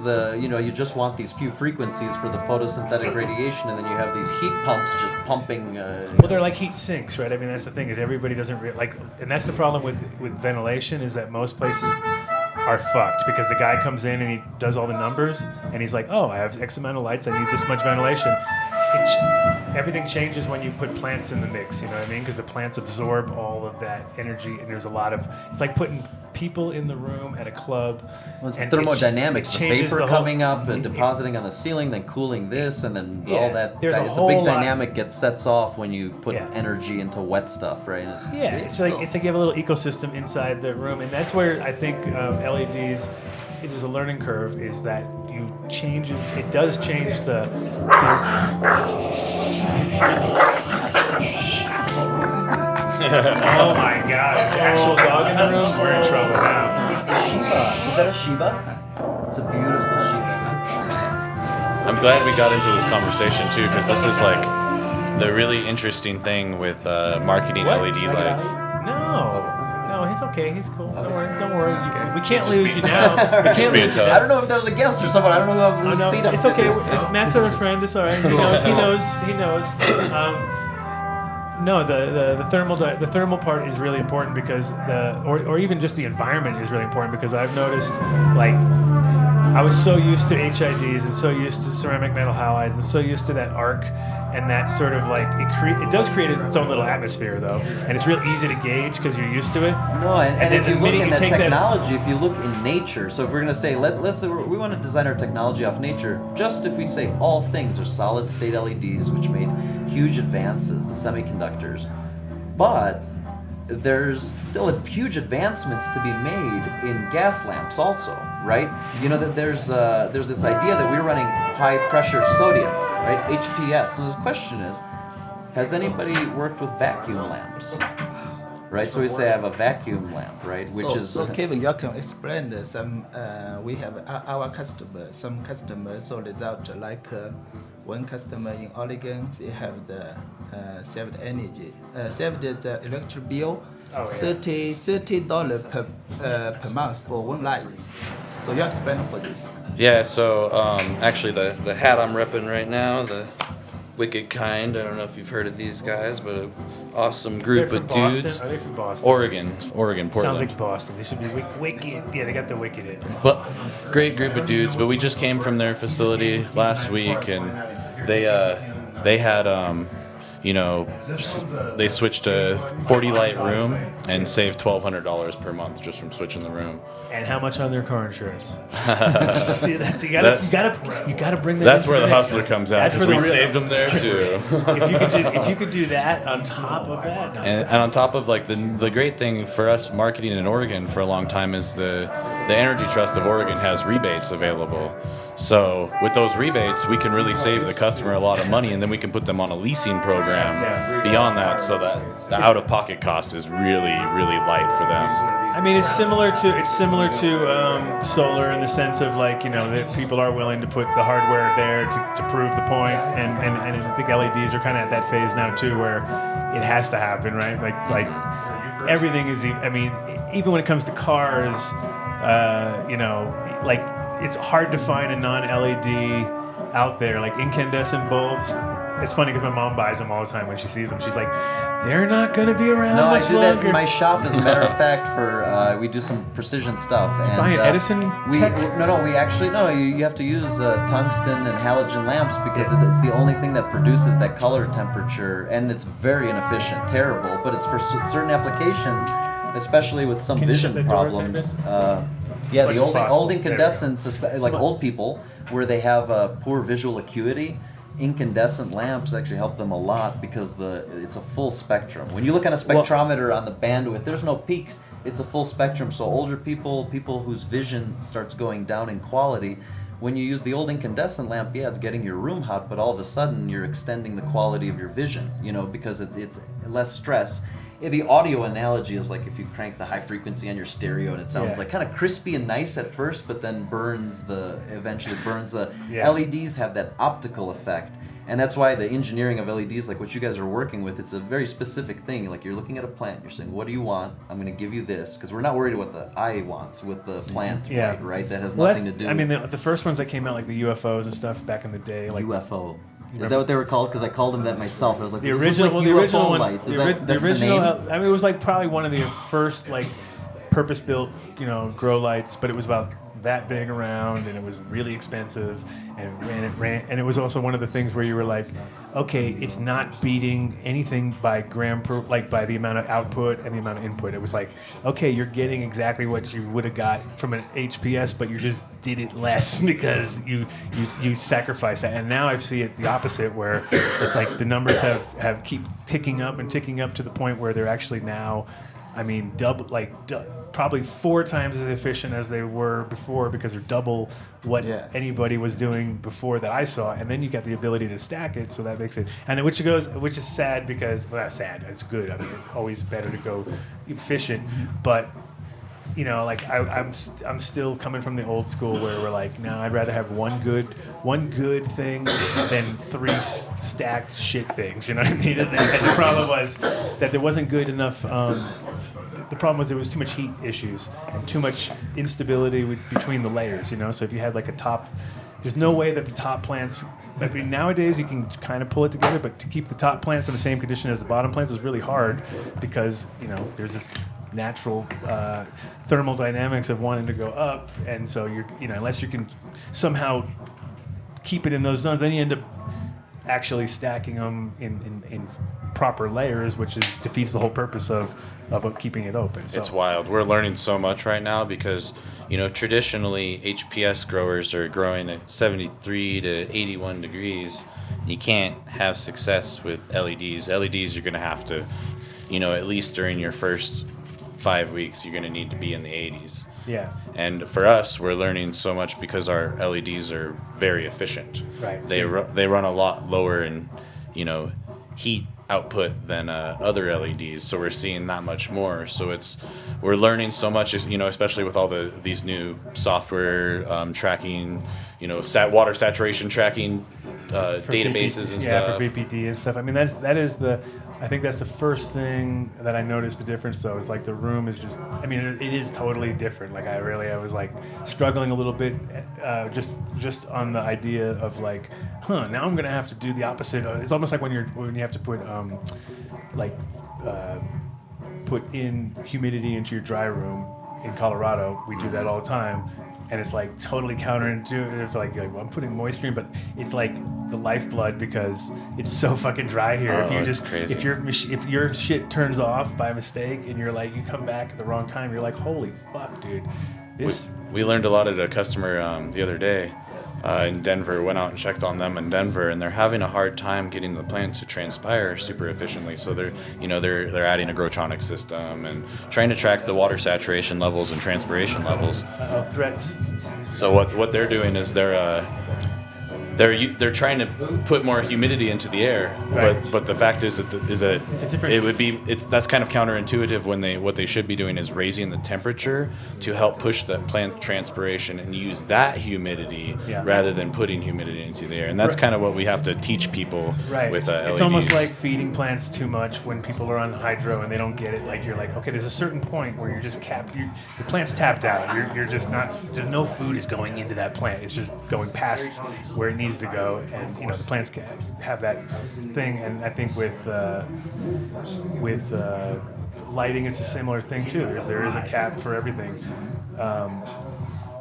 What have you seen for because I think we all think still old school grams per watt is kind of the deal, right? Just because it makes sense from a I put in this, I get out this. Because I was saying before, like with LEDs, I found it was like still around a gram per watt, and I think now I'm hearing crazy numbers, and I don't, I have it's like when I hear over 33% THC, everything just shuts down. Like it's not possible. Cannot compute. Not enough genetics available. Like not enough. There's not enough real estate for this to work. So is there like a realistic number where you see like, okay, we're hitting like 1.5? We're seeing people with dialed, let's say running rock wool with efficient nutrients that are running dialed rooms. We're seeing them average over 3 pounds per light trimmed. So we're seeing that pretty steadily now. It seems like. And a light being how many watts? 630 watts, or being like. Let's say they run on average throughout their cycle 400 to 450 watts. Really? It's so that's like four. That's like 4x or something. Yeah, I mean, I've seen the 5 grams per watt type of thing, and it's mind blowing. And you can tell people that, and everybody's going to think. If I tell anybody that, they're going to be like, "Oh, that's like high concentration of CO2, and you're not like. I mean, they're running 82 to 86 degree rooms through the majority of flower, running 1,800 ppms of CO2. There it goes. Because that's the other magic thing too. Because I guess with the thermodynamics of LEDs. 3.5 EC. The thermodynamics of LEDs lets you pump in more CO2 and not vaporize it out of the room, right? Well, and I think that's the biggest problem people have is they can't keep up with one part of it, and if you don't know what part of that is, you'll never get there because, they need more food, but that's also tricky because when do they need more food? You know what I mean? You can't just assume they're going to eat, and it's like it ramps up differently. Whereas, okay, here's one of the things I was wondering, and one of my problems I think with LEDs in the beginning, especially, maybe not now as much, but I felt like the plants didn't fade as the same. There was a lot of a real difference in that. Like it was a great all the way through, and then at a certain point, I want them to just start to fade, so that I can get the ball rolling. And I feel like they linger more. Are you talking fade by being in veg and trying to cross over to flower? No, or I mean fade like in flower to down to the final stages. Got where, it. where Senescence, plant senescence. Yeah, and all the color comes out of the plant, and it's really hard. Like plants just want to stay keep on going. Well, what we're learning is and they're that's, faster. Which the is Sex and the City effect. To do that really efficiently. LEDs seem to not stress the plant out as much as like high pressure sodiums and high intensity lights. So you have to really do a little bit of like a environmental crop steering, and now people are tying in EC adjustments, CO2 adjustments with the water saturation and everything, and just getting some the data is so much different than what conventional people would think, like I'm seeing water saturation levels in veg that I'm like, make me scratch my head. But people are cutting down their veg times to 10 to 12 days. And then they're growing 6 foot plants at week 4 of flower. It's like, wow. And then they crop steer it away from the stretching to put it into bud swelling. This is the magic that happened with because infrared radiation is invisible. And you pay your air conditioning bill and you do it, but that's what LEDs are doing essentially. This infrared radiation, which was like an elephant in the room, but you just couldn't ever see it. Leaf surface temperature, which you're referring to, you get rid of this problem, and then also I guess with the wavelengths that you guys are tuning into, that kind of gets you to these people have to run you pretty much don't get any additional heat out of most LEDs. So some now of them you guys do, have some are more you guys have all the inverter and all the switching electronics above like a plane or a board, right? That's where you guys are. Correct. Yes. And each of these fixtures are how many watts? You said 500 or? We have 480 or 800 watts.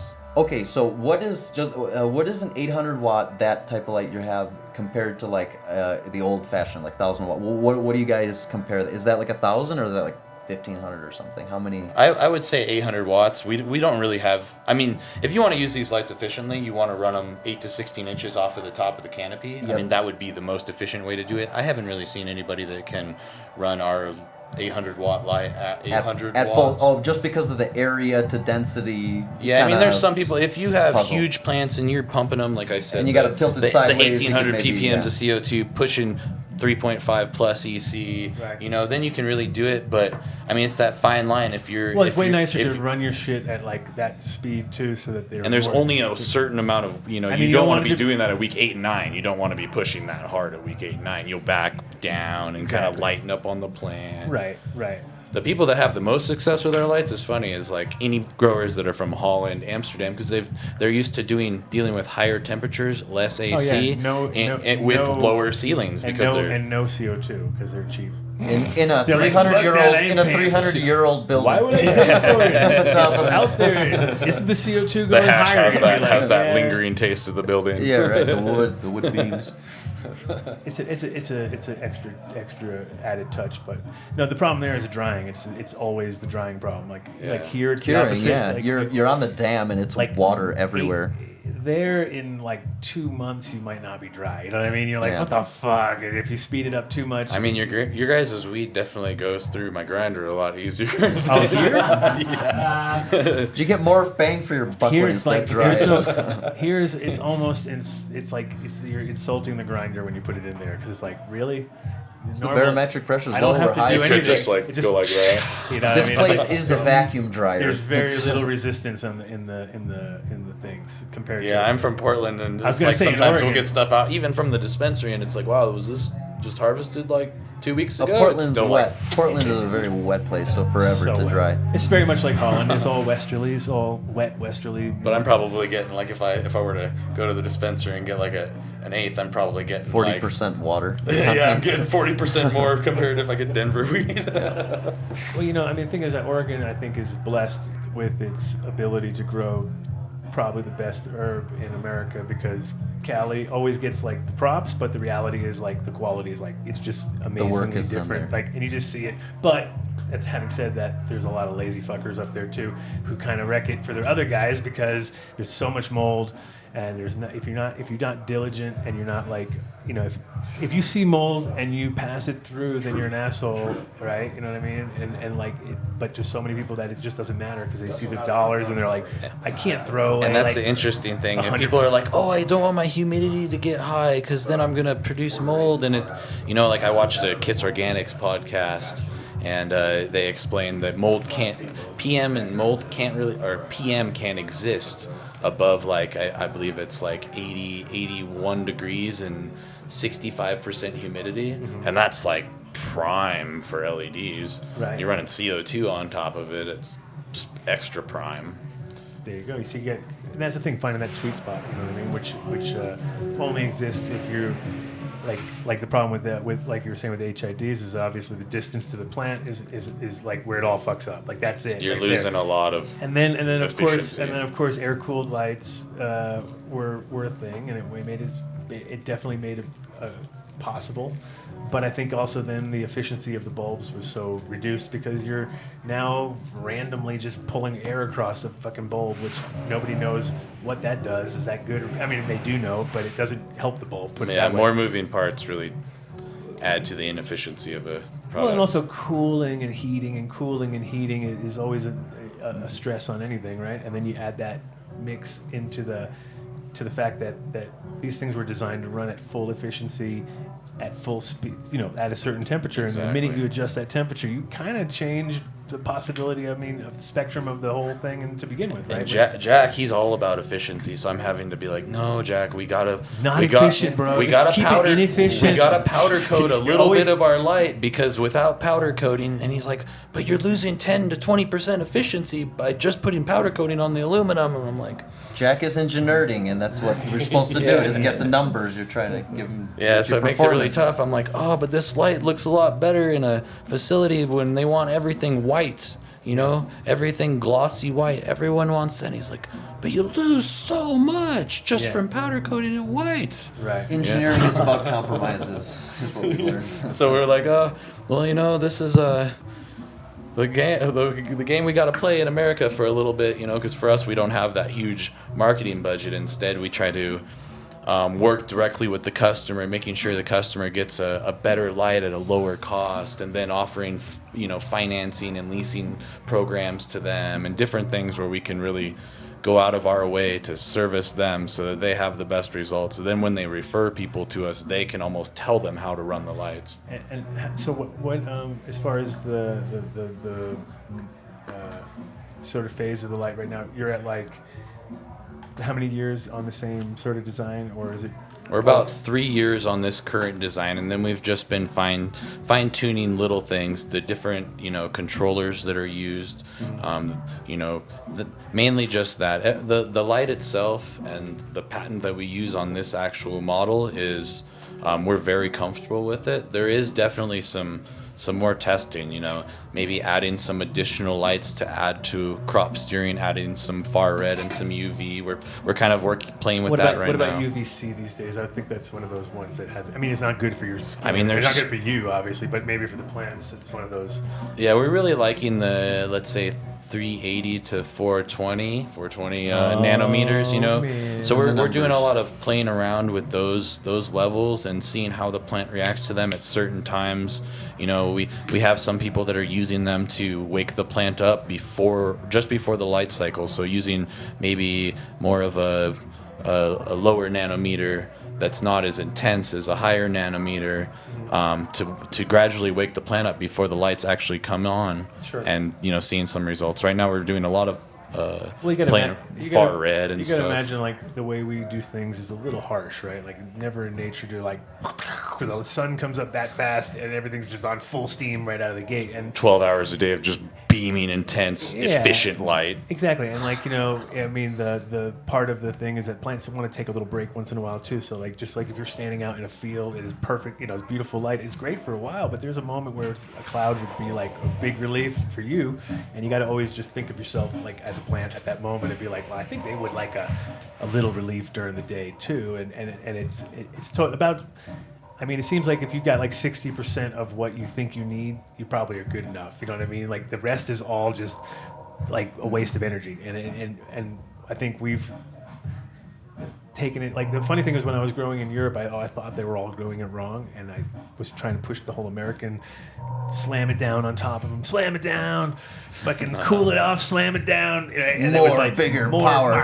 And then they were like, no, you blow really up high, and you keep it super efficient, and then everything's nice and even, and you're like, that's lame. And now it's all like that. Like now you go any grow that's like those type of, especially with HIDs. I mean now with LEDs, that was the infrared monster, and that's how it was solved in Holland years ago. Yeah. LEDs changing in the game because of obviously you're able to come into that. It'd be a waste not to use all the space above, right? Like that's where you look at it and you're like, well, it's going to cost me money, but it's going to make me money. Double stack that bitch. That's what you should do. So also that Back it up, double stack it. Oh shit!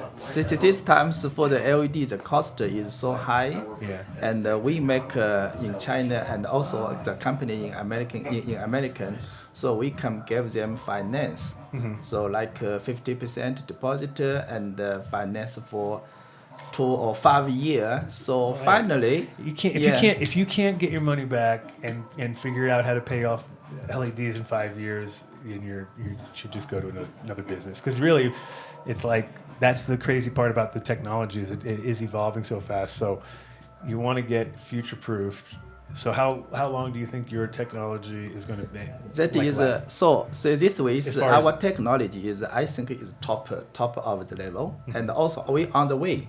So we keep the research for the new technology, and we also work with the famous brand company together. So we are researching, and then we have also lot of new products we are testing. Also, yeah. I think. So do you think that he was on the right tip though in the beginning when he said like we don't really need all this white light? That's actually for that's actually for us to appreciate more tthen the plants. And there's like because that seems if that is the most efficient, then there's probably a whole bunch of wasted energy for. There must be some. That when we said before we were like, well, because those other, it's a full spectrum and we want things to be full, and there's like, okay, well, let's quantify it. Which terpenoline goes at 520 nanometers? I hate terpenoline and Jack Herer, so please, no that nanometers on no my more light. Jack, no or more Jack. I want You're like, that's a Jack. lemon that's the terp, anti-Jack so it has to be 620 frequency. nanometers for limonene, for example, or alpha pinene has but that's not known, and that's why I was asking only why, because I like those terps too, and I'd like to get more of them. Right? That's awesome. Oh, and by the way, let's get you loaded up with a dab. Oh yeah, that wasn't like a prod at all. It was a total prod. It was a total. I think after him, I might nod. This sour grapefruit smells phenomenal. All right, let's do it. We're in the final stretch, so it's all good. Are we getting? How are you doing over there, MT? I haven't heard a word. What? I'm fine. Oh, good. This is the least shitty Jamie you've ever been in. DJ control. Because you guys are talking over there, man. I don't got nothing to say. Have you been with it the whole time? Have you been keeping it going? Oh yeah. You have any extra things to keep you up or anything? He's going. Yeah, you have a little microdose or something along the way, right? I hope. No, I haven't taken anything. Nothing. No, dude. He's waiting. I'm on a 10 strip. I'm on a 10 strip. Beast, man. I puddled myself right before the show. You should take a little bit of caffeine, not much. Half a hit. Exactly. No, I'm going to bed after this shit. I know. Now we've gone too far. So like this is like when you like eat the edible at like midnight. Like, oh yeah, that's a great idea, and then it absolutely does not work at all until the next morning. Then you're laying in bed tripping. No, what usually happens is in the next morning you wake up and you're like totally have no clue what happened, and you're like, why am I dragging ass so bad?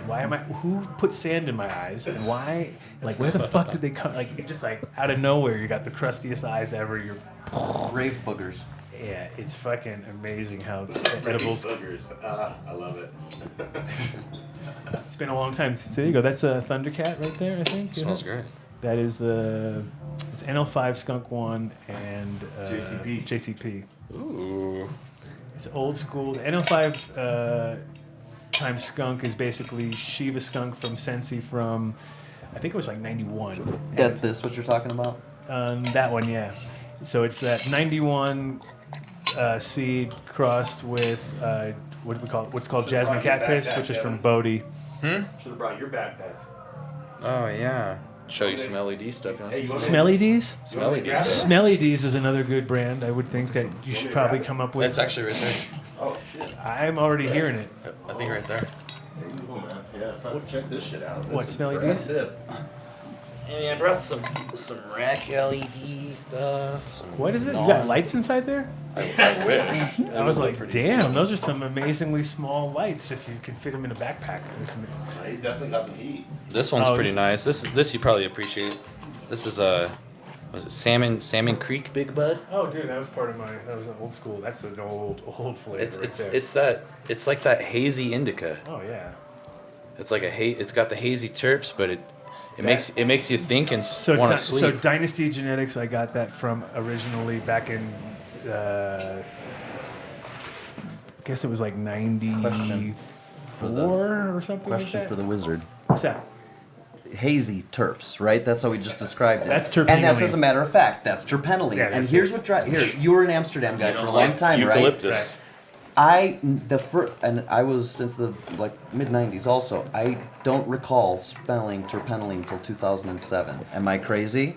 No, not at all. And Okay, it happened one day, and do you know what I thought happened? What happened? I thought somebody started smuggling weed in the tank of a diesel truck, because to my nose, and I tell you, I'm not kidding you, to me offensively, that smells like fuel's been spilled on it. I know it hasn't because I know what it is, and I know it's not smuggled. And then of course diesel came into play, and you're like, wait, These it's guys all are too awesome. much. Figured it all out, right? And the name diesel confuses the whole thing even worse. On top of it, Well, sour diesel did not smell like that at all. I remember in Katsu in Amsterdam was a great place for sour Oh, there diesel. you go. And the guy who grew the weed gave the cut to the guys who grew that is here in the thing. So there you go, full circle.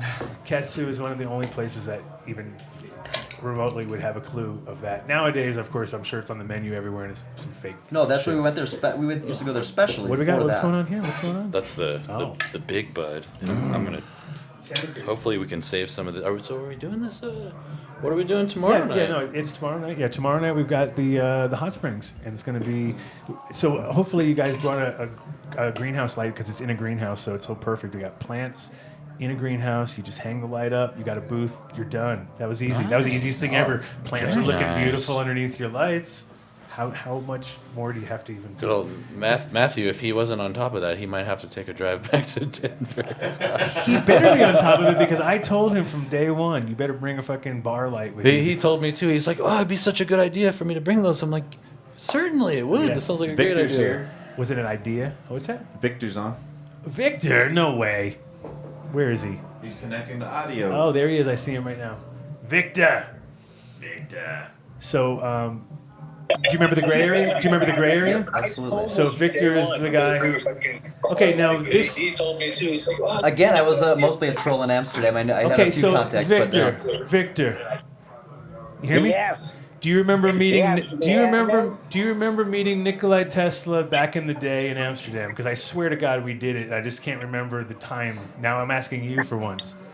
Do you remember? who are we talking you to? can't.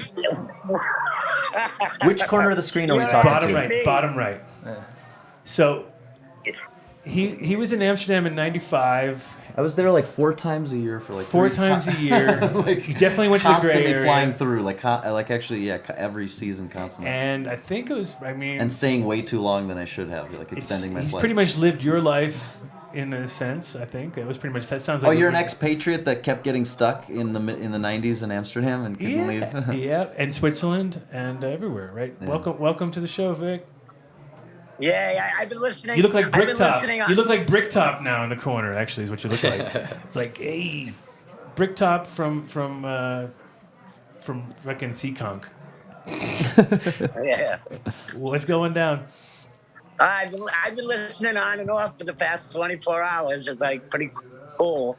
Like figure out. You know what's really funny is I looked in that area way back just before I retired to Costa Rica there when I was studying micro hydroelectric. That's why I actually moved down to Costa Rica, was to find year-round water sources that dropped 120 feet, you know? And I had actually studied that area there, or what do you call the Orient Land Trust. And It's micro really- hydro, you guys were using like centrifugal pumps in reverse to make a couple thousand watts or 10,000 watts of power from a small source, right? Yeah, Nice. yeah. And so I can't remember.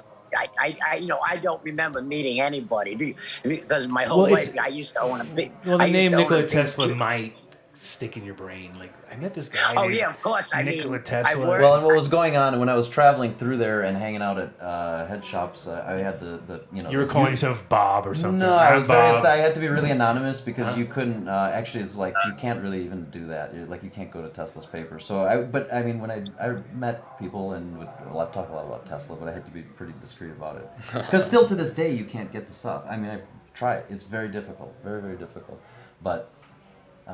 Nice to meet you, anyway, and I definitely hung out at your place a whole bunch. Yeah, so Vic started the gray area in 1994, was it, or was it 3 or 4? No, 3. 92. Oh, even Late 2. 92. Damn. I started going in '95, and that was like religiously. I forget my own history. I forgot my own The gray history. area I'm asking Amsterdam? Vic. This is bad. If I'm asking Vic, you know I'm on my 22nd hour right here, where I'm like, Yeah, exactly. Vic, tell me stuff I can't remember. That's what he does. He calls me up. He calls me up, and he's like, "You're my memory. I just call Adam. He knows." And like, I have to like. Adam, did you just say that Vic started the gray area in Amsterdam? Yes. Yeah, he's the original. Oh, I'm sorry, I did not know that. When I used to go there, John Foster was always the guy there. Hey, John Foster. He Yeah, made yeah. that guy. John Ford. I used to own a big music club. I owned a hotel and a big music venue in the States before I opened the gray area and moved back there. What was it called? And John Foster. I brought club? John Sorry, I Foster had my was a- headphones off for a Oh, second. the I mixed it. Church House Inn was in House. in Providence, Rhode Island. Nice. And it was a punk rock hotel, bed and breakfast, right? Pretty much. Yeah. Yeah. You know, there's a lot of those. It's kind of the run of the mill. It's the run of the mill punk rock hotel. You know, they're everywhere. Every state's got one. Not really, no. Yeah, I kind of mixed. Yeah. But John used to be in a band. What was the name of the band? Yeah. I brought them over there to work. John and Slice played in a band that I started a record label, and John was a drummer in one of the bands, and then I brought John and like a couple of his other bandmates over to like help me work. And they never left. Well, for a while at least. John was there, he was the kind of classic where it was like, I'll do this for a little bit, and there it is. How many years later now? 30 years later? Yeah. It's like crazy. Yeah. 30 years later, there he is.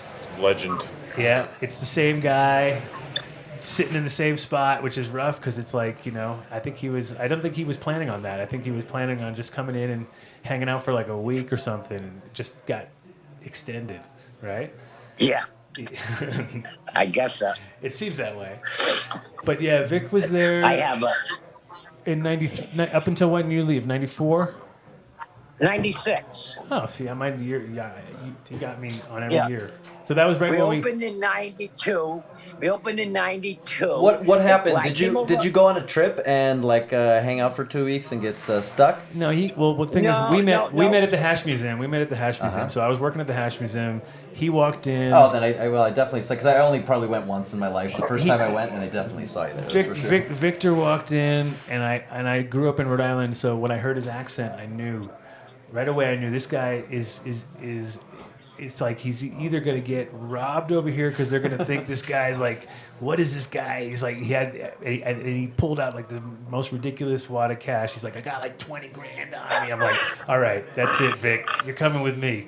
Come into my house because there's nothing good is going to come of this. You got to get off the streets, get off the ground, get out of there. And then Vic became known as Mr. Thousand Guilder for a while because he always had he always had a 1,000 guilder note on him just because those were pretty impressive when you could actually get them. Right? And back in the day when a guilder was like $2.25 and felt like it. No, it was the other way around actually. Oh, sorry, the other way. Yeah. Yeah. So exactly. you went in with you went in with like $1,000 and you came out with 2,000 guilders, but you could spend. And you could shop like you had double and a quarter. You became twice and a quarter richer. Yeah. Magically Well, overnight back in those days. I gauged everything at that time. Obviously. obviously on weed, but also on beers, right? Because I figured, beer is a pretty standard thing everywhere you go, and I'd be like, wait a minute, so I can buy the. It just didn't make sense in my brain because it was like, everything was. There's this I was thing like, that I doesn't can live exist. forever on like just bringing back bottles now. Like I had the whole system figured out. Like if I can get this many bottles, I was like already living it as a 20-year-old when I first got I was there. planning my life on that too, and then when it all ended with the euro, the introduction of the Oh, euro you know, collapsed the whole literally magic. did. It was like going to Europe. No, it's not like you're twice and a quarter richer. It's like you're half as poor. That's what happened automatically in terms of the feeling of going to that country. Well, especially because every little thing, like they didn't change the prices. They just it just straight became up, that. So you're like, just- oh, that was one yesterday. Now it is bread one of is these, €5. and you're like, that is double. Yeah. And so you're like, everything doubled overnight. Shocking. And then it got really comfortable. And the best part is when you asked, like, hey, is this price in guilders or in euros? They'd be like, Of course. Euros, of course. Of course, I mean, we want a lot of money from you right now. I don't think anybody ever said, actually, you're right. That's in. No, that was one thing I miss also about Amsterdam was that interesting economy they had that you'd come there as a That's foreign just that's just green chai tea if you want some. Yeah, right. Yeah, pour away, sir. Dose me up, please. And if you need to dose him up, there's on the other cup there. There's a separate cup just for that. Those are just that's just energy things. Those are good. Those are just was not made by Leonard Pickard. There's no in a missile THC silo or at nothing. all. I've definitely seen some. Pretty So Vic, cool what's going on? blogger How's your 420? So Vic just had a crazy surgery where they basically went behind his eye and fucking did some crazy microsurgery with 3 guys, and they somehow connected. Retinal? Or No, it wasn't even that. Well, tell us more details, gory details, please. I had a stroke. I woke up. I was blind in my right eye. Oh, man, sorry. I took me to get to the hospital fast, and because I had kids, I only got half a neck. I had 10 years ago. I had the most radiation and chemo ever given a human. Drugs. And if you want. So it blocked up like the carotid artery. Everything can be. I'm gonna get a chai. Thank you for that. Yeah. So they and also like you said, how long was the surgery? It was super long, right? It was like crazy. Yeah, they went in and tried the first doc. They didn't tell me. They said there was like this crazy S-curve, and they didn't know if they could get around the corner and get a stent in, but they were going to try. And the doctor went in and tried, and they went in through like my leg, but he got through like the first part of the curve. So when he realized he could get through, then they called in like 2 more surgeons, and then they went in through my wrist. Then they put me out. Then they went in through my wrist, and like 3 guys sat there, and they were telling me, the nurse was telling me, they were like poking me with sticks. So one guy was like pinching my neck and moving his thumb, and like they kept just slamming it up, and they got the stent in. That's But crazy. it was like a double helix curve that they didn't even know if it was even open. Like they didn't tell me. But they The just connection was so crazy, like it was such a hairline thing that to actually even make it work was amazing. And Victor's a little bit like Vic's like the human cockroach, right? You cannot kill Vic. Yeah. Vic has been. Yeah. They've tried many times. Yeah, I had stage 4B kids. I had the grapefruit growing out of my neck. Were They you when you misdiagnosed had the me. radiation for the grapefruit? Now, did you obviously a huge part of that was massive quantities of all kinds of dabs and oils and everything. What year did you have that happen? Oh, no, that was, let's see, my son's 15, so that was 12 years ago I started. I went through 3 years of treatment. I had to get into trials. They had to go in reverse because it was so large they couldn't operate. The standard procedure is operation, then radiation, chemo. But they had to do it in reverse. So I had to go through like a year and a half of like 3 kinds of chemos, carboplatin, Taxol, and Erbitux for like a year and a half, and it worked, and it actually shrunk. And then I got into another trial for radiation. It's a standard radiation for cancer is 36 grays.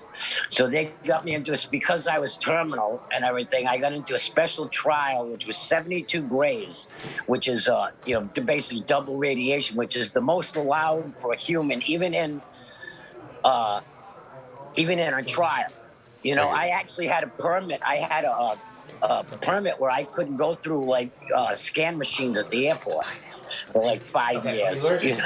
Like, That's not a good thing. Not in a bad way. So I Don't got worry. Not in like that sense. the most radiation allowed a human being, and then I had a complete And this radical neck procedure, dissection. this procedure you're saying was 12 years ago. That one, right? Yeah. And so I had no throat. I was on a feeding tube for 3 years. Wow. So I couldn't smoke. I couldn't even. Wow. I couldn't even. Not vape, but Well, vape. Yeah, Eagle Bill. Yeah, vape. Vapor. Yeah, vapor. Yeah, vape.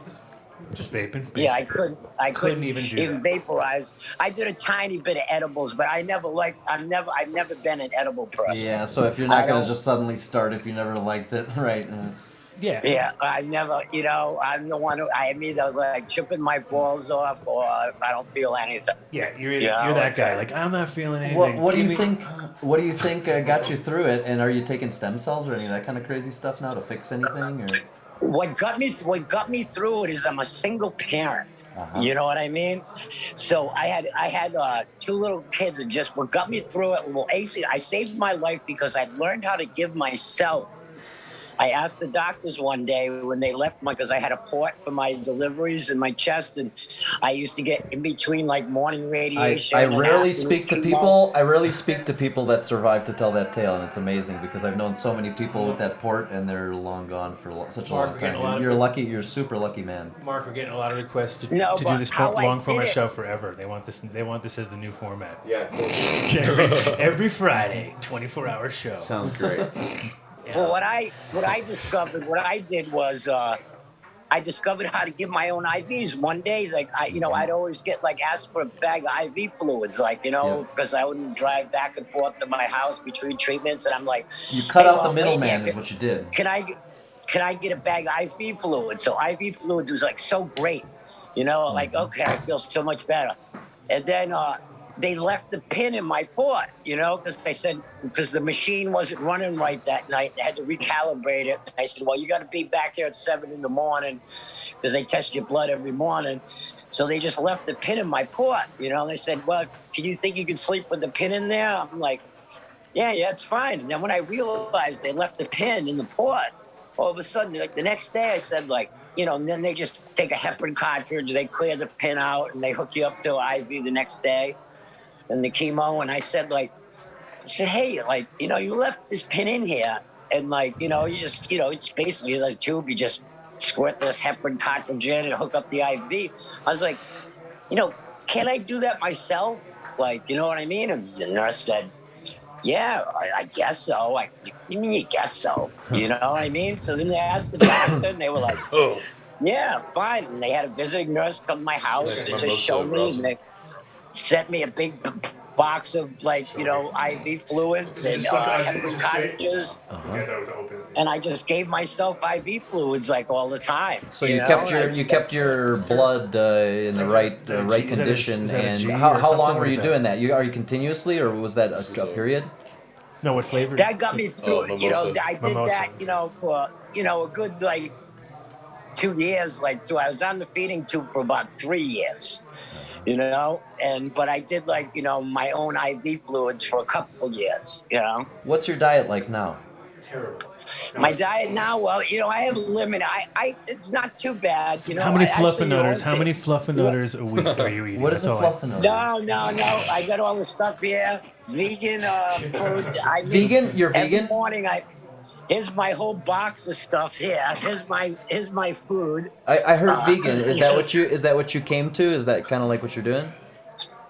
Yeah, I invented my own stuff because Nice. the stuff they gave you to put down your feeding tube was like Carnation Instant Breakfast. It was just like a list of It's chemicals. industrial stuff that you definitely don't want to. Right. Yeah, you can't even. It's got a whole read bunch of the label. Monsanto in there too for you, just to get you feeling better. I used to love Carnation Instant Breakfast when I was a kid. I used to like. No, it was yummy, but that was my yummy, jam right there for a little while there. That was a good, Yummy, but they freaked out all the easy. genes and sprayed Oh, it. it was so terrible it's- shit. I know. But there was a moment So in time where that was my basically- shit. The vanilla. Oh. So what I did was I invented There's my a own. European one called Kasha that's really good too, by the way. That's not sprayed. So I invented. You invented your own invented protocol.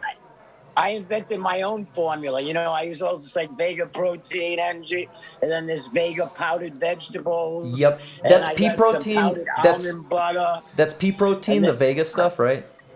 Most of Yeah, most of those yeah, things are yeah. pea protein now. That's Yeah. like the hot thing. until Well, what they- about our Yeah, favorite thing? yeah. What about edestin and hemp protein? Are you using any hemp or Well, edestin? no, I was using I switched. I think I got a bad batch. Like right now, I just got it down. Did a bad batch. Yeah. What it was a rancid got batch of hemp flaxseed. protein.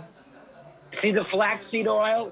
No, Yeah. there's hemp protein, and I believe that in the Vegas stuff, they do use a hemp protein. It's pea protein. I do have, there's some of the mixes that have like hemp in them, but I was using a hemp seed oil that I buy by the gallon. But the last gallon I bought, I don't know, it was making me kind of nauseous. I don't know if I got a bad gallon. If it goes or if I rancid just at had- all, yeah. Yeah. I mean, hemp seed oil, that was the biggest problem as a guy who owned a hemp store. I don't know how many times Starts we'd smelling be like smelling like old cabinets and varnish. Well, yeah, and especially the hemp And then, oil like, goes aloe off, vera. and you really got to. Aloe vera. Internally, you're taking it. Yeah, the liquid, the aloe vera juice. So I mix up this big shake every morning. With the almond butter and the Vega protein and then the aloe vera stuff, right? Aloe vera, flaxseed oil. Flaxseed. Everything. I got Yep. some. I use some of the nootropic stuff. I use some of the nootropics like creatine and On the final phenylalanine hour, powder dropping shit. and Lost in the car. You said some kind of Algae. what's that? You just said algae. What kind of algae powder? no, those were the nootropic stuff. Yep. Like the glycine, the phenylalanine powder, all the nootropics like stuff. I mix a little of that in. Then I take like a magnesium, a potassium. Probably started late. So basically, I just put a little of everything in this shake that I take every morning. So You know we're what I taking mean? we're It's taking notes because you've been through hell. So and as it's down in the cards for all of us, so we're definitely taking notes. Victor's thing is just like shotgun approach. Everything you can throw at it, just do it because that's how he's been. That's how you've done everything, right? Pretty much, just throw everything. Yeah. What? Everything. Turn it into a dab and give it to me. All Right. Pretty much. Yeah. So, but you look pretty good for a guy who was on, like, you were calling me, like, literally giving me the call, like, dude, I don't know, this could be the last one. And I'm like, no. Oh yeah, no, it definitely was. Yeah. It was the. It was I that had call, to. which is weird, Yeah. when you always get that call and you're like, oh, shit, no. You're Vic. You can't go. Come on, Vic. Yeah. And now look at you. You had a kid. Yeah. So when did you have your first kid? You had your first kid when you were like, how old? 51. 51. Oh, there's hope for us all. First kid, 51. Second kid, then single dad. After that, got the kids, and yeah, he's been through all that. Terminal plus- cancer survivor. On top of it, yeah, exactly. So it was pretty funny. Vic had to go into the doctor, and they were asking him if he was feeling any pain or whatever, and he just laughed at him. Couldn't stop laughing, right? Yeah. He's like, pain? Pain? Did you say the word pain? Like, oh. You don't know pain. I was tempered in pain, right? You right? Yeah. That's funny. But your thing out there, I must have had listening to your show in the last 24 hours. I should have taken all my notes down, because every time somebody talks, I'm just a big bundle of ideas and marketing. But, I kept thinking about when something came up, like when the mayor was on yesterday and everything, they're talking about the town and how this whole town's in on it and everything. Mm-hmm. And then, everything's, like, that's our specialty. Me and Adam invented marketing. It's like we'd sit there every morning and just like spit it out, like left it nonstop, like back and forth. For sure. And, for sure. I would think, basically, now the town, like I think, as far as the marketing goes, that you're basically marketing a town now.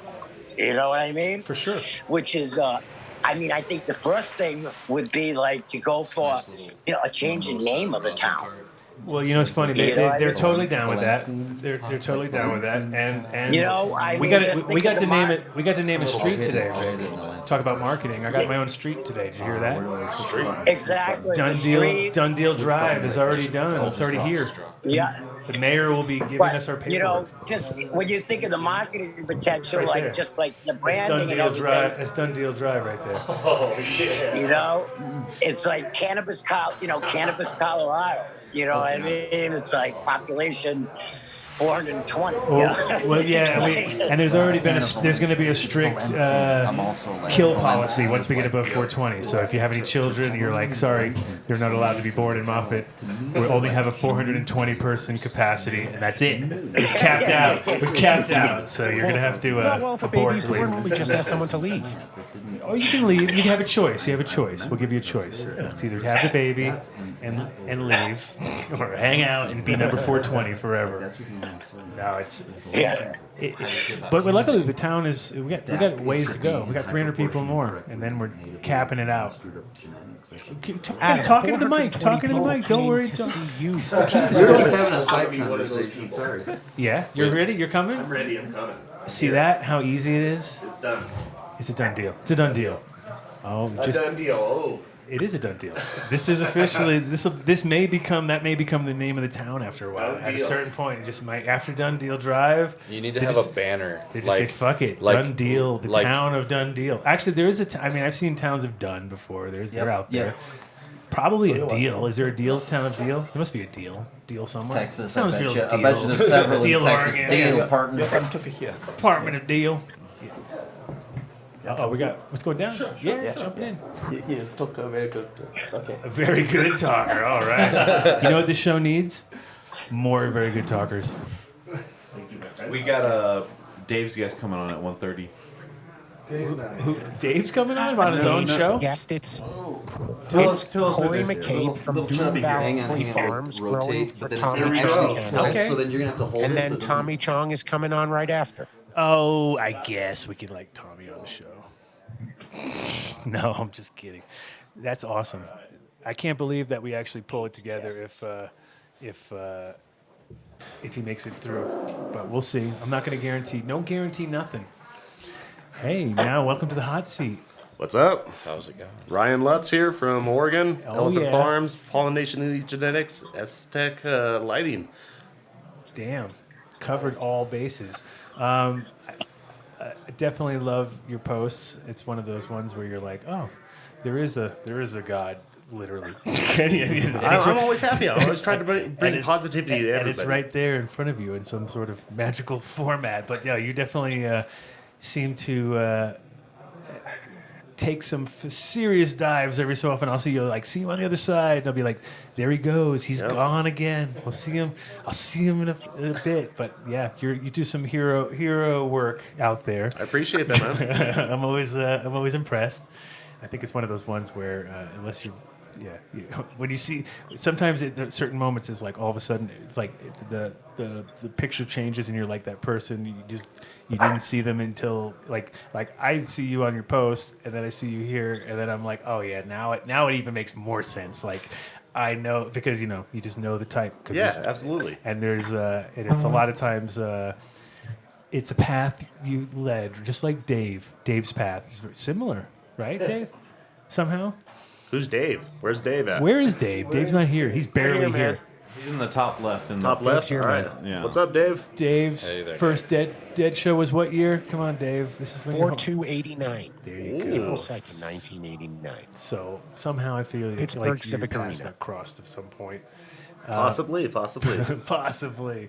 So you've been running their lights for a while, and you're No, not actually. We just started doing it. Oh, you we just- just started, but I've been. Oh, you just got them in We their just spot. got them. Yep. Dope. We just got them. Well, there's I've seen your work, and I definitely think that's a good fit because the whole key to getting the thing is you can put all the tools in the right person's hand, but you can't really tell them how to use them sometimes.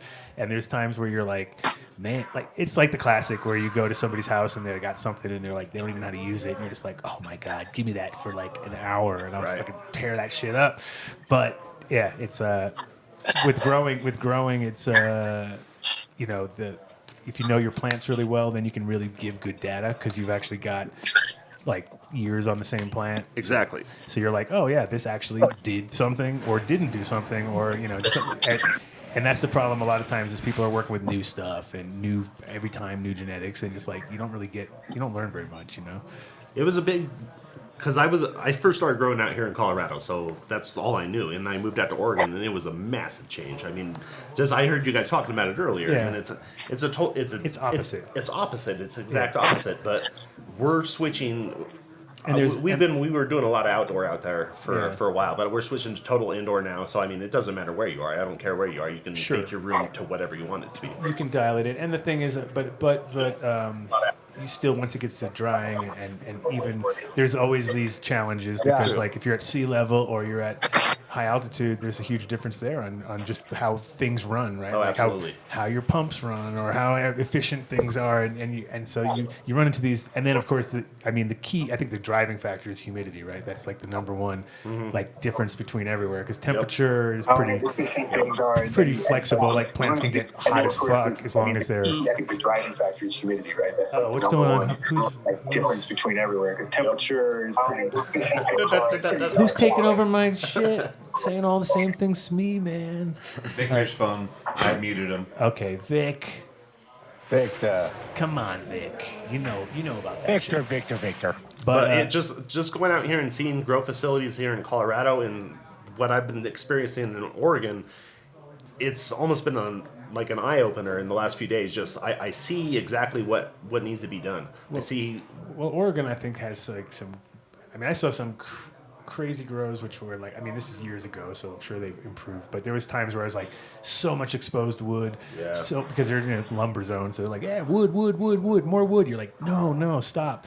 You're just creating like harboring little fucking zones, and everybody's and you walk in and you see PM and you're just like, oh, get me out of here, this is like nightmare, because like there was like situations there where I was just like, these guys are never going to get out of this is like they've dug themselves in so deep. It's biohazard. Well, yeah, they've trapped layers of PM that'll never come out because it's in the plant. It's not going anywhere, and you can or in the building, the building, the cracks of everything. Like we won't say the name because it's a well-known fact, but there's a group out here that put a lot of money into their system, and then they built it so tight, and then the problem is when they were done, they realized they trapped the spores inside of the system, and it was like. Now there'll be a tiny leak forever of one spore per. There's always, and it was like they could not get rid of it, and it was like they fucked themselves up because it was like Eagle 20 it. No, this is way past any chance of Eagle 20. Like that was like years. They couldn't even be in anywhere near your facility, Well, why we have this condition, cannabis hyperemesis syndrome, right? That's Asmax or whatever. Right. Asmax, right? Dealing with that. It's from it's from neem. It's from the active ingredient in neem. Technically, like is what they're saying. They don't know. I mean, that's still in kind the Midwest. It's everything is contaminated with that completely to the point where you can't smoke it. Right. And it's because everyone's got to fix a little dirty problem here. Yeah, I mean, I feel like. A lot of those products are like they are just like a little fix, and it doesn't work because it just creates that never-ending thing that you got to change your conditions to just alleviate. The only way you can do is change the conditions. If it's the same conditions, it's just going to keep happening, and you're just like, so what are you going to do? Band-Aid over and over and over and over and over again. There's ways to nuke stuff, but yeah, if you're outside of the place you nuked. I mean, temperature is a really cool way to do it if you can control it somehow. Like if you can stay at a sustained temperature in a real, really efficient way, then you can pretty much get it there. But if it's plants involved, that gets real sketchy. It's like outdoor. I mean, outdoor you're fucked. I mean, outdoor you have to get to a certain point and then just run with it. And become one with nature outdoors. And if it's going to happen, it's going to happen. And if it's not, you're pretty much like you failed at your IPM to begin with, and you're better off. Not trying to, because once it goes into a situation of like, oh yeah, I'm going to fix it, it's like our analogy of building grow rooms and like not finishing it before you've put plants in is the worst thing you can do, because I guarantee you'll never finish it because you just you get into this, you're perpetually at that zone where you're like, oh, it's like the mechanic with the gray charger with the 3 different colors on the fucking thing, and it's like, one day I'm gonna paint it, bro, but I'm just too busy working on it all the time. So you're like, you but if you actually like Or stop, the syndrome with the plumber with the leaky pipes. because or it's the like, electrician don't drive, with the weird switches that never go get work another correctly. car. It's like, no, man, I got to drive that one car. It's like you can't drive it, fix it, and expect it to ever get done, because it's just not going to happen. You got to like stop, take it off the road. And I think with the like now that people have built systems from the ground up, it's pretty awesome because we can do that. First of all, that's awesome. It's just like using whole plant right now is like a norm, but up until recently that was never a norm. Like to take beautiful buds and then just straight into extract was like, what? And they'd be like, no way, why would you do that? You're like definitely creating more work and probably less return unless you've got the primo market, and there's a little tiny thin line that you can kind of connect there and This make is your live, you mean, what you're saying, live? well, for live resin, Process, live resin is even worse because you're getting live resin being like 3 to 5% return maybe if you're lucky, and that's a good return. That's like a lot of times getting maybe 1.8% return, and you're like, that is not a good return, especially when you're doing more work because it's more volume. And you got to do more runs. You know what I mean? So you're paying, either you're doing it more yourself or you're paying somebody more to do it, and your costs go, and then so it becomes one of those things where it is real hard to justify it unless you are going from the bottom to the top. You know what I mean? Like that's kind of the only way. We've seen some interesting results, like coming to like if you're having LED lighting with like the terpene concentration, and then like the washing capabilities, which can be interesting. Yeah, I mean, it's I think the efficiencies are where it's all at now, and it's just like it's fine. I mean, as a grower, we almost never get to that point where you're like, now all I got to do is this, because usually it's like, oh fuck, I got to do that, and then So I think it gets your brain in the right place too, if you can kind of like have a real clean working area. But I think part of it as a grower, I think we love the chaos too, right? Like all of us, and we all want to improve, and we're never satisfied. At least I'm not. I'm not. And then you just always want to like, which is hard, because then you are always on the like, okay, there's no way I can know this until I do this, and you jump in, and you either you sink or swim, and sometimes there's situations where it's just like, just take me back to where. And I think that's where LEDs probably get people, because they're so used to their fucking thing, and they know exactly they're going to get 100 pounds every time, and all of a sudden they put the LEDs in, and unless they get like right out of the gate 150, they're not even happy. You know what I mean? But and you're it's like a total different. And you might only get 89 because they don't know what they're doing yet. Right. You know what I mean? But then the next round they got $120, and then they're Right. moving it up, and they actually can dial it all up, and that's. I mean, nobody wants to step backwards, but unfortunately we mostly do anyway. So it's like you might as well just, own it right out of the gate and be like, you know what? Instead of fucking thinking I'm going to go 2 steps forward and only 1 step back. It's more like bringing it back to running in basements with vented HPSs. Yeah. It's more like that. It's bringing it back to that. You're running a higher temperature and, higher humidity and stuff. Is Vic muted by us or himself? Can he unmute himself? No, Mark has to unmute him. Mark? I'm doing it right now. All right, I just want to make sure he's not trapped there. We didn't trap him in his... I think I'm going to dip out of here. Hey, all right, you'll... I wanted to enjoy the bring festivities Adam. around here. What? Definitely appreciate it. Tell me.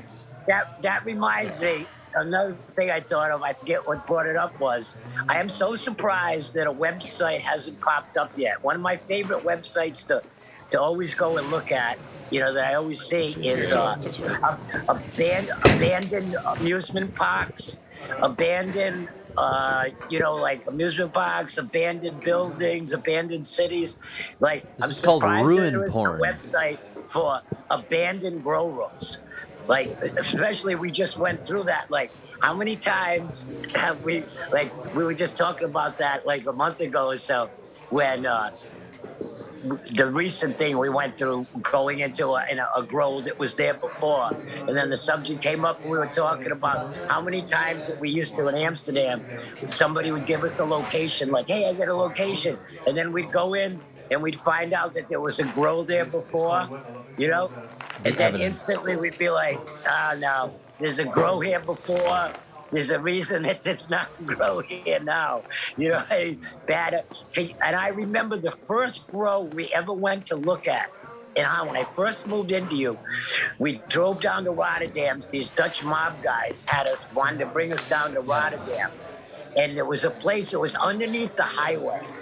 It was like this brick, like where they built this, like, it was like this warehouse. I worked on. I know. I actually dungeon. worked. I actually quit my job at Cincy Seats to work for those guys, and they were full on Dutch, classic Dutch fucking tracksuit wearing, Mercedes driving, pit bull having guys who were just like full of gold, and they were just happy and funny guys, and they were just like, yeah, we can do that cheaper, we can do everything they could do cheaper, right? Didn't matter what it was. Ancient Dutch hookups. If I said, oh, I need some lights, they go, we got lights, and then they went and got like stolen lights from the fucking. It was just total shady. Everything about it was like the classic where.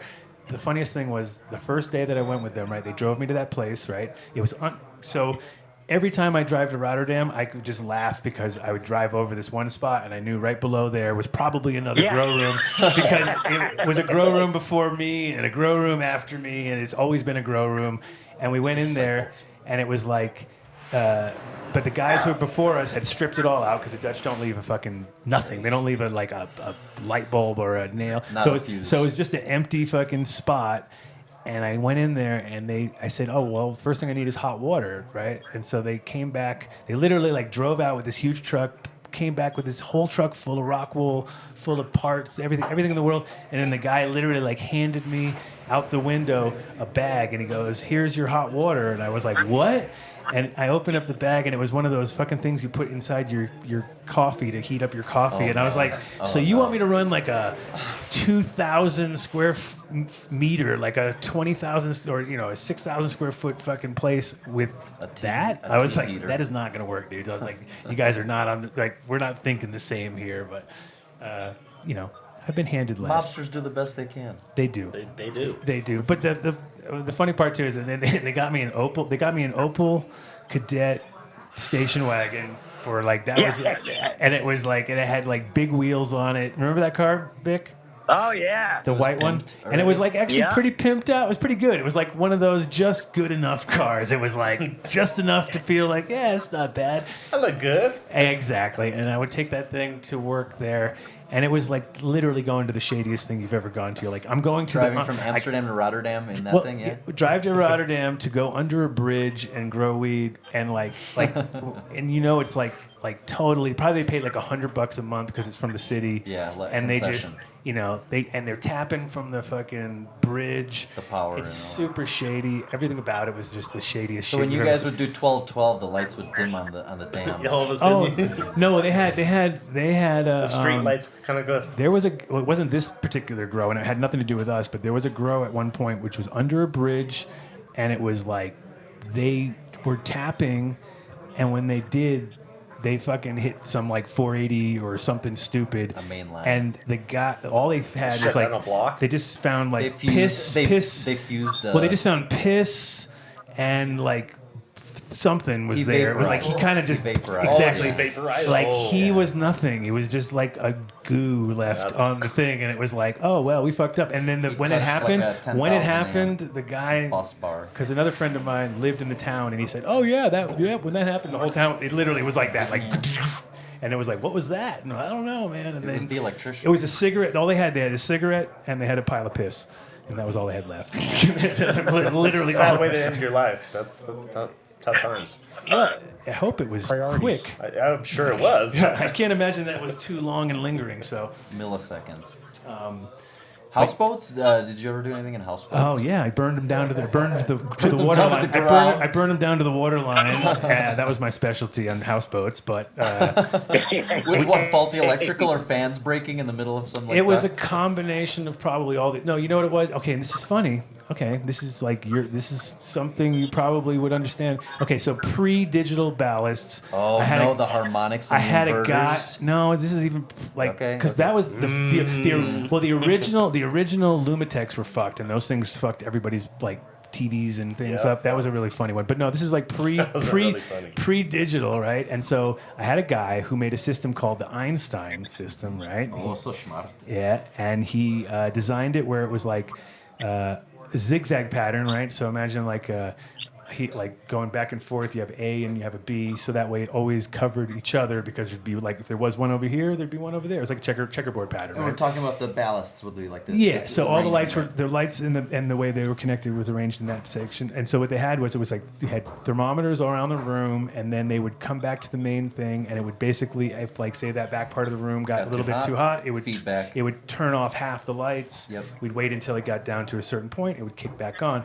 But the problem was it would like it's analog, right? So there was a time when when the weather would change, and I would be going because it was. and this thing would be click, click, blunk, Yeah, blunk, I'd click, hear click, it. like R2D2 going I'd hear off, it going right? like. Tick, tick, tick, well, tick, because tick, it's a PID loop that's proportional integral derivative, and you have to tune that thing like crazy, right? And so the guy who built it, right, he built all the ventilation for like the Grodin factory. So he was like fucking on it, and he was a ex-military dude who built fucking missiles and all sorts of shit. So he was like smart as fuck, but he was just trying to push the things too hard. So what happened was he's analyzed. So I think it was my fault. So basically, he had the system for 2 years. Everything was working fine. Of course, I fucked up and threw like another 400-watt light into the mix or something, and it just skewed the balance of it a little bit. And it was like the combination of that, and then what was really sort of like we don't know because you never know after a fire 100%. No, once you have that many sensors too, and you move it. But there was a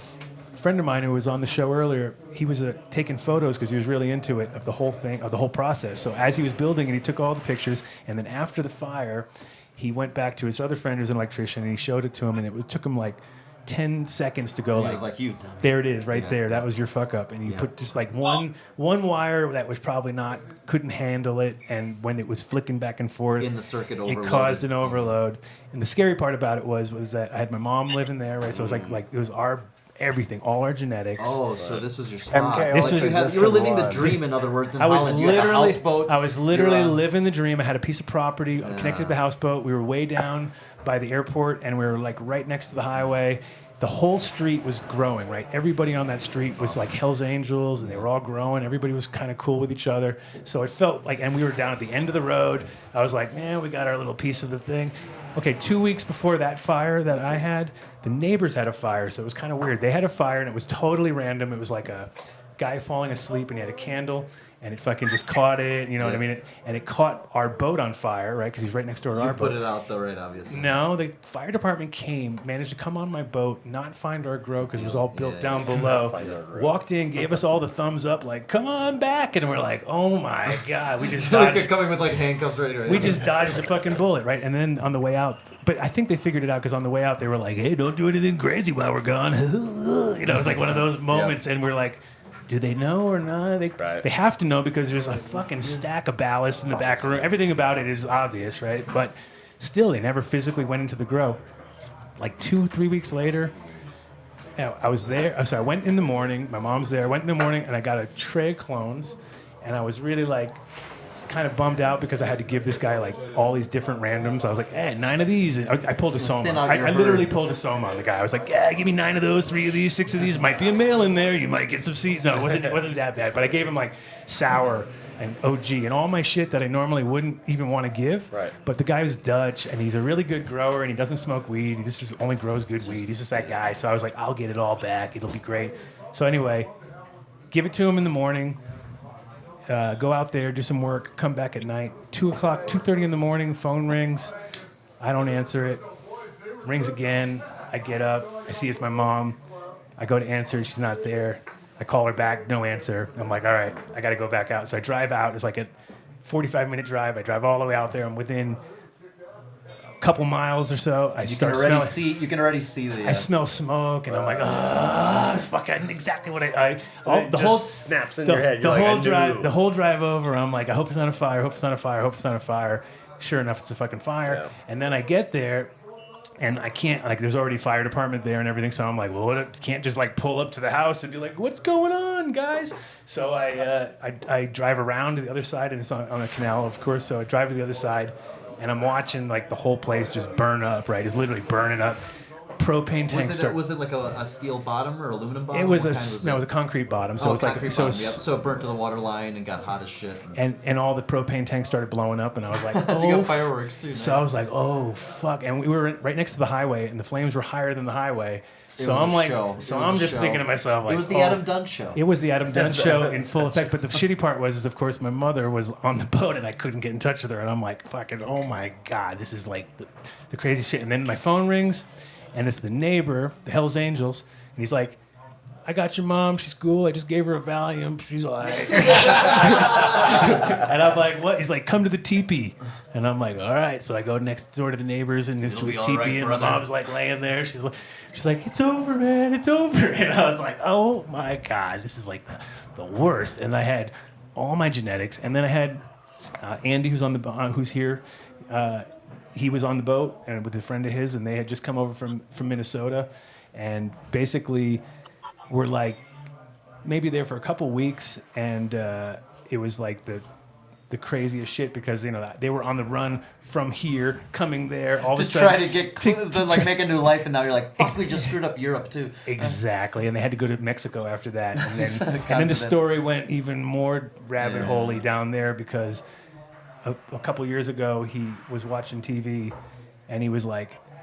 Watching this guy come off a plane and he's in handcuffs and he's all in a fucking thing and he's like, that looks why is Leo in handcuffs and what the fuck's going on? And then he sees it says Chapo and he's like, oh, now it all makes sense. So like that was that. It was one of those moments in time where he's like, oh, at the small world. The world just got smaller, right? So Adam, what's up? We're gonna have to kick off the Zoom people when Tommy comes on. Of course. Okay. So I was just like we're getting around that time, so I just want to let you. I just want to let you know so you can wrap it up or whatever. Can we get Aaron in? Damn. What's that? Can we get Aaron in? Yeah, get Aaron in now. Bring him in now. Bring him in. Load it up. I don't think that. Hey, Adam. Oh boy. Adam, but before you leave, hey. However you need me in, I'm coming in. See, I got confused. You say you write that, and I'm all. Oh, Dougie! Dougie! Oh, but the Zenith part is Yeah. Hey, Tommy's coming on, so we can't have that combo.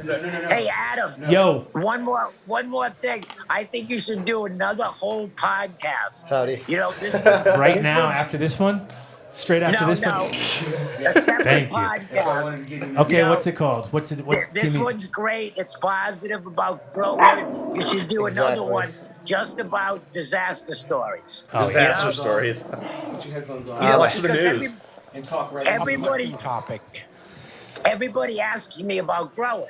Yeah. And I tell them, it's like, listen, I don't know anything. I've just been growing for so long. I was growing before anybody else grew. Like, I hadn't built my own life. There were no grow stores, So I just tell you, I go, listen, I don't know how to grow. I've just made more mistakes than anybody else. I've killed more plants. That is the key. Well, yeah, and that was the thing. Back in the day, I remember I wanted to do a book called, 101 Ways Not to Grow Weed, and that would just be, cover all those things that you fuck up on, and you pretty much then told people how to grow weed without having to tell them. Because if you tell them how to do it, they ain't going to listen, right?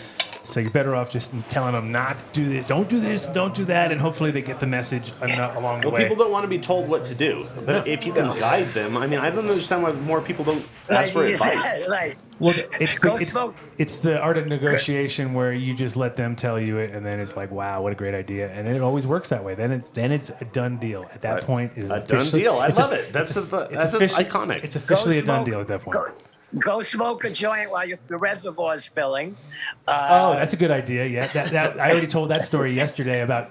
I heard it. Yeah, and that's exactly what happens. You just do it every time. You're like, brain fart. Yeah. Turn off your pump timer while you're cleaning the reservoir. Unplug the pump timer while you're cleaning the reservoir. Clean out your fucking lines before you feed your plant, so you don't stand there feeding your plant going like, I think that's anaerobic, and you're like, and then you're like, as you're feeding the plant, you're like, I totally smell it. It's anaerobic. We're fucked. I wonder why that happened. I just fucked that plant up, and you have to then flush it immediately, and you're now totally off kilter out of the gate. You know what I mean? So there's those things that are just so, and it's like, even as everybody who does things too much, they'll get slack and they'll go back into their old ways, and like Victor said, if you once you flood that reservoir again, you're like, oh my God, it literally comes flooding back at that point. You're like, holy shit, I'm an idiot. First of all, you're an idiot, right? Because you just did the same thing that you've probably done 1,000 times. But it's like also the unnecessary, like the things you just created as far as if that's in your room, and now you've just fucking spiked everything, and now you don't even know how long it might take to correct. balance that out. Yep. Let's introduce you properly now, Aaron. So hey, how's it going? let's do the proper intro. I'm just kind of wandering in here as I'm called. Hey, how's it going? I'm Aaron. Nice to meet you, man. Have you been so? Give me a little background, because. Yeah, this is kind of like, who is this guy? Why is he here? So me and my wife own a small plot, 1 acre plot. We just tiered up to tier 2 this year. All right. So you're living. So you've actually ran through the whole cycle once. Yes, we used to be bicycle taxi drivers at like major music festivals. We did like EDC and Coachella and. Kind of a wild gypsy lifestyle. Well, this is the perfect place, because now people are gonna get lazy as fuck and not want to even. I don't even want to go. I should have brought the bikes with me. You can bring the bikes and start it up again. This is a beautiful place. This is such a gorgeous country here. Yeah. Oh, yeah. No hills too. It'd be easy as fuck. Yeah, it's flat in the valley, but we live in Crestone. We live just. You're right here. Yeah. We We wanted to. the Cannabis Coalition for Area 420. Yes, and the big thing that we kind of wanted to touch on. Are you doing the meetings at Matt's? Are you part So of that? So Matt, when I first got here, Matt, like me and Matt, instantly just like nerding out. He definitely got me into like super nerding out on genetics, and I mean, I didn't even. To be honest, I didn't know a lot of the legends in the game. It was just we wanted to be out here in Colorado, and just I had some growing experience. Coming from where? On the road. We've been on the road I've been pedicabbing for about 8 years. My wife and I she quit it. She used to work as a forest ranger and a park ranger. And you guys originally though from Texas originally. Texas? Okay. Yeah. Cool. South Texas, baby. So I mean, this is also like to get. Now, are you planning on coming here, get some experience, and maybe bring that back, or you're done with Texas? I mean, we've been out of Texas for a while. Oh, yeah, I love Texas to death. Here in the valley, we're big mountain bikers, big climbers. I love to grow weed, passionate about the plant. It's been a little while since been in it, but this year has been kind of trial by fire. Snowstorm, September 4th. Says it with such like yeah. I know, and that was the thing. It was like a month ahead of just anybody's fucking anticipation of that much. We were flying so blind, and that's kind of why, like this, as we've come through this year, we've tried to start an organization here in Moffett called the MCCA, Moffett Cannabis Community Alliance. It's just to bring the community together in the spirit of cooperation. I just wish I had known so many things coming into Moffett. It's just such an intense place to grow, and we were so undercapitalized when we started. We did a complete outdoor run. Mm-hmm. Fem Seeds from Free World Genetics, little plug there for those guys out of Boulder. Awesome dudes. We only had one intersex on 1800 or 1800. 1800, yeah, nice. one intersex. Because you're tier 1 rec. Tier 1 rec, yep. Nice.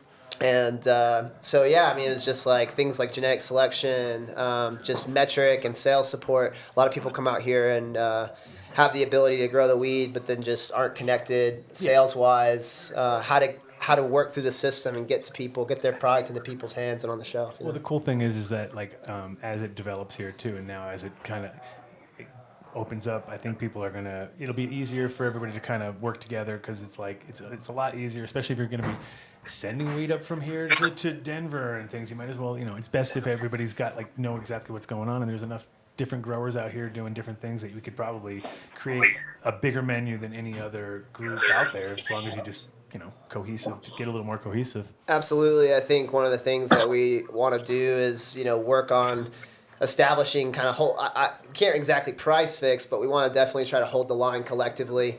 Right. You know what I mean? It's you work together to get more, in a sense. Not really price fix. We wish we could be so powerful.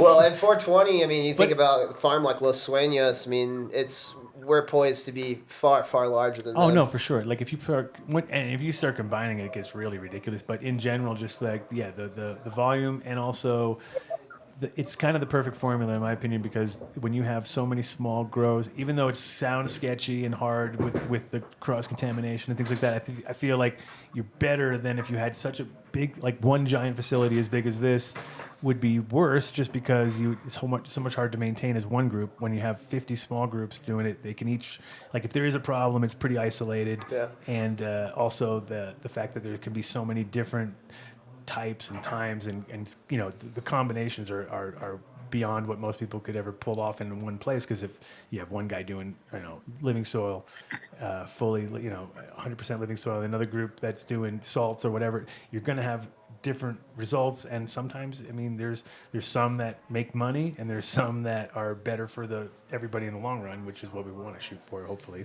But at the end of the day, there's room for everybody, right? Yeah, and our farm is Rebel cultivars. That's kind of like our idea is to work towards varieties that work for the harsh climate here. I mean, what was your do you have any standout stuff that, because did you do one strain for the whole thing? Because that's kind of a rough one if you. No.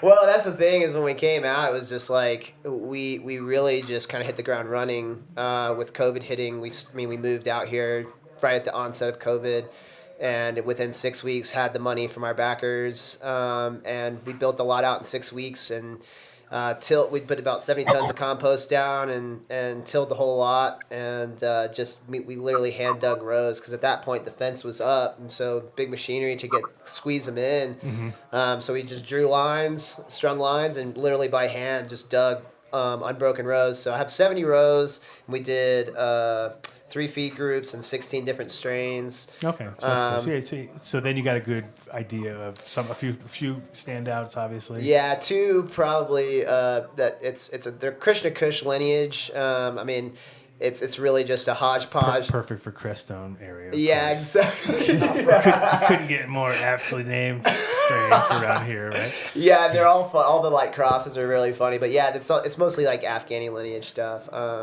It's got some lavender in it, skunk number 1, but mostly just heavy, broad, short. What we learned really was just packing more short, stout plants. I mean, we had winds, as high as 60 miles an hour out here, so it was like pretty intense. We lost a lot during the snowstorm, during the frost, but through the whole thing, we've kind of now selected. So we've got 3 varieties with a bunch of different phenotypic kind of crosses and expressions in there, and we actually have an extra 1,000 seeds. So if anybody in 420 is listening to this and you need some rockin' seedlings, hit me up, because we bought way too much. Really? Yeah. Well, we didn't exactly know if the tear up was going to go or not, and I've never popped 3,000 seeds, before, so I was overbuying. Now I've got my method down and feel pretty confident. Right. Well, I mean, and these are feminized ones, or they're also fem seeds, yep. And same group, so you're looking at pretty much same rates, like 1 or possibly 2, because you doubled up this year. Yeah, I mean, I'm sure you just got to do your due diligence with.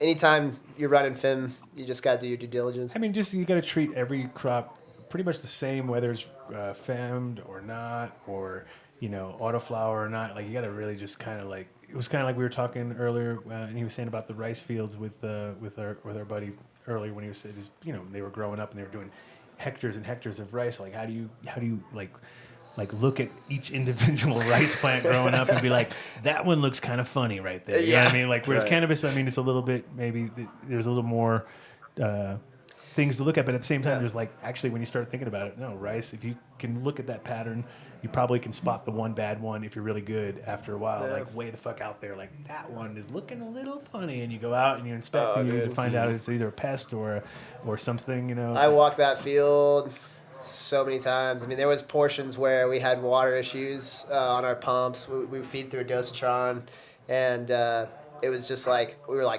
fuck it. We're just fill trash cans. We just went out and bought a bunch of trash cans and filled individual and literally hand watered. It's quite funny. If we had another friend of ours, Gannon, here, he's like you guys were kind of on the same exact path and probably doing he did this because he was doing hemp, but he was doing it on his own with a group that didn't know what they're doing. So he was doing everything, and he was he's coming from Georgia, and he's a smart kid, and he's on it, and he's but he had to totally every single thing got thrown at him. It was oh shit, now we gotta like we fucked up with that. We got to redo this, and he rolled with the punches, and he pulled off an amazing crop, and then the cartel fucking robbed him. Like straight up, like bum rushed the place, knocked over the gates, fucking took all the fucking product, held the people at gunpoint.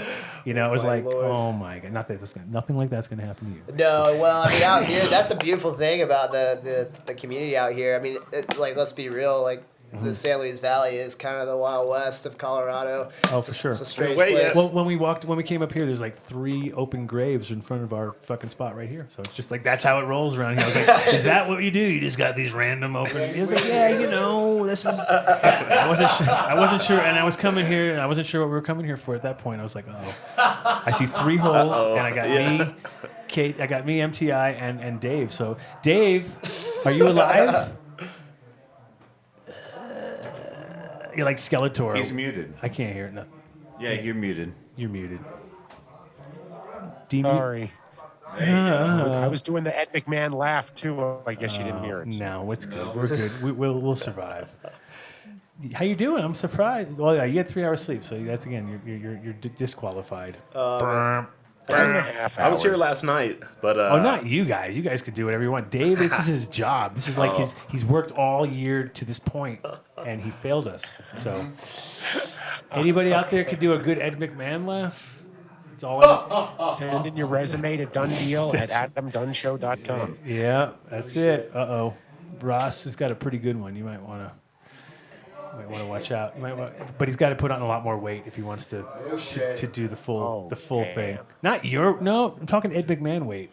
I'm talking straight up Ed McMahon weight.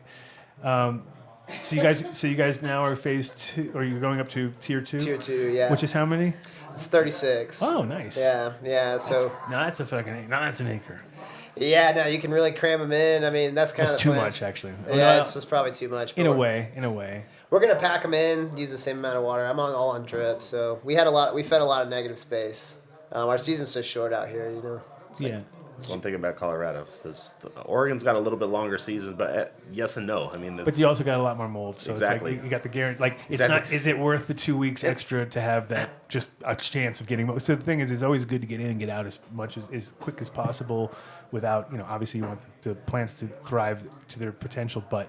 If you can cut any time off anywhere, it's worth it. Because depths. Well, depths all day, of course. Oh, that's definitely something we're trying to move into. We got our buddy here is one of the money guys that was backing us. I mean, him and his best pal put in like 75 each, and so we did the whole run on 150, which is like, as far as I know, that's pretty bare bones. It's pretty bare bones. I mean, we were like clocking in at that. I know when we were doing the ideas for here, like this is like. And we literally said, this is like, you got nothing. This is not including like you and living, being alive and plants. That's maybe the right food. If you fucked up on one thing, you might have to go buy some more and then you'd be broke. What's up? We got 5 minutes to say bye to everyone so we can get Tommy in here. All right. And all that. We can do that. So I was just letting you know. All right. That's cool. I'm glad we got it dialed in that well. I thought we were talking. So we're gonna be able to get him in right at Dune Valley guys wound up in a really bad cell area and couldn't be having trouble dialing in. Okay. But this way we just have an empty studio for Tommy when possible. Oh, okay. It'll look real pro when we've kicked everybody. They're all out there scratching at the door, dying to get in here. We don't need everyone out till 2. So I'll talk to you in a little while, Adam. But I wanted to represent Oregon, represent Colorado, all the badass growers out there. Much love to you. And to Sneaks, thanks for the diamonds, man. And thank you, everybody. God bless. Awesome. Thanks, Ryan, for coming through. And you're going to be hanging with us for the tomorrow's. Yep. Yes, sir. Nice. Yes, sir. You guys got the hot spring all rented out. Oh yeah, you're ready to go now. Oh, I need a break, dude. I've been going hard. I'm thinking about going for another 24 hours. What do you think, Dave? Should we do it?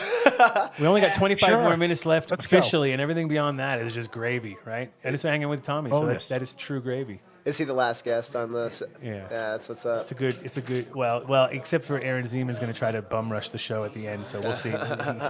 But he's got to come after Tommy. It's official. Well, as soon as I can, I'll say I've got some samples. No, I told Tommy's guy we were closing the show with him. Yeah. So he moved his schedule around to have him come in early. Oh, that's so awesome. Well, we that's can't great. do a whole bunch of banter afterwards and then have wind up John Paul get pissed at me. And we need to get done at 2:20. Cool. Huh? Listen to you. No, we're going, dude. We're going till the wheels fall off, bro. We live here now. Willie's about to get back on the trumpet. To run this shit over here. Oh shit! Don't threaten. Don't. We might get somebody in here who's like all of a sudden they're like a savant, and we're He's like, done. you're like, Good. wait a minute, how'd you get the show in 4D? Should have got him 12 hours ago then. I'll definitely have to sneak over some samples we just pulled down. We're gonna be here for the next. Yeah, exactly. We'll Cool. We'll see you at the Springs. Yeah, and without doubt, we kind of had some intermittent indoor going on in the shipping containers. Maybe it's something Nice. a little better quality for you than the outdoor that we pulled down.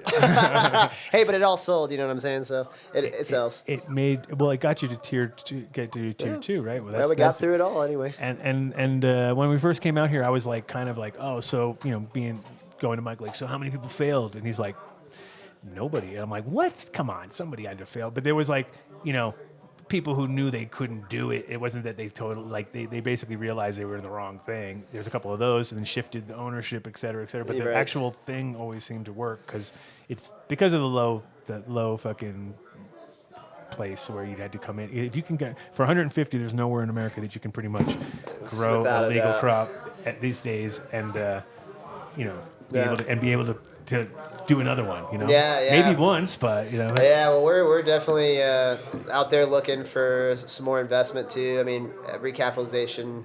You need money to survive in this game, especially with the price being driven down. That's another reason why the MCCA is here. And then my last thing is that any of you guys out in 420, please come to meetings. They're once monthly. We try to do every first Tuesday of the month. And Matt is filming them, and I watch them. I'm one of the guys watching them, so I have been watching them. And I watch them like too. right away. I was like, wait a minute, I know you. Yeah, just getting started. Got a metric training coming up. Definitely want to keep people compliant. Just helps the product move and. Yeah. Well, the thing is, it's like because you're dealing with this is your neighbor and they're all doing the same thing. It's not our typical grow thing where you're like, so what do you guys do? Oh, we're the weed guys. You know what I mean? Like everybody's the weed guys out here. Everybody's the weed so you're guy. not like anything new by being the weed guys. You just have to be the right. You have to treat each other. good, Right. And you're right there. So I mean, at this point, like we're done with sales, so I've kind of transitioned to like helping other people move their product at this point, just because it is easy to fail out here. So if you don't have some support, Right. and with the community support, I do feel like together we could come up a lot better than if we just we're so shoulder to shoulder. It doesn't make sense to try to compete each other out. Oh, You know yeah. what I mean? absolutely not. Absolutely not. co-op, It's total like- co-op.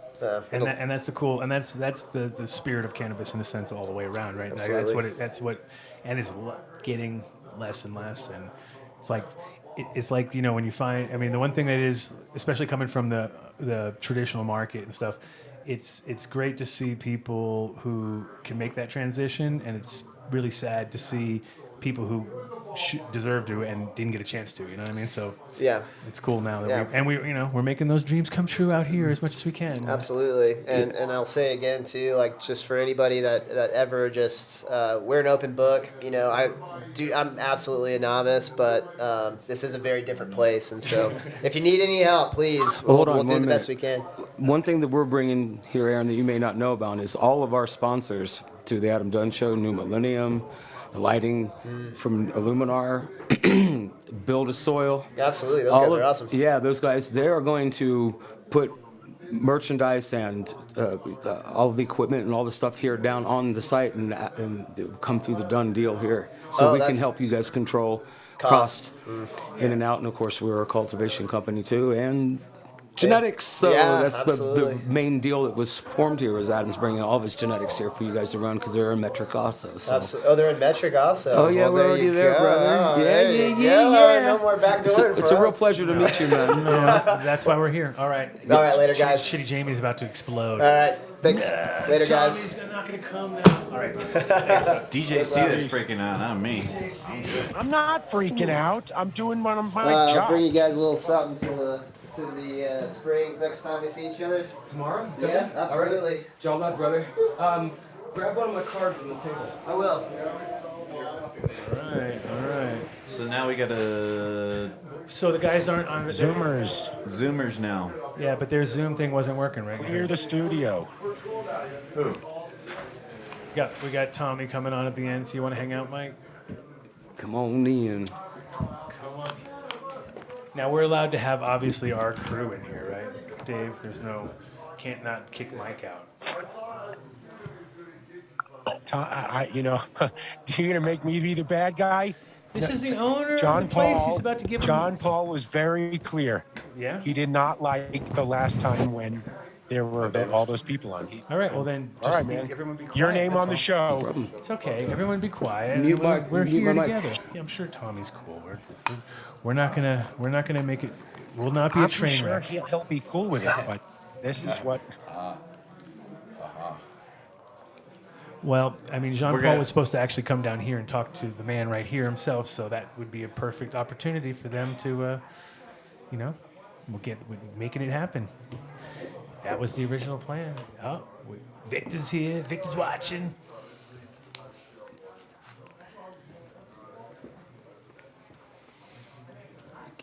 So what do we got? You got a timer? We got something? You talking to anybody? Dave? You working this? You scared now? Put you under pressure? The last second. Look at the pressure. The pressure. The pressure. It's okay. We're down to 15 minutes to hit our goal. He wants you to read the WhatsApp. Oh no! What's it say? Everyone's got to go again. Dude, you're making me. Don't make me the bad guy, man. Jesus. All Christ. right. All right. Everybody out. That's the only way it's gonna work, Mike. Sorry, bro. You can't talk like you love to do. It's right. I wasn't gonna talk. All right, it's cool. It's cool. Dude, see, you kicked everybody out of the back. Now you're kicking everybody out of the front. So here's You're the Kurt kicker. Cotton. You're the He's kicker-outer. growing for Dune Valley Farms. Oh, he's on. He They made are it? the growers for Tommy Chong's cannabis. Hey, welcome to the show, man. Kurt, you're muted. Phone sideways and unmute, and then we start the. So John Paul, Tommy's guy, tells me that they're going to be selling a whole bunch of pre-rolls all over the state, and Dune Valley's going to be growing packaged eighths and quarters under the Tommy Chong branded name. And I've been speaking to Corey McCabe. He's still who is muted, one though. of the seniors there. Unmute your. Kurt, we just need to unmute you. Hit your phone thing so that it's not red there. All right, I think. Can you hear me? Now we got you, 100%. Can. Okay, cool. Hey, welcome to the show, man. How you doing? I'm doing okay. How's your 420 go?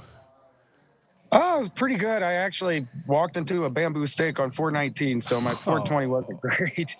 Into the eye or? Oh yeah, I scratched the hell out of my cornea. Oh my God, that's the number one injury in cannabis. You know that, right? Yeah, for sure. 100%. I've done it like 6 times. You're the guy. You're that guy. You're the one who keeps the stats I really high. am that guy. Was it a lean over straight into the stake kind of deal? One of those things. Yep, exactly. Fuck. Those are so shocking when they happen because you just really it's out of your it's like it's right in front of you, but you just do not fucking see it for the life of you. And sure enough, so this is the 6th time this has happened to you. You said. Roughly, yeah. Wow. They weren't all bamboo sticks, but the last 3 of them, ever since I started growing, the last ones were. You gotta either put balls on the ends of them or something like that. You know, something. That's actually not a terrible idea, but I think know. this is just my new gear from now on. Like ping pong balls, you just pierce a hole in a ping pong ball and stick it up there. At least you can see. Get the orange ones, I like so it. you can see them. You know, you're like, there it is. Shove a tennis ball on there. Yeah, tennis might be heavy, but a ping pong ball is cheap enough. You could buy a shitload of them, just poke them in there, and get the orange ones, and then you're good to go. I think. Yeah, that's actually really not a bad idea. Well, now at this point, what do you got to lose except for an eye? I got an eye to lose. So how long? So is this your first cycle with Tommy, or have you guys been doing this before? Or we have. So last season's long season was kind of the first cycle, and we've had probably 2 to. Oh, we lost him. Uh-oh. What? He's back. Nope, he's there. Almost. Yo, you there? Yeah, sorry, the It's okay. internet. I sat down and the internet went away. That's no problem. But did you hear? Did you hear what I was saying? We heard up until you basically said like last year's long crop, and then that was it. It was kind of caught. Boop, Yeah, and then we've had about 2 or 3 indoor crops since then, and it's just going really well. I think everything's turning out really nice. It's definitely some product that I am proud to put my name on.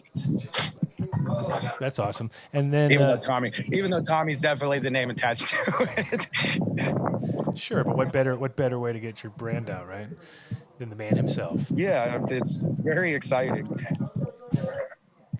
And how many different flavors did you guys do? So I'm not sure how many we've actually packaged, but we have approximately 19 to 20 cents on site. Okay. I have got some. Approximately. I've got a cycle going, so as soon as I can kind of get that nailed down, the flavors will kind of be coming more rampantly. But I know we've at least packaged up 10 flavors. Nice. And then, are you doing like just doing straight pre-rolls, or are you doing like, fancy stuff, all rolled and keefed? A little bit of everything. Currently, our biggest seller is kind of like a higher quality pre-roll joint. It's still. It's not windy down there by any chance, is it? Yeah, totally is. And like it's the only place that I get service. Right. No, it's better now. That It sounds pretty good. fine now. It sounds good right now. Okay, good. And so the biggest seller is the pre-roll joint. It's about a third bud, third to a half bud, and then the rest trim. And those are the biggest sellers. We have sold a few all bud joints, as well as we're just starting to get out the door some infused joints. So they're going to be the same as the pre-roll joints, but with, I'm not exactly sure the percentage of keef put in there, but it's going to be pretty good. Right. How big is your whole operation devoted to Tommy John cannabis line? Well, to some degree, I won't say the entire operation because we're still wholesaling quite a bit of pounds, but he basically gets the pick of the best of whatever we got. So in some ways, the whole operation is going to the Tommy Chong. Particularly, the best weed goes to the pre-roll eighths. And then the best kind of quality popcorn and things like that end up going in the pre-rolls. Mm-hmm. Right. And it's kind of, we're not picky. We don't have specific strains. Tony Bologna, we're kind those of are, using all of them. Tony Bologna, those are not cool guy shades. Those are, I poked myself in the eye with a stick shades. Yeah, I mean, I'll take them off, but I've got a. It's not a pretty picture. I've got an eye patch on. No, we don't. I figured this would look a little better. Yeah, it's a little classy. Poked his eye. You see, Tony Bologna, you had to do it. You had to make us go there, us Tony. You had to see it. I need to see it. No, but that, like I said, it's like, it's funny because Dave's known for making bagels, and bagels are like the most dangerous thing in culinary, right? That's like the number one injury in the kitchen, in any commercial kitchen. Of all the injuries, is always the bagels, right? And then avocados second, right? And then with cannabis, it's definitely steaks to the eyes is like the number one injury for sure. I mean, it used to be back in the day when we grew with like big stupid lights that were all, it was banging your head into the coin. That was a good one for a while. But now nobody has that. Everybody's got clear canopy, and you're pretty much beyond hitting the, and it was funny too, because we had a product already figured out. Derek and I wanted to do a product called Headbangers, and it was like the corners of we figured we got 4 of them on every light, and then as you came up, the first, because you see stars when you fucking hit yourself in the head. And you're in a grow room, and it's all light, bright, and shit. And there's moments where you just like you start to fade out. Sometimes like you can hit your head fucking hard. I mean, how many times? I don't know. I've done it, but when it happens, it's like sometimes you're like, if you're by yourself in the room, you may wake up on the ground at some point. There's times that it feels like that. Yeah, we've got some LEDs in our bedroom that I don't know. Those things weigh 20 pounds each or something. And you walk in the corner of one of those, you definitely see. Well, the problem with the LEDs is they're real low profile, so you don't see them until the last. You don't even see them at all. You just kind of walk straight into them, even when you know they're there. You don't really see them. So they're tricky like that. You guys are doing LED, like a lot of LED grows right now, or what's your majority of lighting? No, right now, currently, only our veg is under LEDs, but I'm actually in the process of expanding into LEDs. So we just built a building. Can you hear me? Yeah, for sure. Oh, okay, cool. Yeah, so we just built a new building to do our drying and trimming and processing and all that kind of stuff. So currently it's being done where all the growing is being done, or at least in the same building. 9 minutes so to I'm going to be able 24 to hours. expand my. Yeah, I'm going to be able to expand my indoor. You know, didn't care. Nobody cares radically. anymore.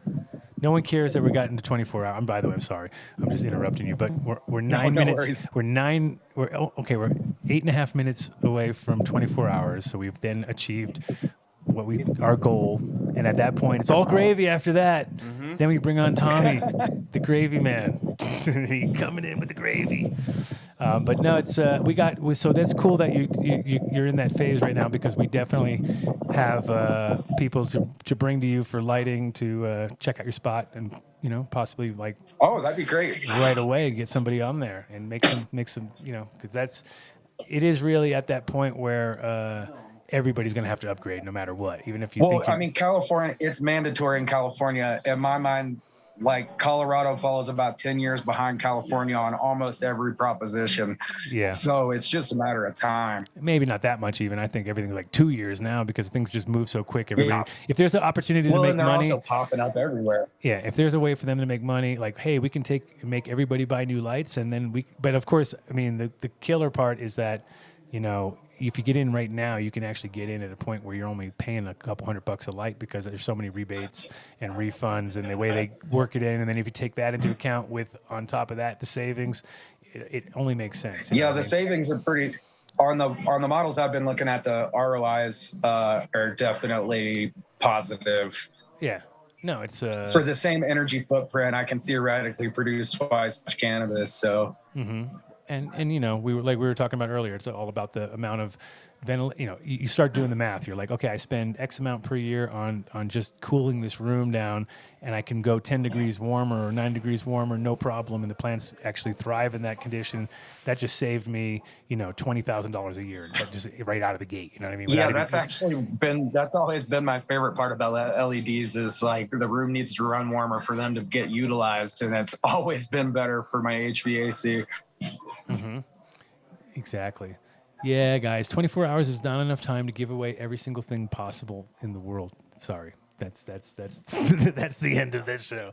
No, we got 7 minutes, 8 minutes. Oh my God, what are we gonna do? And then Tommy's gonna come on, and I think, and then at that point, we're gonna maybe let the beast, Aaron Zeman, come in at the end, maybe if he's lucky. But Tommy was supposed to be on 10 minutes ago, so. Don't even start with that. We cleared the studio. Yeah, we cleared the studio. We had guests that had to be cleared. And they're standing right outside the window. No, Aaron Zeman is outside the window, dying to get in. He's he's literally scratching at the door right now. Literally clawing. He's clawing at the door to get in. So, telling you. You have a backstage pass? So how many places? So you have, you're doing the production for him. So are you guys in like how many dispensaries represented right now? Oh, I don't even know. Most of our bulk wholesale goes to like chains of dispensaries. Yeah. So Starbuds. Starbuds, I know, is a big buyer of our product, and I know they buy product that's going to a number of different dispensaries. I know we're heavily represented in Denver, and I believe Rocky Mountain Cannabis has a couple of stores in several different places. They're a big liker and buyer of our flower. Nice. Yeah, I mean, we're pretty much all over the state. Yeah, I mean, it sounds like you guys can only can only produce so much, and probably are you guys planning on expanding bigger from where you're at right now? Oh yeah, I'm nervous. I've been an HPS grower my whole life. I'm definitely nervous to start flowering under LEDs. I'm going to start with couple of R&D type rooms, and the ultimate goal is to literally just double stack any space that can fit plants and lights in. Sure. I mean, now that it's kind of getting to the point where it's comfortable enough to do that, it's definitely worth it. The LED technology. So from where I started, the LED technology that's out there right now is just undeniable. Yeah. When you've got a LED that's got the light performance essentially of an HPS, there's no reason to use HPSs anymore for the most part. But I know how to use the HPSs, so I'm definitely hesitant to just throw them all out. No, and that's what I was saying before. Is like it is really hard once you get into you know what you're gonna get, and you know your timing really well, and then all of a sudden it's like throwing you off because it's finishing a week early and it's not fading as fast as you thought it was gonna do, and then you're like you know you have to really like change your way, like stop feeding way earlier than you thought, and then there's those little learning bumps along the way. So it's like yeah, for sure. It's good it's good to always start small and work your way up. I mean, there's nothing wrong with that. Nothing wrong with that at all. So what's going on, Dave? Dave's man, you got it figured out?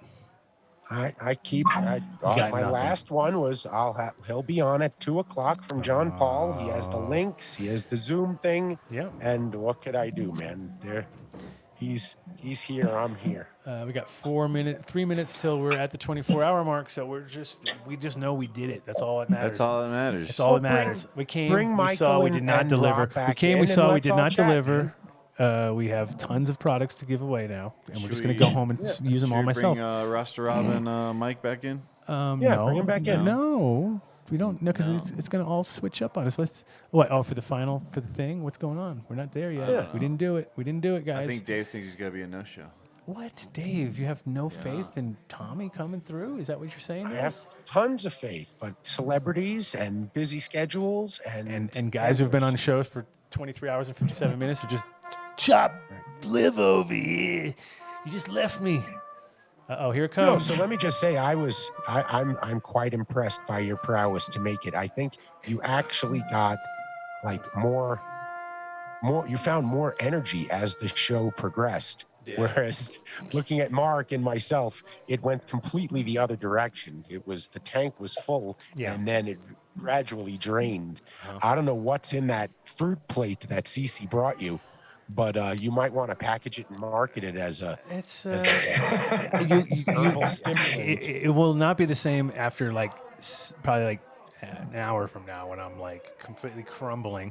So we'll see. There's Carrie's back. See, now everyone's back. They're like, oh yeah, they're back. Everybody's fresh. They've had sleep.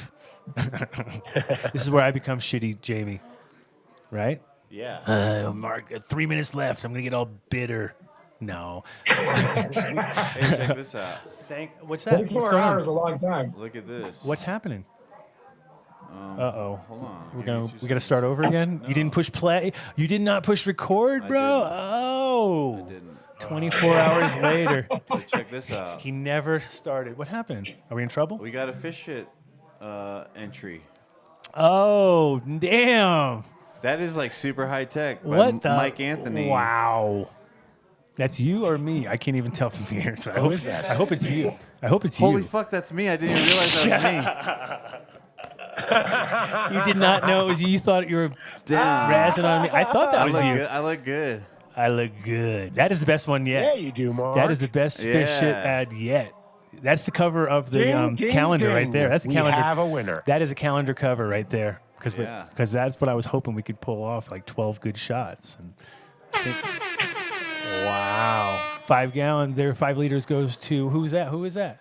Kurt, do you use fish shit at all? Mike Anthony. Mike Anthony, damn. He's been working all 23 hours on the 23. Did he work for 23 and a half hours on that before the show was going on? He's like, I'm going to do this by the end of the show. He was like, I'm going to put this together way before they could ever even like give away anything. Dude, but he what? He left? He ripped off Matt, dude, with the Photoshop thing, bro. Shit. SofaBab. Half the credit's got to go to SofaBab. Half the money. Make it an NFT. Half the money goes to Matt. Yep. Matt, the creator. Did you know that if you ever do a head cutout of anybody and then put it on someone, you got to go through this. There's a group called SofaBab, and then you have to talk to them. That's right. They run that shit. That's right. So I don't know. I don't know if this could win now. Hey, 15 seconds away from. Oh wait, did we already pass it? We might already pass it. What? Oh, we're on Frozen. Cha-ching. Yeah, bang, bang, Wait, bang, come on, give me the horn. Oh, you want the horn? Yeah. Oh, 24 hours. That was nothing, dude. Come on, bring it, people. You got to bring it. You got to do more than that. Smoke this whole joint, man. It's still walk away, man. Wouldn't be no problem at all, man. Smoke weed every day. Well, how's it on the other side? Does it stop at 24? That's it? It's over? Yeah, that's what it is. That's it. Oh, man, we're going beyond time now. Yep. Where everything is beyond time. So what was the moment of time for real at the 24? What was the exact? I don't know. We missed it 12, because it 220, stopped. 220? 220, exactly. 220. We're on it. Yeah, I know. We are more on it today I planned that. than ever before. You know. That's it, guys. Wow. Mic drop. That was a mic drop. That was a mic drop. Not totally. That wasn't not a total. If Tommy jumps in, we will pick the mic up. We'll grovel. We'll grovel for Tommy. But I want to thank all the people who actually listened to the show for however long. I don't know if you came in early, you came in late. Welcome. That's Victor. Hey, Victor. Is that Tommy Victor? I was just letting him back in. Okay. There you go. Well, Vic, we may have smoked out Tommy Chong. We may have, smoked him under the table officially because he didn't show up. So that's how it goes. We win by default. Didn't we have to do this? What did we have to do? Oh, yeah, shit. Speaking about winning by default, when are we going to do our piss test? I'm about ready now for that. I could probably get away with a piss test now. It's only me. I don't know who else has any. We need. I thought I needed one too. I got one. You got one? I don't. All right. Well, who else? Right here. We need 10. We have 10 of them. There's 10 supposedly. So, Mike, tell Mike we need to do tests. End of the show. End of show test. Tell Mike we need to do drug tests. End of show drug test. Oh, and I guess fuck. We're gonna. Oh, wait. We got more coming or not going. Coming or going? Or the same? Going. Shout out. Give a shout out there, Dave. We just lost him, so give a shout out to T-Dog for joining. Thank you so No, much. shout out right now for the guys who just left. Oh, there they are. They're back? They're back. They're back. Okay, we thought we lost you. We thought we lost you, man. Dune Valley Farms. There he is. Shout out. Oh, T-Dog, you said his name like Beetlejuice. So, he showed up. dude, check. I did a little caricature while you were talking about an hour ago. I sent it to you. Did you? Yeah. Shit. Check your Instagram. Is a fish in a diaper? What, me? I should have gotten a little more irreverent. That's for sure. Let's see what we got going on here. I posted it on my story too. I had you with your green tea. Anybody know how to use these narco check things, or do we open them up and read the package? We got to either piss in a cup and stick it in a cup or something like that, right? Isn't that the deal? Yeah, you piss in a cup and you dip it in. I think you piss in a cup, then you drink it, and then you look at this thing or something like that. I think that's what you got to do. I think that's what they said. I'm not sure. Oh man, we'll just do it next year. Sweet, we'll just do it next year. We'll do it we'll do it next show man, when that no sounds one's great. Look at that. See that? Caricatures live. It's like I'm on the boardwalk. T-Dog on the boardwalk. We'll test it this week and do results next week. Yeah, man. Did you go to Instagram? Did you go to Instagram and see his thing? Come on. Yeah, I already saw it. Did you put it up? I saw it when he was showing it on here. And did you Y'all put it didn't up? see it. We didn't see it. I was like putting it up there. Nobody was noticing it. Oh, dude. I saw it, but y'all were talking. Oh, look at that. Mr. Johnny on the spot. Well, that's awesome. Thanks, T-Dog. No, you done good. I can't wait till you do it again. I done good? You said I done good? All right. We all done good. We done good around here. 24 hours. Yeah, more Adam Dunn did it. That's it. Finally, a good thing. It wasn't just me getting in trouble. Usually when I got in trouble, that was always the thing. Yep. The cops love that. They'd be like, "Oh, you done it, and we got you." I've been there, so it's not. T-Dog, thanks. Nice. All right, brother. We're gonna get back to it. Get some rest. Yes, and sir. Happy Earth Day. Happy Earth Day to everybody. Tomorrow. Tomorrow, 100% Earth Day at the Sand Dunes Recreational Center. We're going to have a big old blowout after party from this thing going out there. So everybody who's here is going to be soaking at the hot springs. And if they're not, they're crazy. Oh, that sounds good, man. Because there ain't nothing after a 24-hour fucking show that sounds better than soaking in the hot springs, right? Except that I'd fall asleep right away into the hot springs. I'd just be like, and Adam's in the deep end. He just went straight down to the bottom, and yeah, we haven't seen him since. So no, I may even just have to go to sleep for a minute, I guess, at some point. What are we doing? We're gonna hang in there and hope for the best, or we're just gonna say nope, no. Shitty Jamie's kicking in. We're really gonna end the show. Hell yeah, we're I thought done. this would never end. Nope. No, we're really gonna there's- end it. Yeah. What do you mean? Man, okay. If that's the way you want to do it, you don't want to go till 4:20, bro. Come on, we can stay it. No, it's all right. we did enough. We did. How many 420s does that equal in the end? Because we did so many. 24. No, we did more than that because of the little mini ones. I don't well, 'cause think you we had all really those started till 15-minute 240. 12. If you want to go to 240, I'll agree to do that. 240. There you go. That's good. That's like what? 15 more minutes? No. What? 11? 10? 14. Yes, 15. 14 more minutes. Can we do it, people? Can we make it? Now, All right, I'm gonna go piss.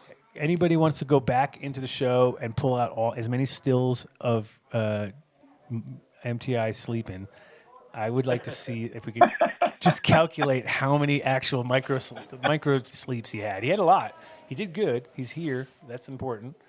Did his head tilt a little? Oh, dude, not even. Yeah, way beyond tilting. He was already like he was there. If we just all like quieted down a little bit further for a little longer, he was slipping in there hard. So I'm proud. I'm proud of the crew. I'm proud of you, Dave. Even though you failed me miserably, it's okay. I'm still proud. I'm still proud of you. I like your cup collection. That was good.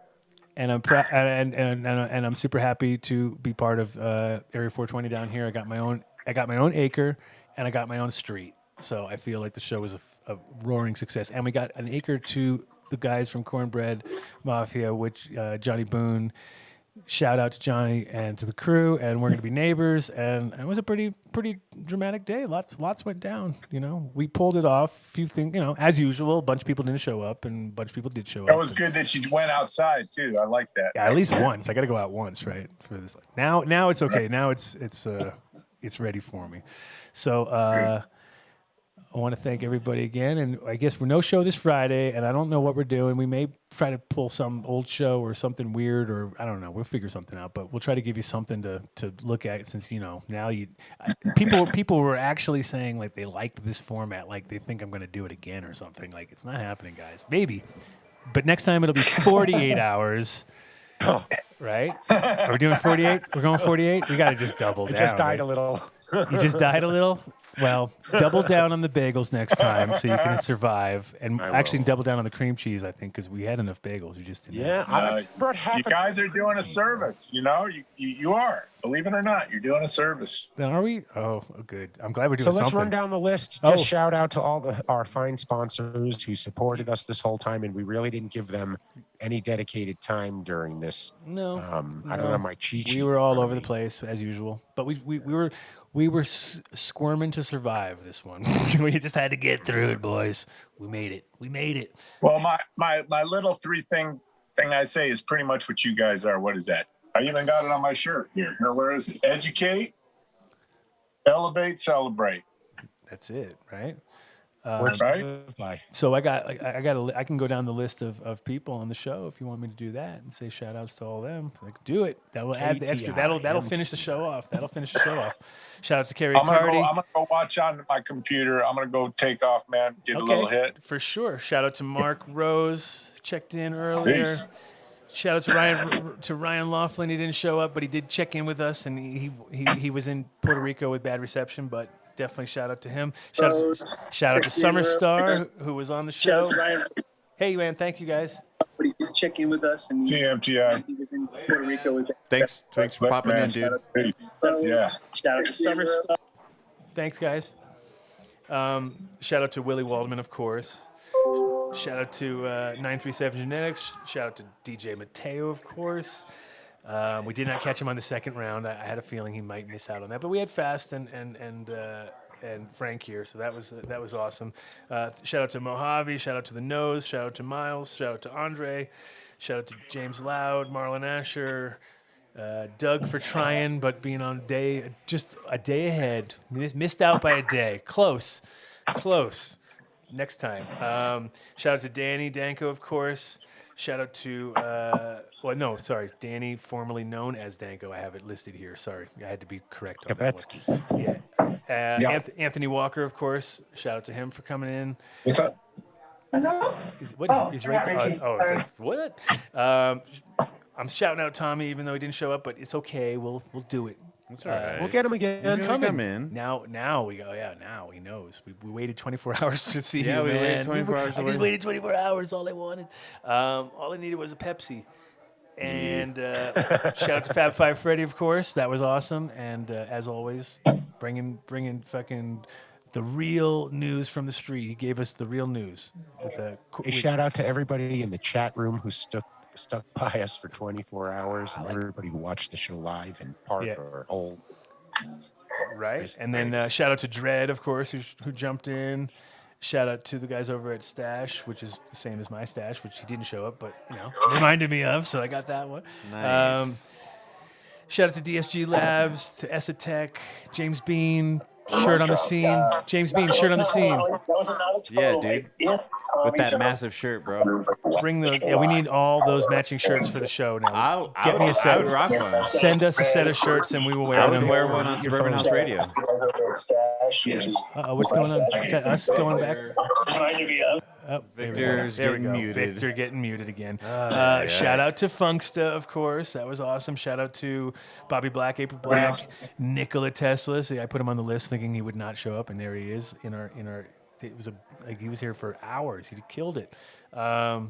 Shout out to Jeff Peterson, jumped in, but we didn't get to see him again. But if he's out there listening, he can jump in the last second. Give us some comedy. MTI, 2, Rasta Rob, Mel. Keith Lons. Aaron Seaman is going to come in here and end the show because that's Michael and literally Whitney. a train wreck at the end of the show. So we're going to go there at the end. CBD Steve out there making things happen. Gas Reaper for coming on for a second. Get him in here Get him now. in here. Let's go. Who? Gas Rob Reaper? Get them all Corks. in. Oh, Aaron? Whoever you want. Aaron, Let's get go. in here. Let's get it done. All right, it's time. He's not. Now he doesn't want to come in. So he's old. Okay, good. All righty. All right, wait. I didn't finish. Oh, man. T-Dog the artist, of course. Of Chaz course. didn't come through, but we talked. We chatted. Amit couldn't come on. He had the kid. Damn it, Amit. And that's how he's listening to my phone is Damn it, Amit. So he's living up to his name. Damn it, Amit. You didn't show up. Who else we got? We got Wally Johnson, of course. Mike Biggio. Come on now. Yeah. Of course. Duh. Right? Guest of honor. And shout out to Town of Moffat and the mayor. I mean, come on, people. Dope. It's only our second mayor. Yeah, man. Yeah. So but this one was like she really ran it. She ran it. The whole ran thing. it. Everything. Dope. Top to bottom. Hell yeah. Shout out to Bog Jr. We didn't get to talk, but now we have a show. Basically, now we have all our shows lined up with James because we got to get through Brandon Rust, Bog Jr., Ms. Jill, Irie Genetics, all. That's like 4 shows. So there you go. That was way easier. Now we did it. We got shows lined up. MTI's just itching to push that button and say bye. No. Yeah, I know you are. But we have to get Aaron. Go, just knock on the thing and tell Aaron he can come in for 5 seconds before. Just give him a knock. Aaron. Yeah. Finally, yeah, because he doesn't realize that we're not really going on. You're a star. We're not. He doesn't realize. Okay, Aaron, you ready for your 2-hour interview? It's 2. I was going to go 2 hours with you. I figured it would be probably appropriate because, we got a lot to talk about. You came all the way from Hawaii. I'm going to give him his full 2 hours. Dave's gonna hang out for the entire time and ask lots of meaningful. Okay, come on, bring the seeds. Bring the seeds. Come on, don't mess around. Mel's watching. She's like ready to send the seeds before you've ever even pulled them out of your pocket. All right, there you go. Seeds. Done deal. Oh my God, train wreck. Here it comes. I predicted a train wreck, and it's coming to fruition. Hey, man. You almost knocked over. I know. Be Well, careful. don't worry. I'll do something before it's over, I'm sure. Oh, yeah. Look at the And tables. I won't let you down. You never do. You only let down our SDS. They're going to be happy they waited, though. That's the thing. Usually that's the case. If you gonna don't be get worth your the wait. thing, if you don't get your thing out of the gate, you're gonna get double. Just 'cause Something like that. it's a stoner deal. Talk to the mic. Talk to This one here? No. Hello. Put on the headphones. Headphones. They're right on top of the microphone. I knew that. All right. Now you got Rock you and got roll. 10 seconds to fucking tell Well, the so world. All right, we're good. Adam Dunn Show, 24 hours. Aaron Zeman. Yeah. No, so what do you got for seeds? Come on, let's make them all happy. I don't know what the deal is. Uh-oh. I was in a I hurry, can so- see this already. This is a big mess. What's going on? He's just gonna reach in. You're gonna reach in. The dealio is, I couldn't package them all up. I want to make sure I had everything. So, oh yeah, I know. We got that it right deal. here, so we're gonna. I know pack that them. deal. Okay, but we got things for packaging. I like glass. 'Cause shit. Glass is class. All right. It's what goes in the glass. Is the It's most what important. goes in the glass. It's the most So important. I vaguely remember it was like New Year's Eve, whatever, that we had promised out a bunch of the Puna Diesel. Yeah, right. that's true. That's Okay. true. Okay, and that was the one that I got the cup, and we got a F10 back cross. Who's trying F10 back Yeah, cross. we don't. I hear 6 or 7 is sufficient, but so here are the Puna Diesels right here. We'll put those in the glass, and everybody that got those is going to get those, and we're going to probably be throwing in some extras, some little 5-packs of those. The Molokai Snow. Are you there, Mel? You got this? The Molokai Snow. We got that. That's an inbred line. That's what was that? 40 years, 1980, circa 1980. By the way, I just found out the Molokai Snow. It was open pollination. The guy for 40 years, so you're going to get some good diversity in there. Also, the Molokai Mountain Kush, which was the Molokai Snow, across with Mountain Kush is basically Hindu Kush. You guys were talking about that earlier. And the Hindu Kush grows in mountains in the clouds, basically in the clouds. So it really handles the humidity like we have in Hawaii. So now the Hindu Kush I got was actually the Jaeger, which is the purple Hindu Kush from Oregon. But I had a green pheno. Go figure, right? Growing purple wheat, I get a green pheno. But I use that for breeding because it really handles. So. Well, I guess compared to any other thing, you're gonna be able to track it probably too. So. Well, there you go. At least you know where's that. But yeah, that's a good solid outdoor. Obviously, always gonna work. Kind of. Yep. And being Jaeger oriented. Yep. And what else you got? Bag of tricks. I got the Maui Wowie. Yeah. This is not the IBL, but I crossed it with the Purple Kush, and then I crossed it back with the Maui Wowie. And the Express is all Maui. It's really weird. We did find a couple purple phenos that were like 100% purple. That was off the hook. But basically, it's the Maui Wowie until the IBLs are ready, which they're now ready, actually. Okay, saving that for later. You can see how organized we are around here. We got the shit dialed in. Oh, we're so dialed. Everything he's pulling out is backed by blockchain. You can tell. Yes, you can that's just right. tell by the bag. You can tell by the NFT. bag. Yeah, that's a definite NFT style purchase. I think Hey, Hawaiian style, baby. That's just the way you do it. This is some bonuses. Everybody that didn't get their stuff, everybody's going to get bonus extras, okay? Puna Glue crossed with my Maui Kush. Puna Glue is Puna Butter. Puna Butter crossed with the Gorilla Glue number 4 cutting. Okay. This is off the hook shit. It really is. That's like, wow. And then the Maui Kush is that Blood Kush crossed with the Maui Wowie. And mix those together. So this could be anything. This is going to be a killer. This is going to be, hey. I Straight know up. SDS quality, SDS. Yeah, we got is on it right now. Yeah, that's true. That we got what's a certificate about CA on that? It's a certificate. COA? All right, I think we're at a true 24 hours here. Oh, no. Yes, No. that's good. Oh, Death. Death? This is a strain that everybody knows about this in Puna, well, not everybody, but originally the strain came from Kauai, said to have been Kauai Electric, but it's not. But it had other names. They settled on Death, but it makes those colas, the long fucking one cola. Look, he's like, yeah. You know what I'm talking about? And He's it's like, click. it's sweet and yummy and fruity, and then at the end it gets gassy, or it's gassy and gets fruity at the end. Nice stuff. IBL too. You guys can breed these yourselves. You only need 2 seeds. You're good to go. Okay, and then blah blah blah yada yada yada. Oh, Okay, we're doing pretty good. I think we got almost everything covered. What's the else? Garden Snow. the Garden Snow, which is the Kauai Electric. That's the Garden Isle, right? And the Molokai Snow. Garden Snow. As a matter of fact, I took a little video and some pictures of some plants before I came out. Okay. And It's we'll on have your those. IG? So we'll pass that along. Well, we do IG. We do a lot of With stuff. your NFT, you get an Instagram. It's not a ABC. ABC. It's an ABC NFT. GI. Not to be confused with CIA. Anyway. Not to be confused. We'll have some pictures of that Garden Snow, which is really yummy stuff. And then I don't know if we got it. I think we got most of all of it. The bag of tricks that never ends. Oh yeah, You want it? You got it. You want it, guys. You got it. You guys are gonna love that. I'll give Free everybody a shit? little bit. This is what you have to go through to get free shit. 24 hours of this. Oh, and me. There's that. Yeah. Maui Wowie, the real Maui Wowie, crossed with You're the like pineapple. you're like the final firewall to us finishing the whole thing. So if we Firewall. can make it I'm through a your fuck. if we You can do make it anything. through your firewall, we're You can do we're anything. golden. Anything. Right now, he's like a hacker over there. He's like, how can I get? What do I do? Okay. How do yeah. I? Hey, Big Island Gin, actually, guys.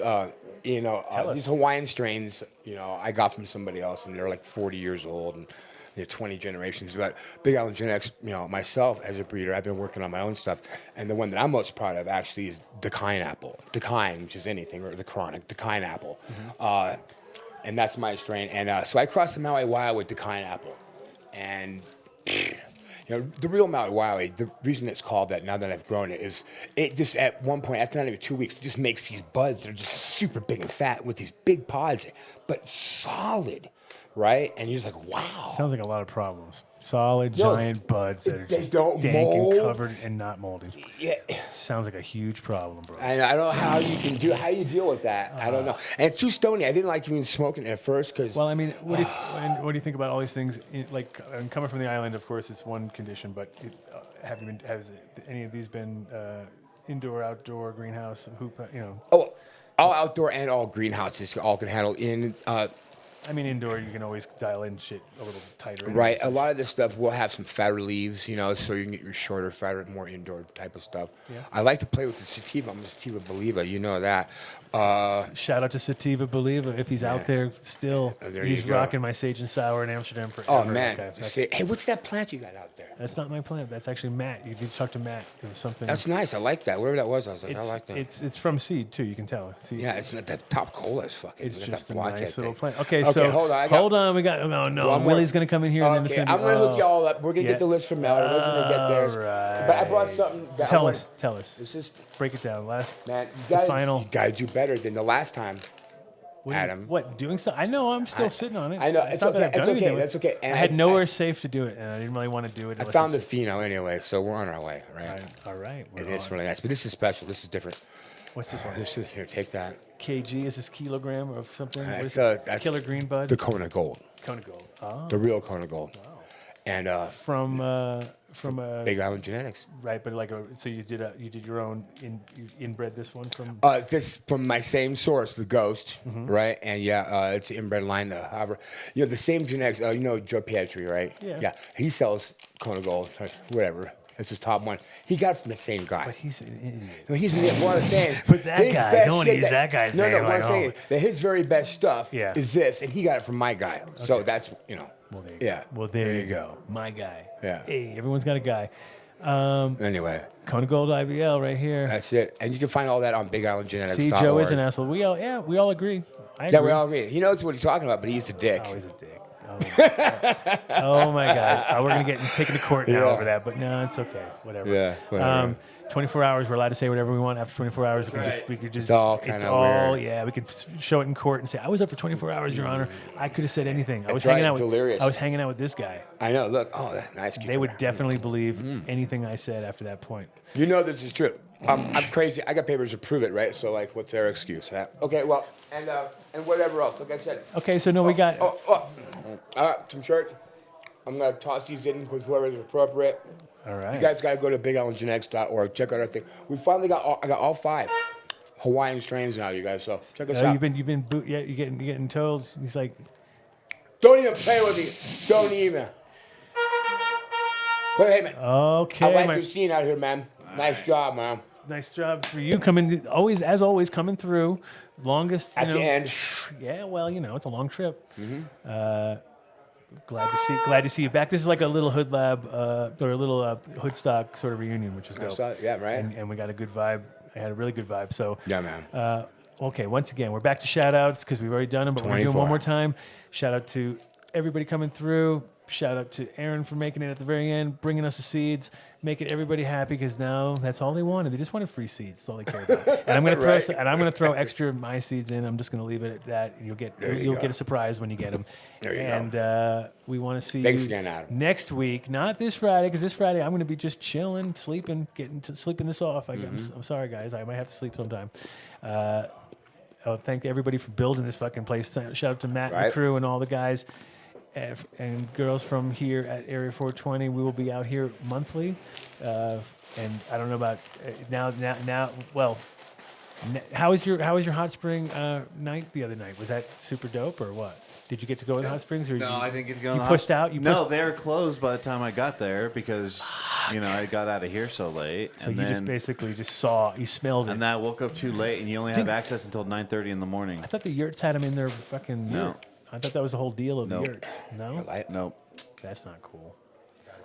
I do. There you go. All right, man. Shout out to Russ Rob over there, keeping things going. Shout out to Dave, barely alive, but he's there.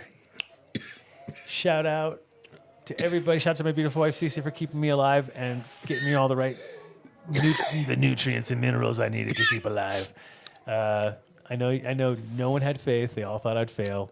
Fuck all y'all. No, I'm just kidding. I'm just kidding. Love everybody out there listening to the show. Peace out, guys, and see you next 48-hour Aloha, sesh, which man. is coming up right around the corner. I think I'm just going to keep going, right, guys? Are we just going? Might as well. What the fuck? Take us out. Take us out. Take us out with the sound. Take us out.